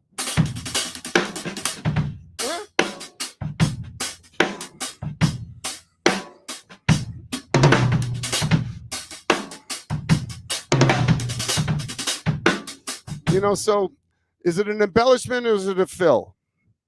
I don't know. I don't know that it really matters. Generally speaking, embellishments are shorter, you know, a shorter idea than a fill. But you can have short fills too. So, you know, those lines can be kind of blurred. I wouldn't be overly concerned with, you know, clarifying that, you know. So now I do want to say something here. It's very, very important, in my opinion, that doing this discipline, that you take time to recognize what you're doing, which may seem counterintuitive because I'm saying, well, this is improvisation, so you don't want to necessarily calculate or think about it so much. But here's where the vocabulary building comes in. Remember, it's a two-pronged crown, if you will, that that I'm offering here, right? It's a dual benefit. Improve your improvisational skills, also increase your vocabulary. So, and you'll see me doing this right here. It's like one of the great things about this kind of discipline is you get to discover things. You know, you'll come up with stuff that you will not have played ever before simply by conforming to the what's the word? The discipline. That's not the word I'm looking for, but I think you know what I mean. Conforming to the limitation, I should say, the confinement, right? So typically we think confinement is a bad thing, but in this case, it can help us to grow. So by staying true to that confinement, you will come up with stuff you've never played before. And this is my point right here that I want to make. You should approach this one of two ways. Either record your practice or get off your drums when you come up with some stuff that you're like, oh, that was cool, and figure it out and write it out, you know, and put it in your back pocket. And then, you know, it's there. You go wherever you go, as long as you got your pants on, it's in your back pocket. You can take it with you. So it was a little joke. As long as you got your pants on. I hope you're wearing pants. Shorts, that's cool too. All right. So enough levity. All right, let's get frickin' serious here. Because this is really serious. No, it ain't. All right, what am I saying here? Where am I going now? Okay, so remember that, please, because this is how you make the most of this kind of discipline. Get off the drums, write out your cool new ideas, or just record your entire practice and go listen back and transcribe the stuff that you dig, the stuff that's new, you know, transcribe it and keep a you know, a vocabulary journal, a file, you know, whatever. Okay. So, does anybody have any questions? I don't mind taking a question or two right now. If not, I can happily move on. Let me just grab a sip of water.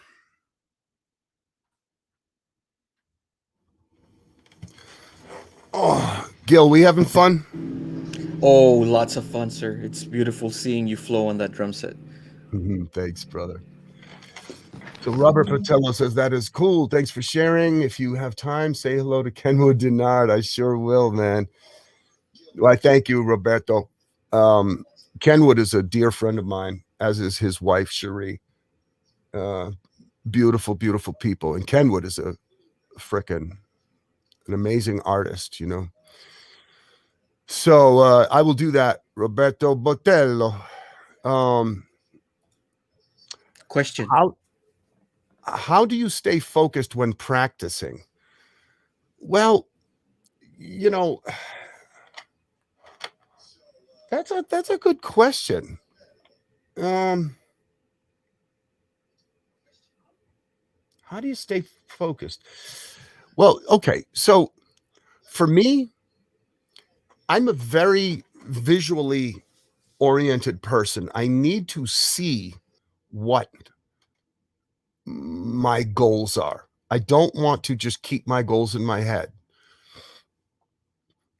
I want to see what my assignments are. If I'm studying with someone, I want to see, what my assignments are.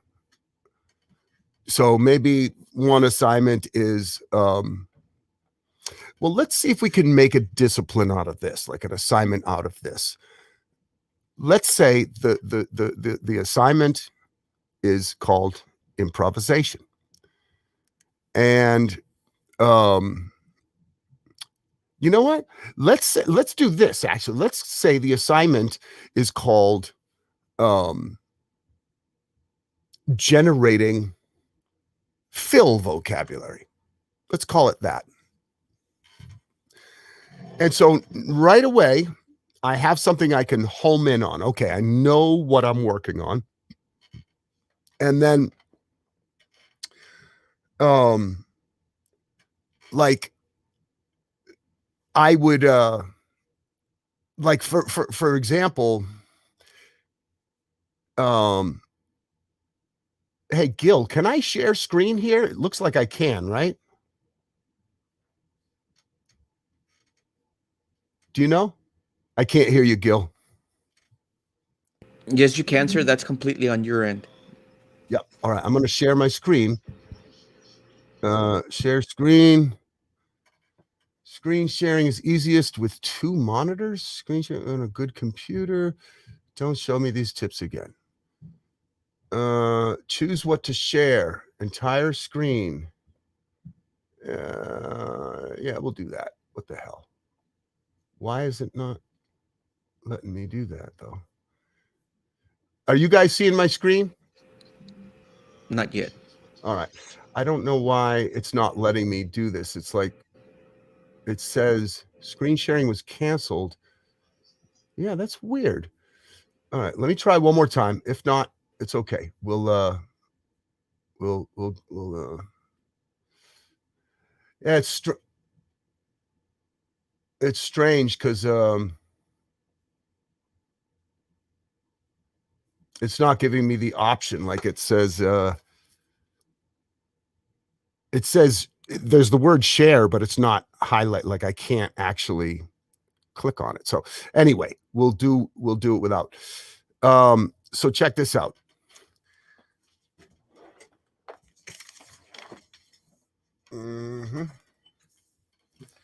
So we got the title of whatever it is that we're working on. We want a name. And then, and where we are talking about vocabulary development, what I wrote on my outline for teaching today for this class is mimicking the kick snare pattern. So you could just write vocab generation or vocab development. And then what I wrote is straight 4. And then multiple grids. So like 16th grid, 16th triplet grid. I'm going to show this on the screen, what I'm writing. 32nd note grid.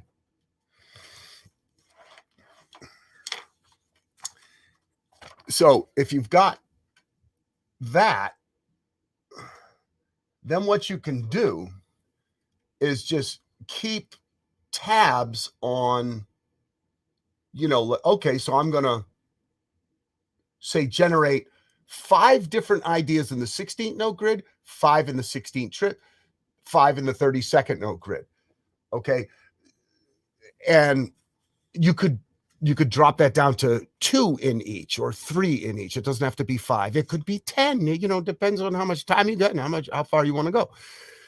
And then that way I have something that I can, you know, the question is, how do you stay focused? That gives me something to focus on. And then I don't stop until I've got my quota. You know, so that's going to help me. Maybe that's an hour of practice right there. Could be 2 hours if you do 5 each and you transcribe each one. And then once you have them transcribed, you can then say, okay, I've got, say you did 2 each. That gives you 6 fills, 6 new pieces of vocabulary. Then you can give yourself like a, say I'm gonna work on my 16th note fills for 10 minutes straight. Just repeat those 2 fills over and over, breathing, counting, relaxing into it, finding your grace in it, and 10 minutes straight. That might not seem like a long time, but if you do it straight, no stops, with the proper mindset, if you will, like I said, going for grace and comfort, 10 minutes is an ample amount of time. Then you do another 10 minutes on your 2 16th note triplet fills, then 2 32nd note fills. Now you've done 30 minutes. And this is assuming you've already written out your stuff. So there's work prior to that too, because you got to generate that vocabulary, right? So maybe it took you a half an hour to generate your 6 ideas and transcribe them, and then a half an hour, boom, repetition, meditation, you know, meditation, because repetition can be really boring, monotonous. So if you find your peace in that, if you find your grace in that, if you focus on what I like to call mastering the instrument that plays the instrument, that's your mind and your body, your spirit. And we could leave the spirit out for now, but the mind and the body, you know, mind should be focused in a serene but concentrated way, and the body should be, you know, limber, graceful, water-like. And if you do that for 10 minutes, my point was, if you get that happening with mind and body, repetition becomes much more, I guess I'd say enjoyable. I'm not sure that's quite the word I'm looking for, but much more easily done, because you're not just focusing on the vocabulary, but actually the rendition of the vocabulary. And the more you focus on breathing and grace, it feels good. It feels good, you know. So that 10 minutes, which in one hand might seem like that's not a very long time, but on another hand, repeating 2 ideas for 10 minutes could seem like forever. So if you find your grace in that, if you find that meditative element in that 10 minutes will not only go by quickly, but it will be 10 minutes very well spent, very effective 10 minutes. So now you've just worked for an hour, and I would take a break. You know, there are some people who believe, I'm going to try sharing this one more time. No, it's still doing the same thing, Gil. It's not giving me the option. I'm not sure why. I've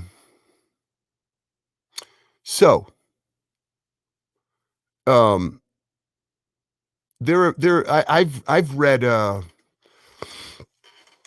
I couldn't tell you where, but I remember reading not so long ago about the importance of what's called blue sky time.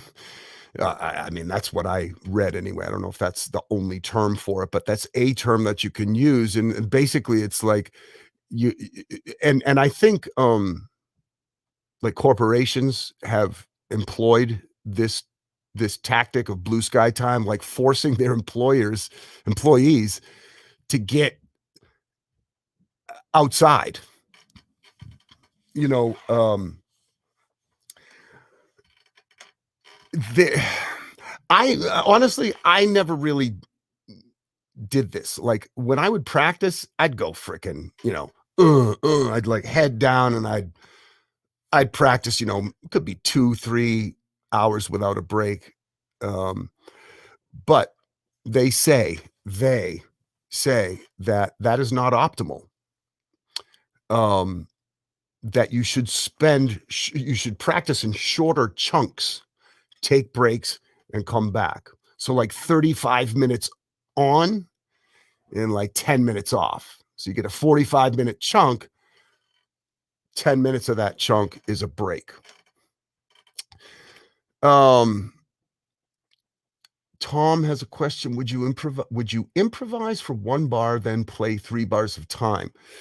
Yeah. And if you're moving, yes, I would, Tom. And if you're moving slowly enough, you could even knock that down to 1 bar of time, 1 bar of improvisation.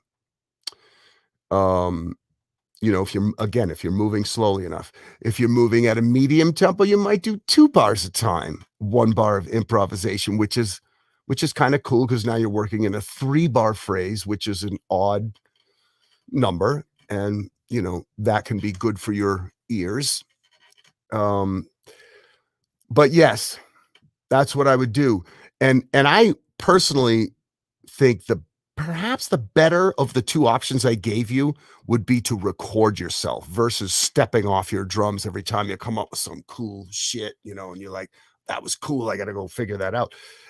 I've done a lot of that, by the way, in my life. So I'm not saying don't do it. I'm just saying maybe recording yourself is a little more efficient.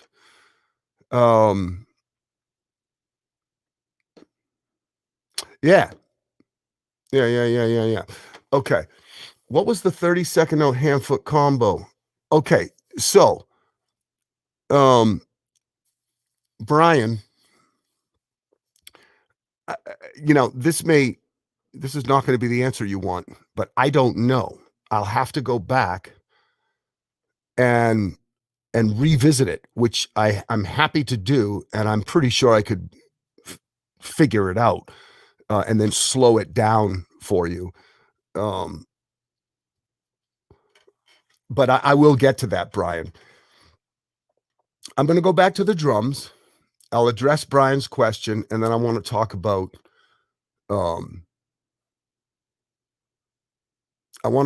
something else that's really fun and beneficial. Okay, I'm heading back.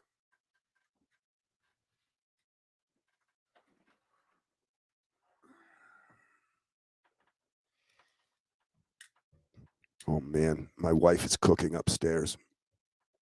Ooh, it smells good. All right, folks. So let's talk about Brian's question. So remember, this is one of the things I like about this discipline as well, is that the main idea is very simple, right? Now, I think what I was doing, I think that the one that you're talking about, the one that I liked was I'd start with the double. So boom, ba, boom, ba, and then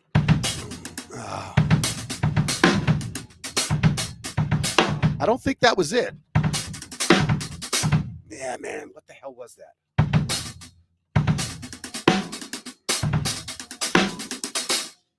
Oh man, Brian, I'm breaking my own heart. I can't remember exactly what that was, but let me just give you a little insight.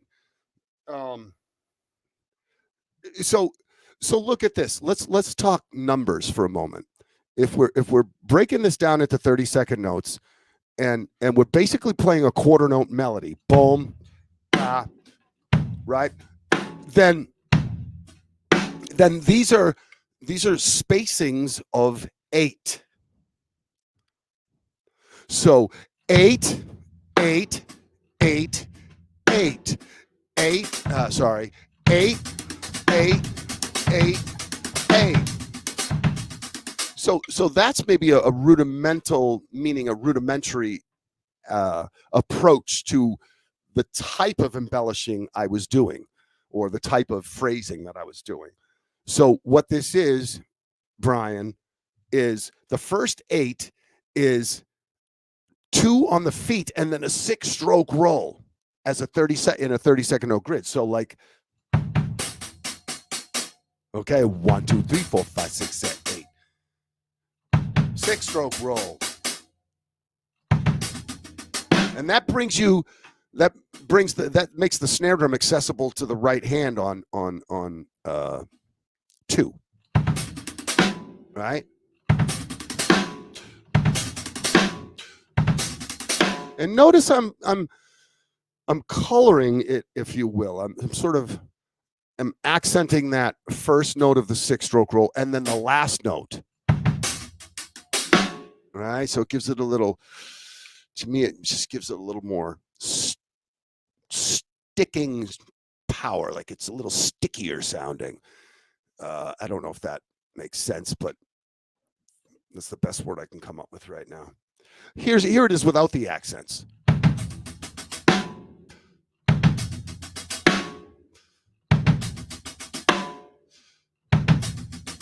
Now with, right?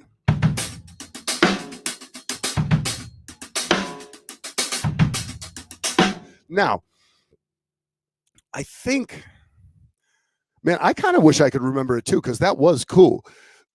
And if you guys weren't here right now and this was my practice time, I would have been recording, or I would have jumped off my drums when I said, "Ooh, that felt good. That's making me happy." I remember I said, "That's making me happy." I would have jumped off the drums and figured it out. Okay? Or not necessarily jump off the drums, but grab a piece of paper or whatever, put it on your snare drum and transcribe it. So I'm going to show you the second half, the second 8. So we have 8, and then, sorry, that was the 9th note, but that would be the first note of the next 8. The next 8 would start on the snare, and then I think I did something like this.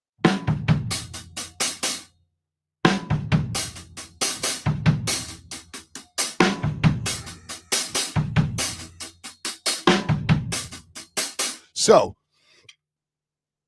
the second 8 is right? So that's your first 3 notes. And then the grouping of 5 on the hi-hat is right, left, left, right, left. So right foot, right, left, left, right, left. Sorry.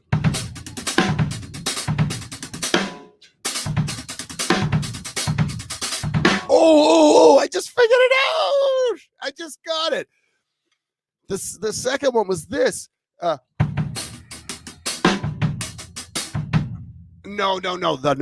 That's wrong. That's the last one. Okay, so here's the first one. Second one.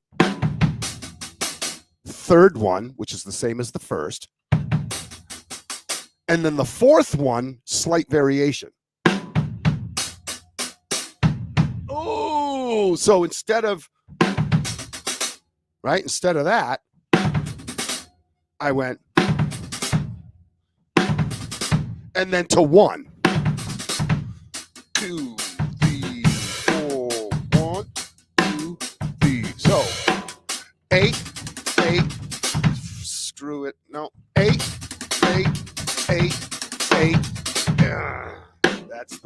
1. And if you just did it starting on 3, 2, 1,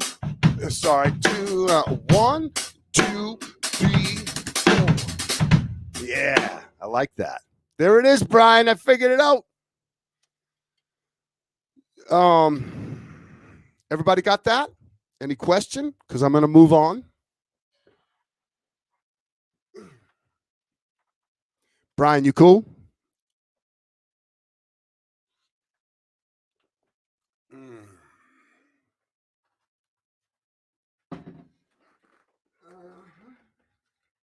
Yeah, that was the one. Yeah, that was the one. All right, cool. All right, so now, so and this is going to go sort of back to Tom's question about how to stay focused.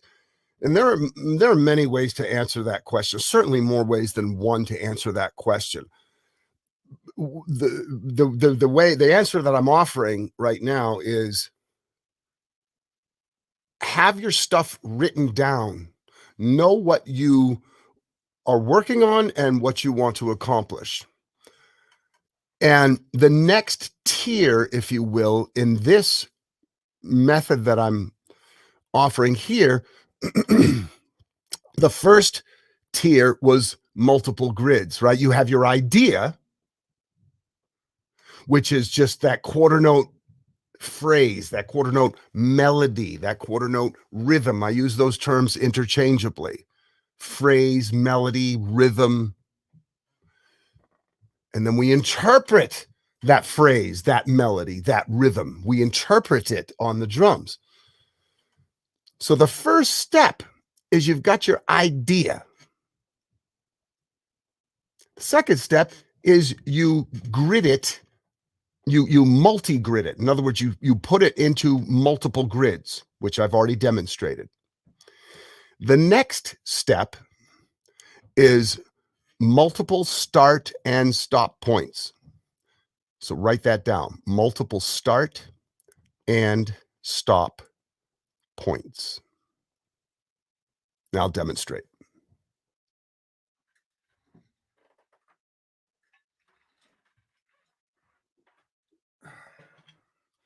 Okay, folks, so this gets fun.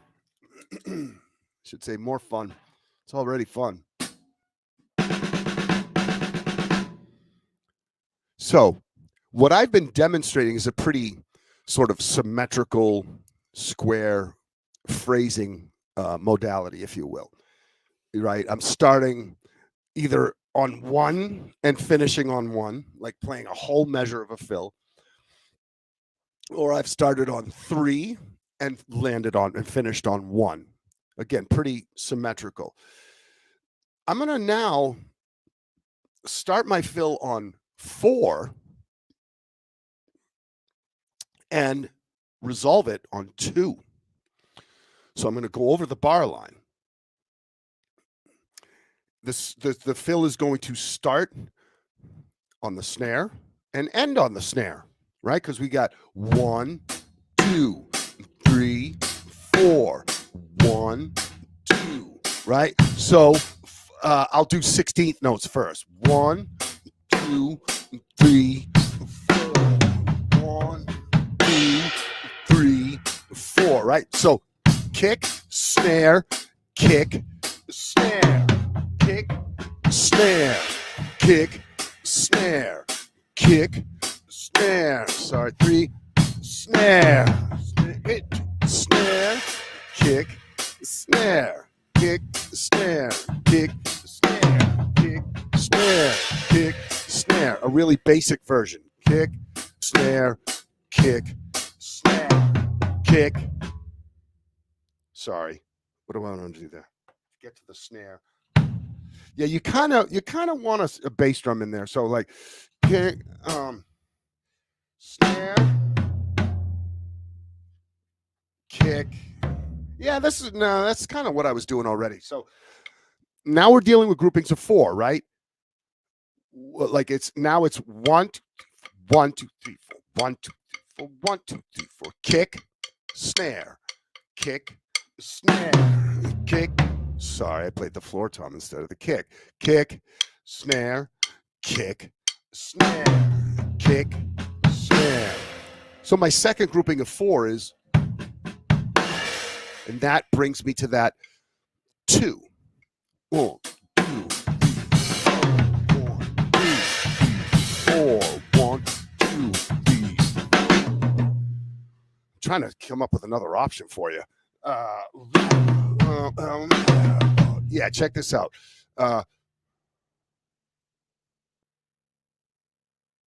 Yeah, you kind of need that bass drum on the. There's got to be another way. I just can't think of one right now. I want to give you one more option at least. Come on. We got.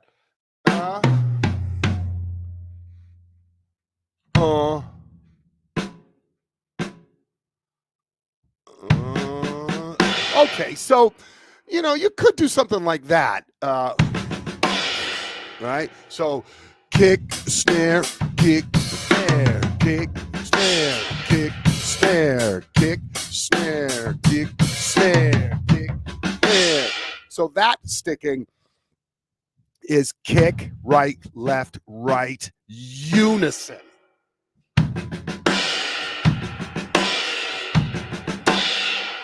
Which requires this motion with your right hand. 2, a 2, 1, a 2, 1, 2. Which reminds me of like a Digital Man, Neil Peart.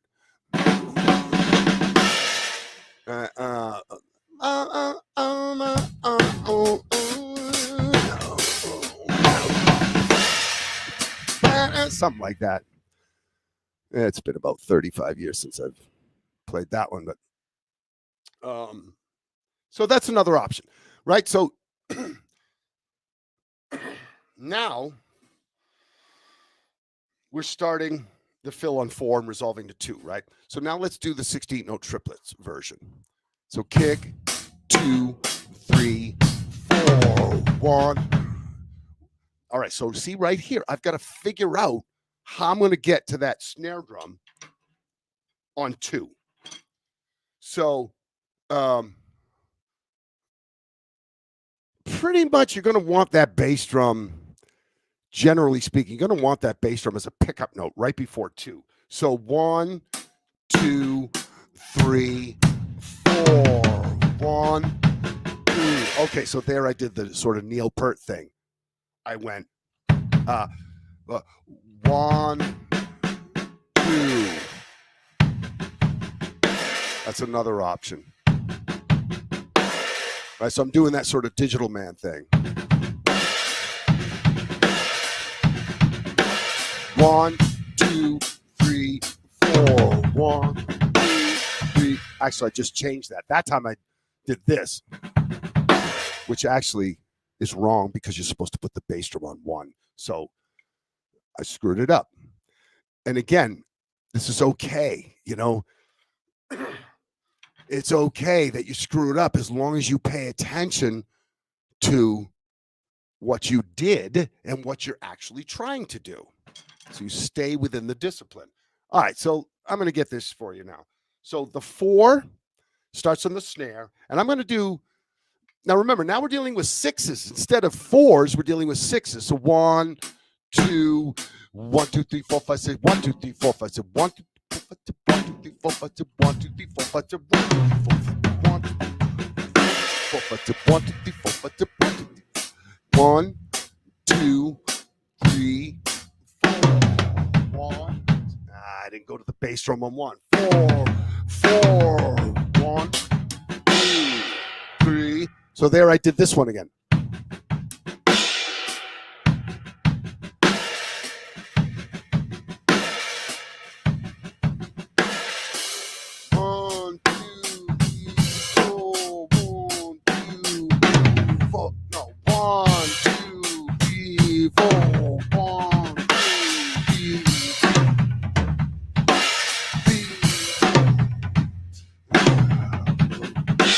Now there's another one. The 6 on 1 going to 2, I just did. The one I just did was foot, foot, right, left, foot, 2.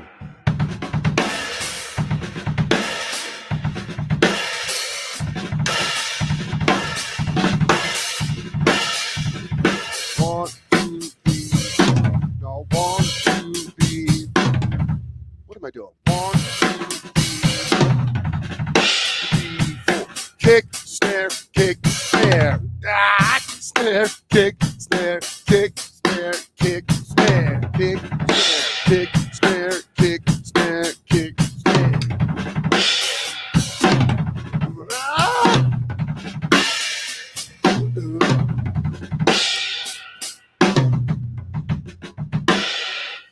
Which, if you break that down, I'm really just doing. I'm doing groups of 4, but I'm phrasing it so that it complies with that kick snare shape. So I'll do it slow. 2, 3, 4. 1, 2. Right?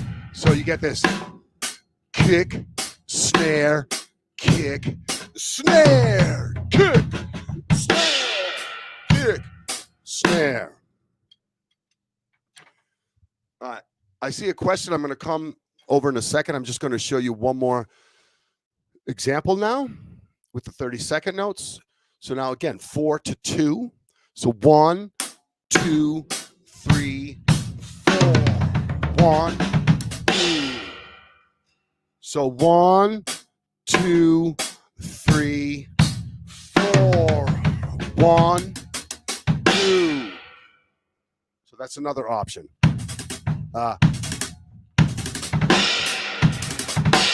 1. No, 1, 2. 1,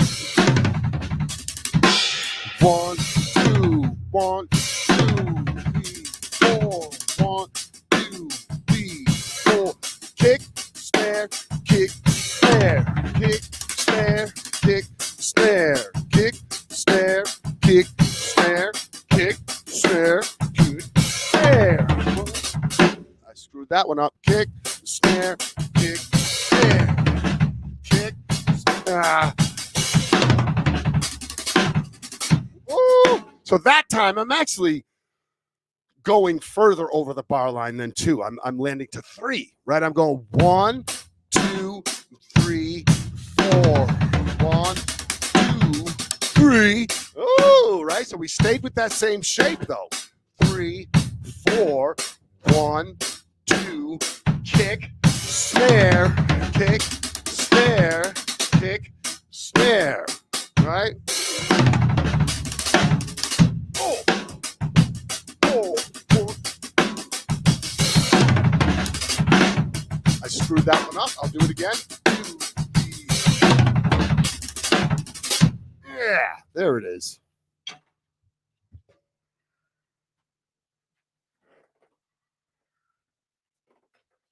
All right, man. Ooh. I have to start working. Yeah.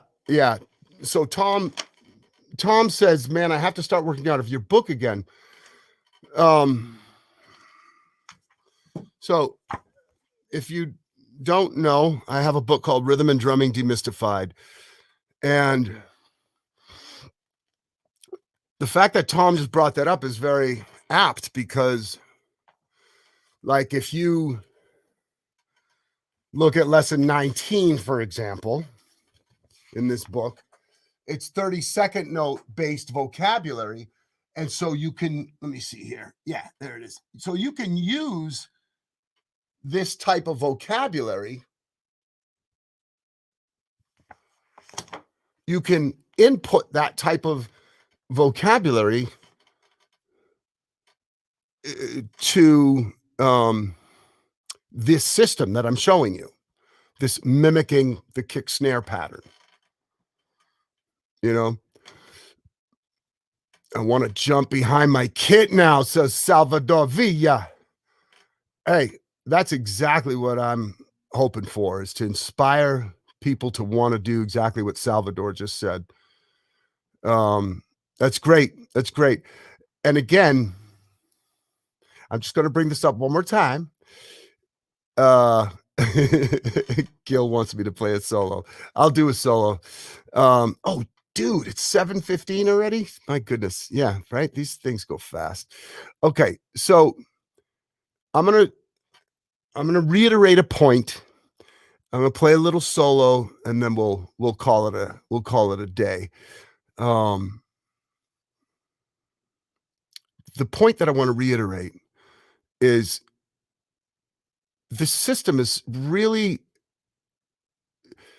cool in that it allows you to both work on your improvisational skills as well as take the time to in a like premeditated and a calculated way, I should say, acknowledge what's going on, acknowledge what you're doing. And perhaps one of the most exciting things about this discipline, and I'm going to get to, can you tell us something about storytelling? Yes, I will. One of the most exciting things, perhaps the most exciting thing is and I just demonstrated it, coming up with vocabulary that did not exist in your mind or in your hands 10 seconds prior. But by forcing yourself to follow the protocol, you come up with stuff like that. And that's not only is that beneficial, but it's fun, it's fun. Okay, so I'm not sure how to pronounce your name, Zdenek. I don't even know if I'm going to take a stab at that, but that's a cool name. Apparently your father had it because you're a junior. So where are you from? Zdenek. Yeah, see, I said I wasn't going to try, but I tried. Yeah, where are you from, my brother? I'll tell you something about storytelling if you tell me where you're from. And then I'll incorporate it into the solo. Prague. Yeah, man. Czech Republic. Cool, brother. Well, yes, I will talk about storytelling. So look, this can go pretty deep, storytelling, when you analogize what we do to storytelling. It gets pretty deep, and I can't go all the way in right now, but I can tell you this. In order to tell a good story, we must be able to remain tethered to the idea of our story while we embellish it, while we create variation around it. And this is much easier. I would say it's much easier to do in our native tongue. Like for me, in the English language, it's easy for me to tell a story like, like last night, my buddy Dan and I hung out on my front porch, and we had this great conversation. We hadn't seen each other in a while, and we just had a great time. It was a beautiful night, and we laughed, we talked music, and so I could tell you this, and maybe something else happened. Maybe somebody walked by naked, and we were like, "Oh shit, that person's naked. What are you doing?" Right? And now I'm telling this story. Right? That gives the story a little more pizzazz, right? Somebody suddenly walks by naked. Weird, but this is what happened. This didn't actually happen, but right, let's pretend this happened. So I'm telling you this story about me hanging out with my buddy Dan on the front porch, and then this naked person walks by. Now, so as I'm telling this story, I am never forgetting what the story is about as I embellish the story, right? It's pretty easy to do. If I watched a great game last night on TV, I could tell you that story, and I could elaborate, and never at any point would I forget that I'm talking about this game that I watched. But as musicians,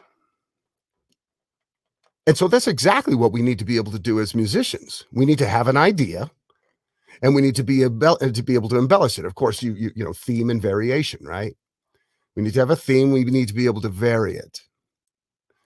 And I know that what I struggled with when I was younger is whenever I would try to vary my theme, I would often lose my theme. I would often not be able to hear my theme anymore because whatever I was saying to embellish my theme, to vary my theme, caused me to lose focus on the theme. And this is where, you know, it's like being a great musician ain't no easy feat, people, you know, because, and one of the most significant reasons that is true is because we need to be able to hear multiple things at the same time. It's like a conversation in regular conversation. Like when I was hanging out with my buddy Dan last night, he would say something, I would listen. I would say something, he would listen. Never at any point are we talking at the same time, trying to talk over one another. And not that we're trying to talk over one another in music either, but we are talking at the same time. Right? We're all speaking at the same time. So if you do not become a great listener, you will never become a great musician. And I don't say that to discourage you, but that's the truth. You might be a great drummer. Brian's like, I don't give a shit about this storytelling shit. I want to know about some secret weapons. Yeah, Brian, I'll get there in a sec. Let me just finish up this point. So I'm going to demonstrate the storytelling concept, and then I'll try to address the secret weapon hand-foot combos thing. I don't generally think in those terms. You know, like I really try to let all my vocabulary come out as a result of the idea that I am either trying to convey or create variation on, one or the other, right? So, well, let me see if I can think of something to satisfy your curiosity, Brian. All right, let me go back to the drums. I'll demonstrate this storytelling concept. I'll play a little solo, and then I'll address Brian's query. All right.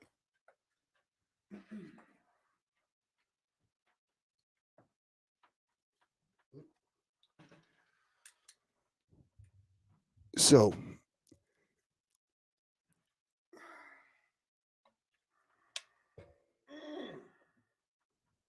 my idea is going to be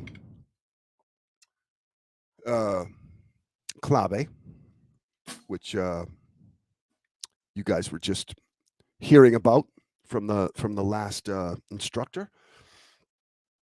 And so, as you know, claves are instruments, but they're also it also is a rhythm, a specific rhythm. It's actually a couple of few rhythms. There's one bar clave.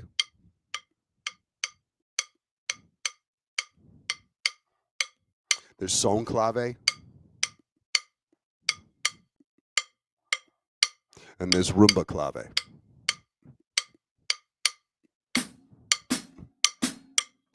Right. So what I'm going to do is play off of son. And I'm going to set it up. Well, just listen. Here we go. Son clave, little solo. 1, 2, 3, 4.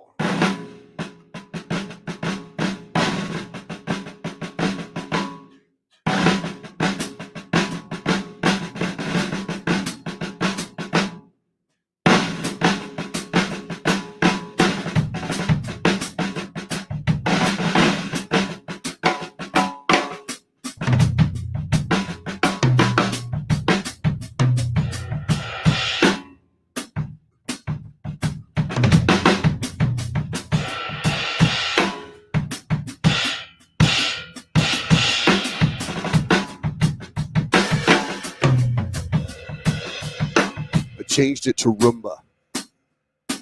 I didn't mean to, but it happened and I'm going with it.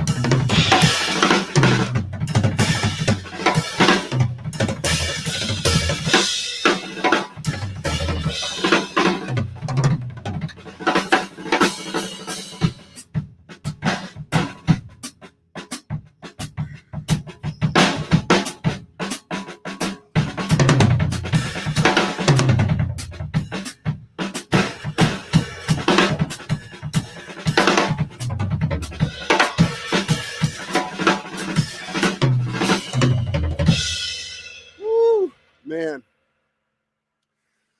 honestly, I ain't got much in me right now. I've been feeling good up until right now, but man, I just got lightheaded. So you heard this, if anybody's just tuning in right now, I've been sick for almost a week. I haven't touched drums, and that just took a lot, man, believe it or not. Took a lot out of me. Jesus. So you heard this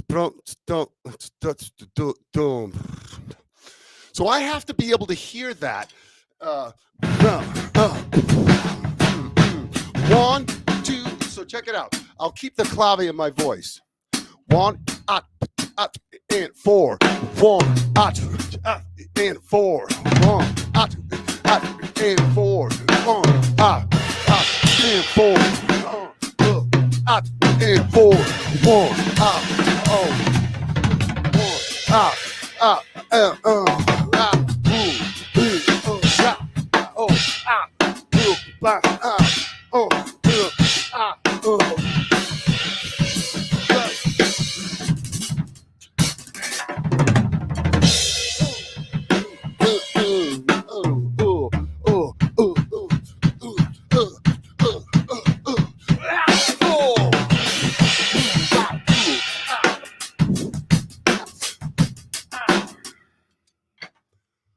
Right, so I have to be able to hear that so that my story maintains continuity, essentially. Now, I saw something pop up. Okay, so Trinidad Lopez, is there a specific tone or pitch you follow in tuning your drum set, or do you tune them by ear? I tune them. Okay, so there's two answers to that. One is sometimes I will tune my drums to a key. If I'm making a record, there have been many times when I'm making a record in the studio and my drums are tuned to the key of the song. And I kind of vacillate. I kind of go back and forth between that and just getting the drums to sound good within themselves and getting a nice interval between the particularly with the toms. And so I'm trying to generally get at least a perfect fourth between each tom, which I think I have over there. Let's see.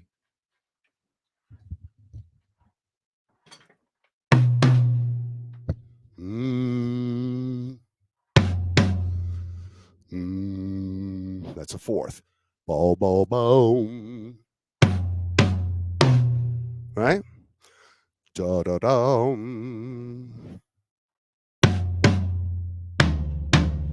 Ba. Ba, ba, ba. There's your fourth again. So that gives a lot of distinction between the toms. If you make that interval, oh, thanks, Gil. If you think about,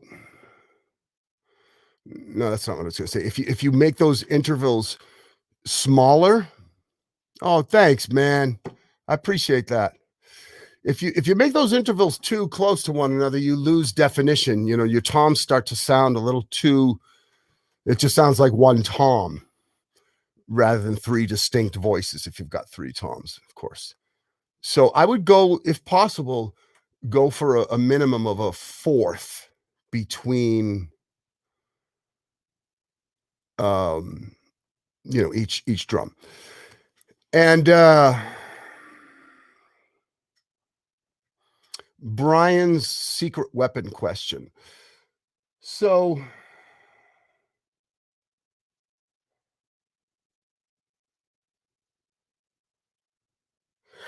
all right. So one of the things that I've used a lot in my career, in terms of heady fills and dense fills, is playing groupings of 5 over 3/16 notes in the space of 3/16 notes. I've actually I did a quick little video for Vader on this, but I'm going to show you something different from that. That is a little bit more contemporary than the one I did for Vader. And when I say contemporary, I mean it's a little newer to me.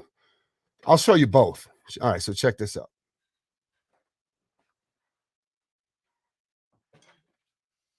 So the thing that I did with for the Vader video was so you get this 1, 2, 3, 4. So that's the rhythm. And a 4, 1, 4. So I'm going to play 5s all the way up to beat 4, and then I'm just going to play a quarter note flam on 4. So we get this.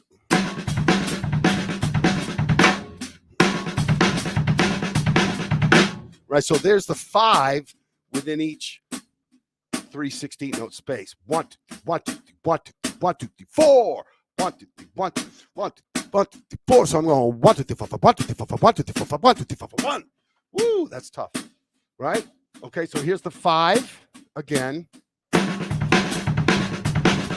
And as you can see, I'm doing 3 hands and a double on the foot, and that's making the 5.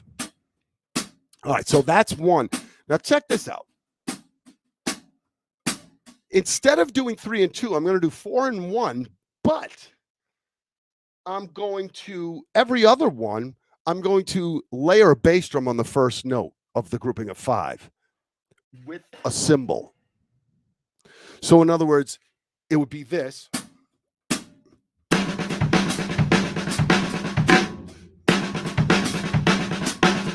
Sorry.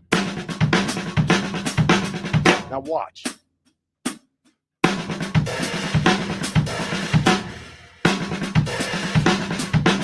Sorry. So see how that, you hear how that cymbal's by itself? Now I'm going to layer that bass drum underneath the cymbal. So I'm still playing groups of 5, but one group of 5 is this. The second group of 5 is this. All right, so 1, 2, 3, 4, 5. 1, 2, 3, 4, 5. 1, 2, 3, 4, 5. Boom.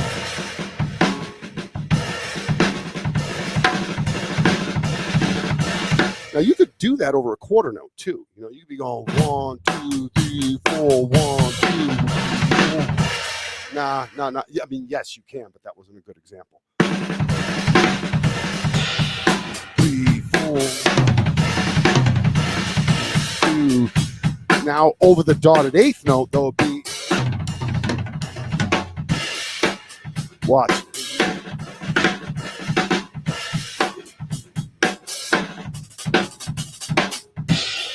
All the same sticking. So 5, 5, 5, 5, 4, 5.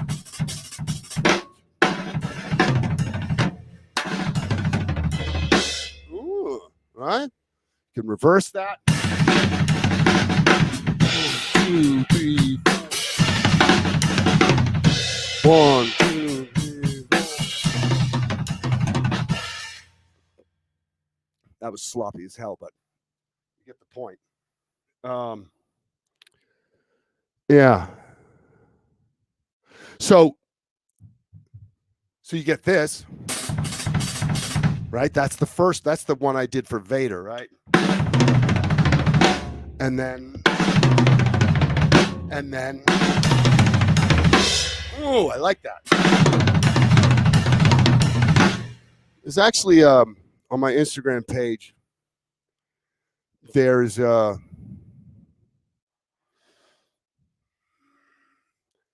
footage, a short clip from me performing at the Percussive Arts Society Festival convention in 2019. And there's a clip, and I do this specific sticking. Sorry.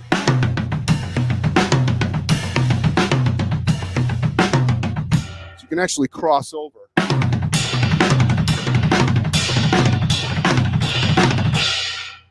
And again, you want to feel that. Da, da, da, da, da.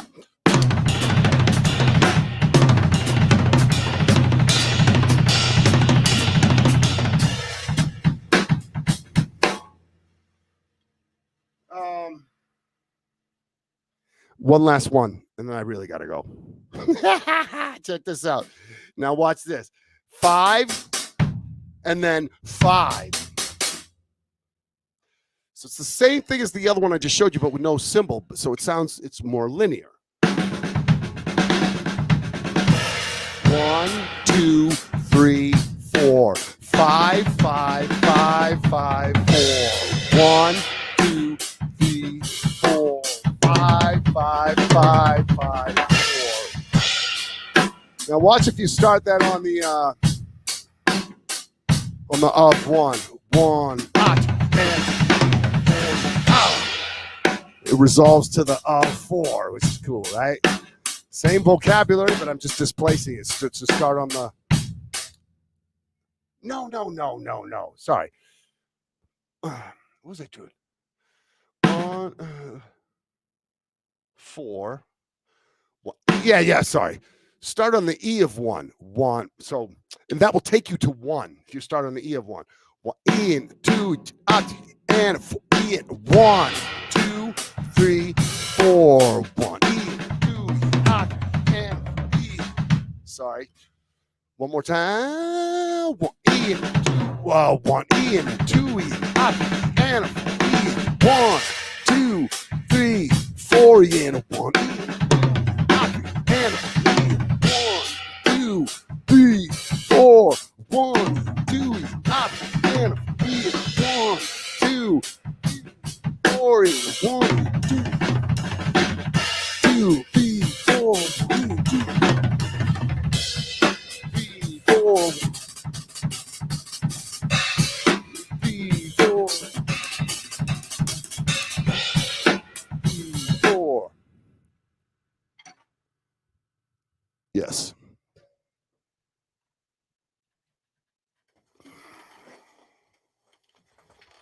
Whew. So I hope that was secret weapon enough for you, Brian. People, beautiful people. I must be going at this point. I'm going to go eat some dinner. It's really nice hanging out with you all. Thank you for being here. Thank you again, Gil. Gil Garcia, the man. Yeah, brother. So, you cool, Gil? Oh, more than that, more than that. You just made a lot of people all over the world. You just made their day, brother. That's beautiful, man. Your Thank you. playing is, oh my gosh, it's like your timing and your fluidity. It's like it's just beautiful, spot on. And you're sick right now. It's like, Oh, I thought I was going to pass out over there a second ago. Not a second ago, but a few minutes ago. Yeah, man. yeah. Well, thank you, Gil. I appreciate it, man. No, it's we are the honored ones right now, sir. Totally, totally. Um, Thank you. your explanations, your concepts, um, your book. It's available. How can we get a hold of your book, sir? You can go to davedescenso.com. There's a link Okay. right on the website, Rhythm and Drumming Demystified. I am working on my next book, which will be released this year as well. But in the meantime, yeah, go check that book out. It's, you can use there's a ton of vocabulary in this book.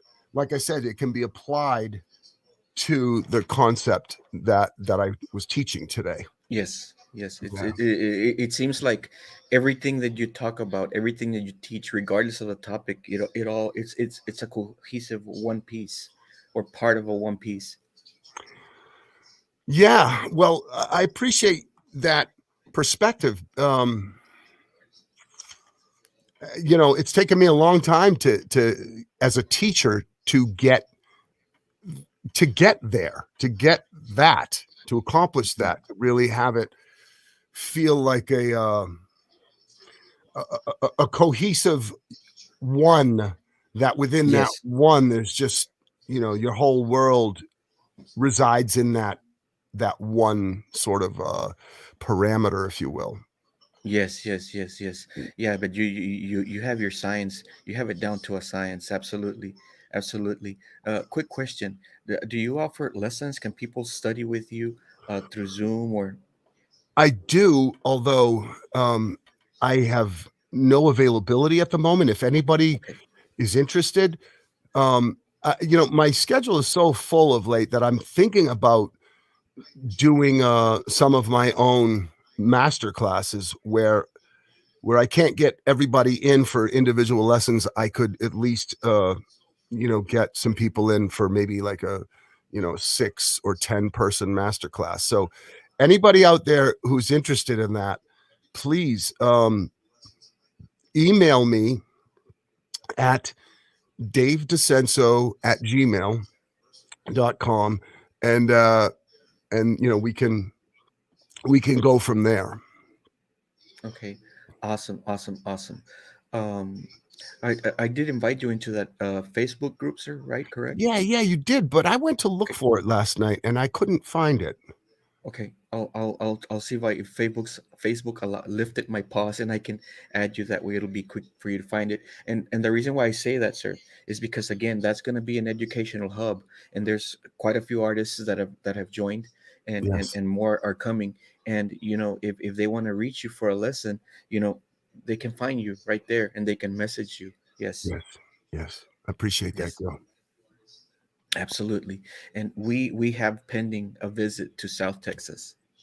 Absolutely, man. I look forward to it. Yes, yes. Yeah, Gil. Well, sir, let me show you some quick comments. Thanks, Ron. Thanks, Trinidad. Glad you enjoyed it. You're very welcome, Brian. It's good to see you, man. Been a long time. Salvador, glad you dug it, man. Zdenek, I'm not sure how to say that, but I'm glad you dug the solo. Yeah, dudes and Well, dudettes. Well, sir, we're floored. I'm so I could go on, keep saying, and I would just be giving circles. I would never fully explain it unless they saw it right now. Yes. I appreciate it, Gil. And again, thank you for all your effort to do something like this, man. It's Thank really you, sir. important. Thank you. It's Okay. fun. It's fun, and I get to meet people like you. I get to hang out with people like you, sir. I mean, what's Yeah. not to like about it? Yes. Great, Well, man. well, what a way to close day 2. Awesome. Couldn't have been done any better. Awesome. Really appreciate you, and looking forward to having you down in South Texas. This is it for today, people. Be aware of our social pages, Facebook, Instagram, Valley Percussion Festival, G Drums YouTube channel. And for day 3, Ray Luzier, he was texting with us right now. Ray Luzier, Pete Lockett, Nice. Seven Antonopoulos, Dom Famularo, Very cool. Steve Gadd. It gets ridiculous. And our drum corps peeps, Roger Carter. You do not want to miss it. Oh, timpani lessons straight from Boston Symphony's timpanist,